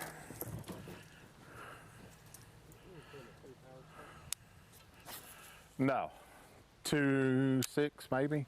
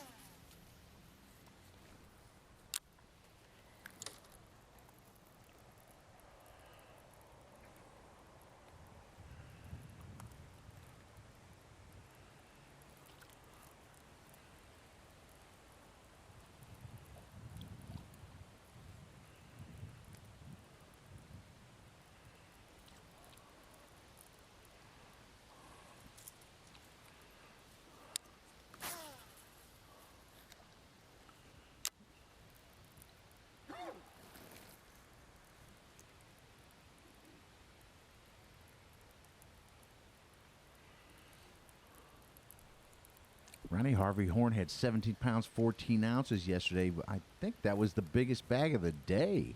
I believe so had as well. 16.11.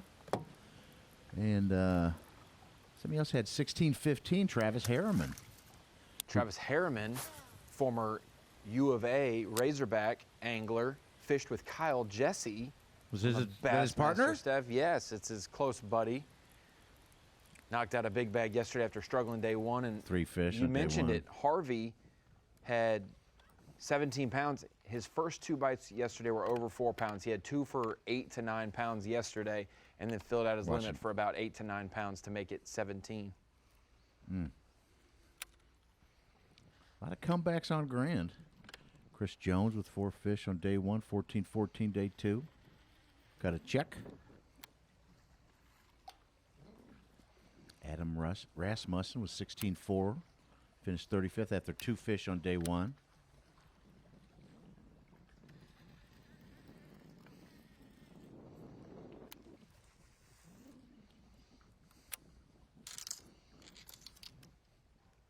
And we had a lot of the opposite.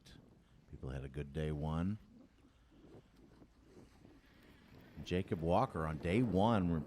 He had the Phoenix Boats Big Bass at 6'9", Ronnie. He had 16.10. He only had 4 fish. Of course, fell out of contention with only 1 fish yesterday.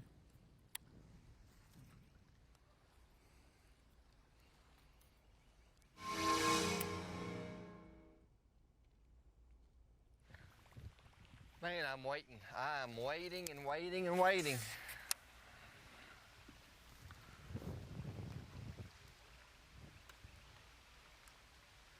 LeBrun's probably wishing the clock would run out here, Ronnie. Yeah, when that weather changed, it did. He might not even know he's in the lead. But yes, I get what you're saying.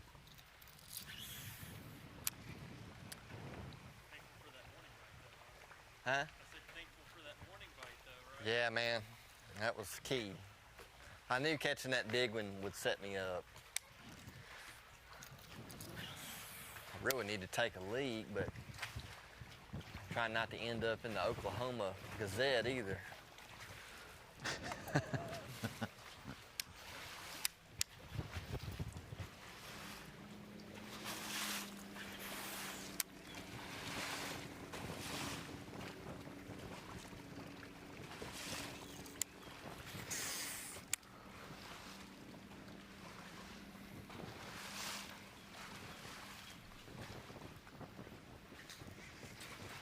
That was way different than his Smith Lake finish, Ronnie. Went in final day leading. Lost by 4 pounds. Only had 3 keepers on the final day.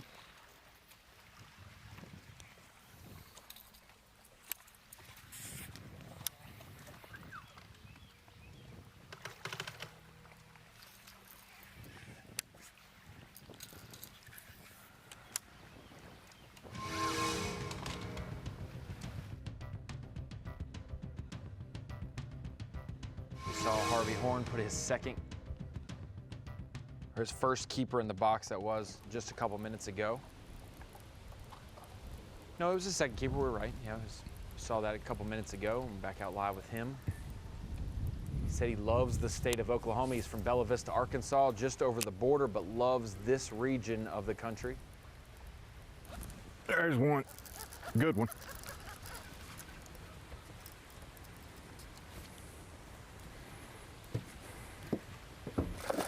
Oh, baby. That's the kind we need right there. Oh, gosh. Darn it. Ouch.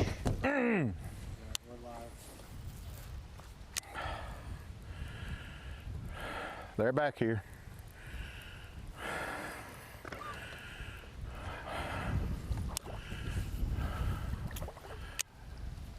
That was a 5-pounder.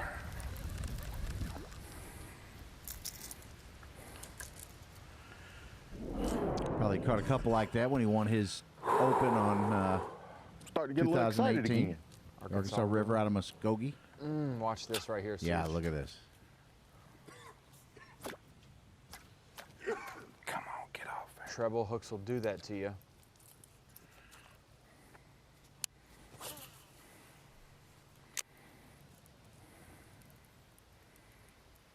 Oh.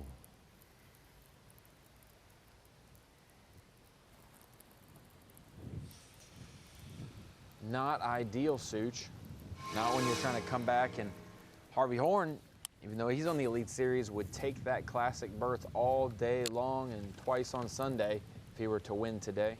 That 5-pounder would have moved him all the way up, Such, from 10th into 3rd place. What's so different about this little spot? You caught, two right off the bat. So the bigger bait is back here, and you've got a lot of that chunk rock, that bigger rock that sets right here and right around that little secondary point. And those big fish like to be around that rock and around the wood that's back here, but it's just the big bait that really keeps them in this little pocket. And it's one of the littler pockets, so guys don't really beat it up as much. It doesn't look very spectacular coming in here.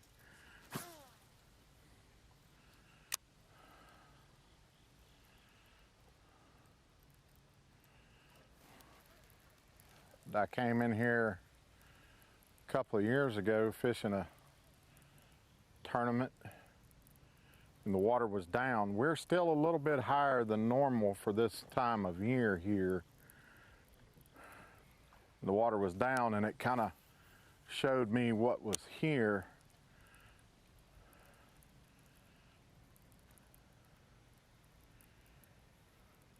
Is that what's skipping across the water? Yeah, you'll see both the thread fin. If you look right against the bank, you can actually see the shad right on the bank right over there. If you zoom in on them, the shad, the smaller shad are back here, but those bigger shad are back here with them. And that's the key right now to the bigger bites in the backs of the pockets, is finding those big shad.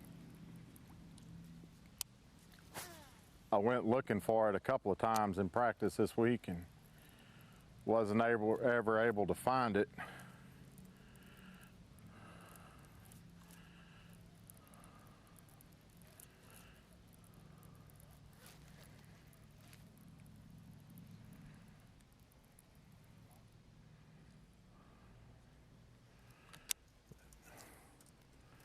key is now, do we have enough time to capitalize? That's the deal. Time is running out. What a heartbreaking fish loss, a 5-pounder or so, at least a heavy 4. Coming off right there, throwing Harvey horns, and look at that. Add 5 pounds to his total such, 34.5 turns into 39.5. He is 10 pounds from the lead with only 3 fish in the boat. If that fish would have made it in the boat, fish losses are a part of the game, and Harvey Horn's having to adjust there. That's a good sign he got the bite, but got a little bit of fishing time left for some of these guys, and that would have gone a long way. We'll be right back after this commercial break with the top 10 here at Grand Lake. The BassPro.com Bassmaster Open at Grand Lake is sponsored by Ranger Boats, Yamaha, Toyota, and by Berkeley.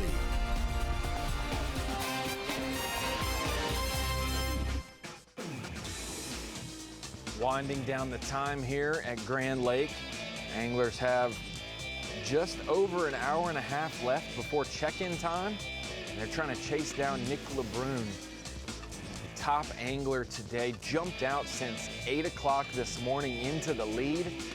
Started with a quick non-keeper, then he caught a 5.5-pounder according to Bass Track. We've seen the rest of his limit and coals come on that Whopper Plopper top water lure. Kinta Kimura making a late comeback today, filling his limit now, the 4th angler to do so, and he is in striking distance, only 4 3/4 pounds behind. No one else within 10 pounds of him, and so it's a 2-horse race right now going in the last 90 minutes, unless someone else can go on a roll like we've seen every afternoon. Day 2 leader. But I think LeBrun has our most interested viewer in Huntington, Texas. Not real enthusiastic about his chances of making the Bassmaster Classic. That'd be one. Keith Combs, our next on the Elite Series AOI.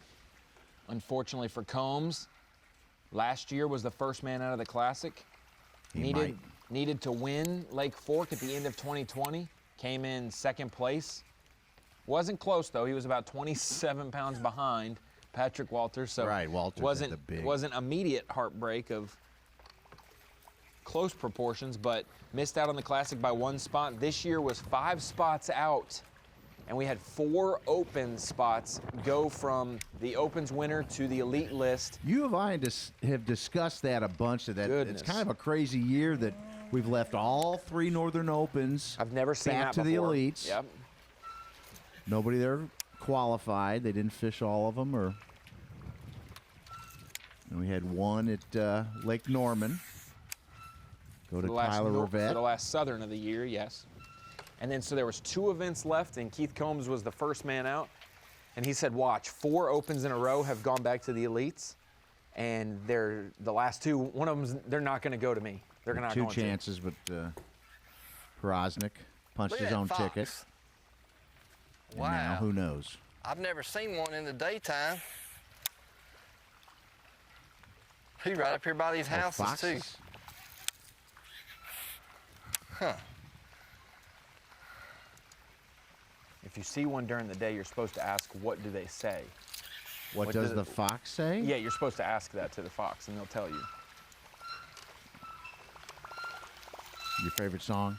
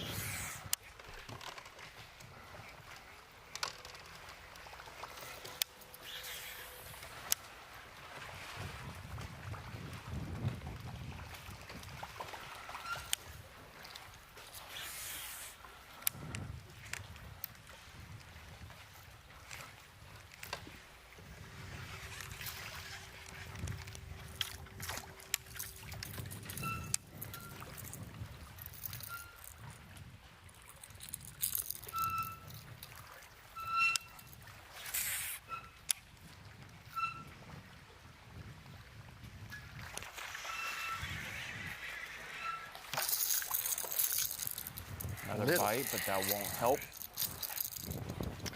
That's the size fish that'll stick a hook in your knee right there.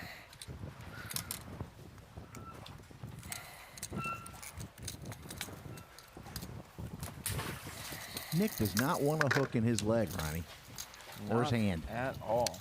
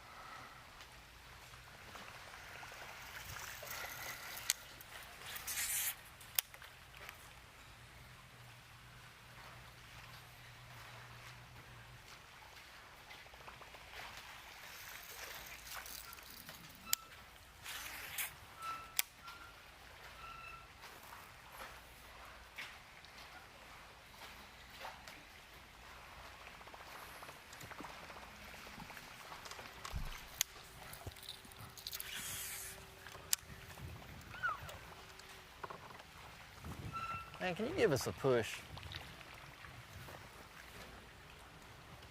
Appreciate it. Want to bump a dock on your way out?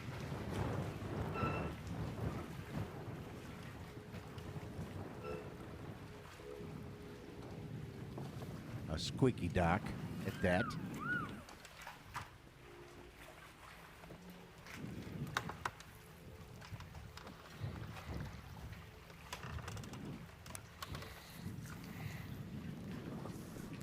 The afternoon fishing has not heated up as anticipated. Anglers telling us that they had really good afternoons the last 2 days. Yeah, they burned up the afternoon juju, at least Nick LeBrun did, and caught him in the morning today. But they knew something was going to happen, and this is... Grand Lake. I don't know how quickly this would affect fish, but we see that pre-front bite and then the post-front conditions. Today, when that storm was pushing through, it wasn't a bunch of rain, but it was heavy clouds and that system pushing through. The pressure, yeah. They bit right before that. Then we saw, after his flurry, all of those heavy clouds. And then since then, it's been nothing but bluebird skies on the backs of all 4 of these cameras in the 4-box. Bluebird skies, post-frontal, that wind following it is probably a little bit different than the warmer conditions this morning. You know, it's probably a little bit different.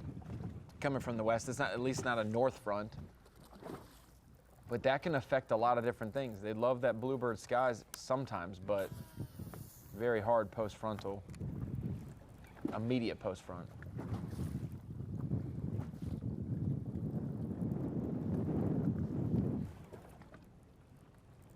A lot of anglers did have hope on the phone last night of a more sustained morning bite. So I think they're probably a little bit more shocked that they didn't catch them better when it was windier and cloudier this morning, lower light conditions.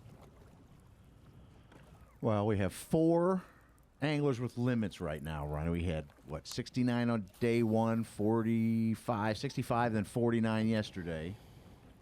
Limits, so that's, 30% of the field, quarter of the field.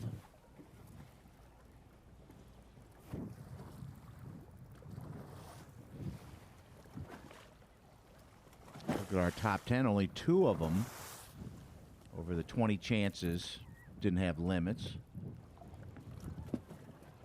Kimura and Sam George had 4 fish on day 2.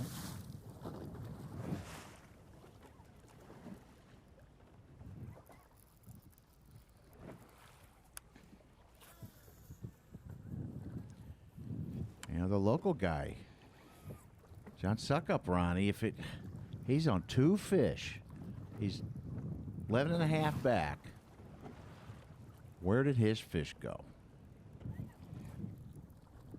I didn't mention this because I wanted to keep the hope and the drama up, but he did say on the phone last night, hey, we could close this thing out and win it, or I could zero. He didn't zero, but he certainly hadn't closed it out. It's just in the middle. It's kind of in that no man's land of just a few fish today. But that is it's very rare. I will say 19-1 on day one, Ronnie. 15-10 on day two. I will say that it's very rare to see a winner at Grand Lake this time of the year in the transition between late summer and fall have a 5-fish limit all 3 days. I've seen people win with 12, 13 fish over 3 days. So Classic was won without yes, limit. it's more so. Different time of year. It's more so of not a shock that people didn't catch them today, but more so a shock that Nick LeBrun caught him as good as he did. You know what I'm saying? Sitting here, he's got. I'm trying to click off of it and see where it's at, but the leaderboard. 49. He had 17, 12, 15, 3, and then right in the middle, smack dab at 16, 6 today on Bass Track. That's about as consistent as you're going to do with catching a limit every day. So kudos to him for doing it, because it is not something that's easily attainable on Grand. Yeah, Matsushita was pretty consistent over the first 2 days. Today, 3 fish. Cody Huff had two good bags. Now he's 2 fish. One big bite today. You guys kept saying the person with the big bag. Whoever has the biggest bag today, most likely, unless they were in 9th or 10th place, would do it. And this morning, Nick LeBrun, hey, he went ahead and got his kicker out of the way. First fish of the day. Yeah. He kind of knew it. Yes. He knew how big of a fish that was, how important. He said, hey, if I can get over 16 pounds and have 2 big bites, I could possibly win this thing and go to the Bassmaster Classic. We'll find out. He does so when we come back. Live coverage of the BassPro.com Bassmaster Open at Grand Lake is sponsored by Dovetail Games.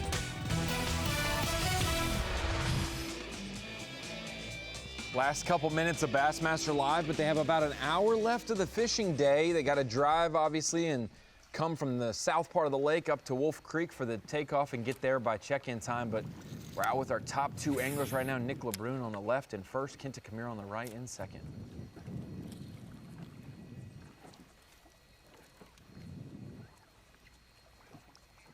They give the anglers a little time to convoy down to Broken Arrow, Oklahoma. The Bass Pro Shops. Go out there to check out the weigh-in this afternoon if you're in the vicinity. Damn. This place is hung it up bad. Oh, look off again. Nope. Not all week. They're not floating this time. I'm going to get surprised at some point in a few years. On the outside? No, I think they're little spotted bass.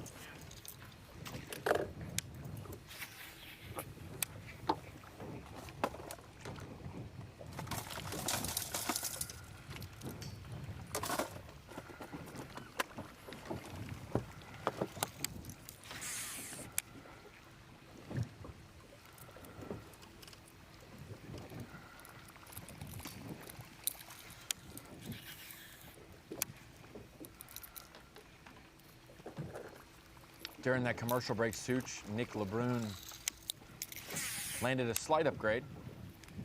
Yeah, it looks like he wasn't like just ounces, but it was 2 ounces to his total. Now he's up to 16.8 on Bass Track instead of 16.6. Based on what he's throwing right now, it seems like it was probably on the Whopper Plopper. Damn it. Has him about 5 pounds ahead of Kinta Kimura, who only has 11.10, Ronnie. Add 5 pounds to that. 16.10 is doable. They just have to call. Come on, Biggin. Come on, Biggin, right there. Come on, Biggin.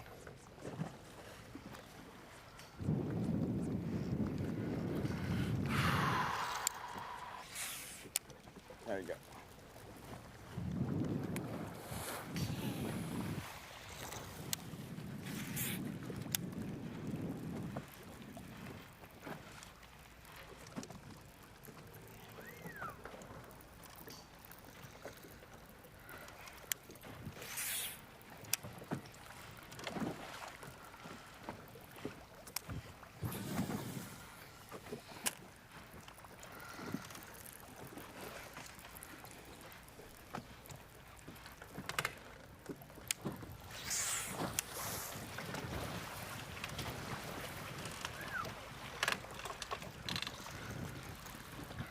I think what the deal is the fish that are eating these are after gizzard shad. And there ain't gonna be no gizzards out here this time of year.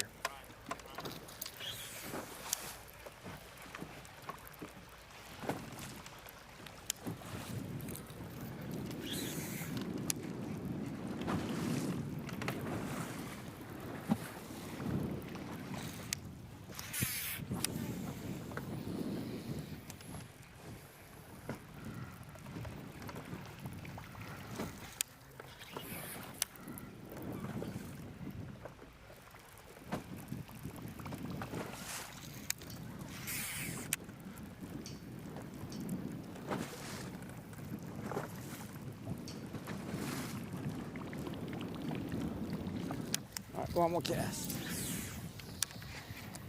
Come on, Biggie. Yep.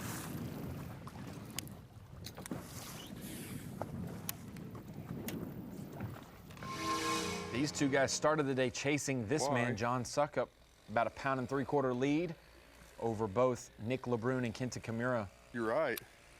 Suckup has had a little bit of a tough day. Only 2 fish so far. He's been in these marinas quite a bit. Trying to piece together a You're limit, right. but at this point he needs some probably mixing big ones. His real name with that. That's probably what's going on. I think maybe his name's Dustin.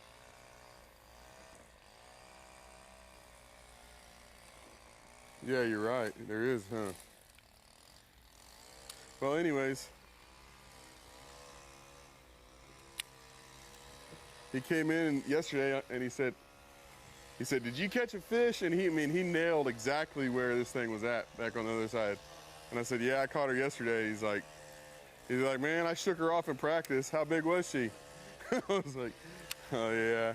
He did know exactly where it was at to the T.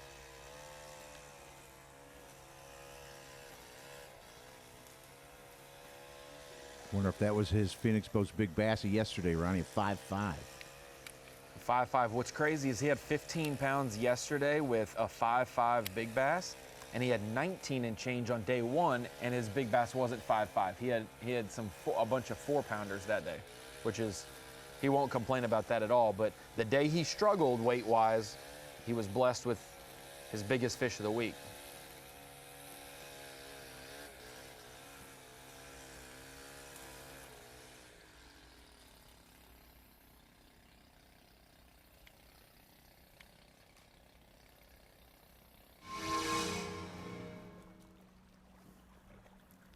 Over to Brock Mosley. Just steadily running new water now. Looking for a good bite or two. I had a good one on a little bit ago, and it just come off.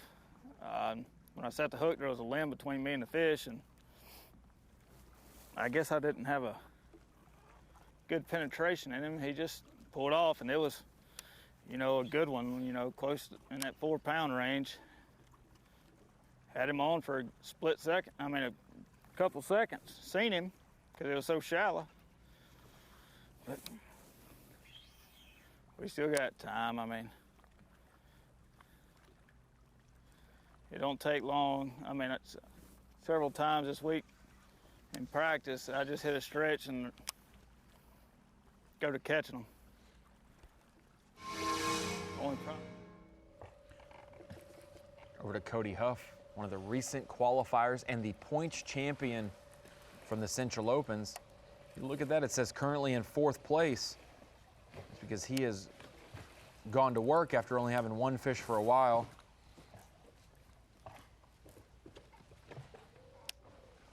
Still only has 3 for 5.5. Yeah, able to put a couple more in. The difference in the haves and have-nots is very evident today. The only haves is really Nick LeBrun and Kinta Kimura. There have been some other halves like Brock Mosley and Sam George with limits, and Vance Montgomery, but they started down below 7th place, so their comeback attempt would have to be a big one.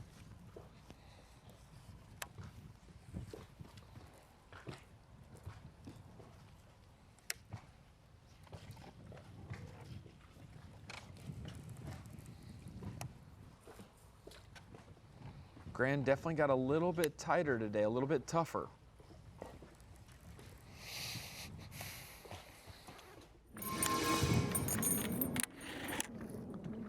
What is it? Okay. So far it's been tough on me. Ran top water, got 3 keepers, and got 2 shorts and missed 2 or 3 blow-ups, but other than that, it's a tough day so far. But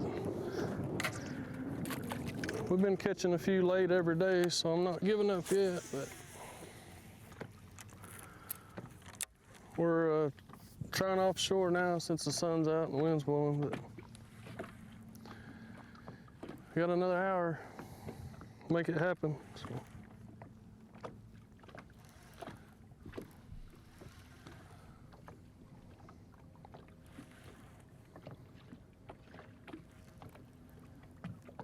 Ronnie, this is going to be my last live of the year. I'm going to go down for our next one that you'll be a part of, the Yamaha Bassmaster Redfish Cup Championship.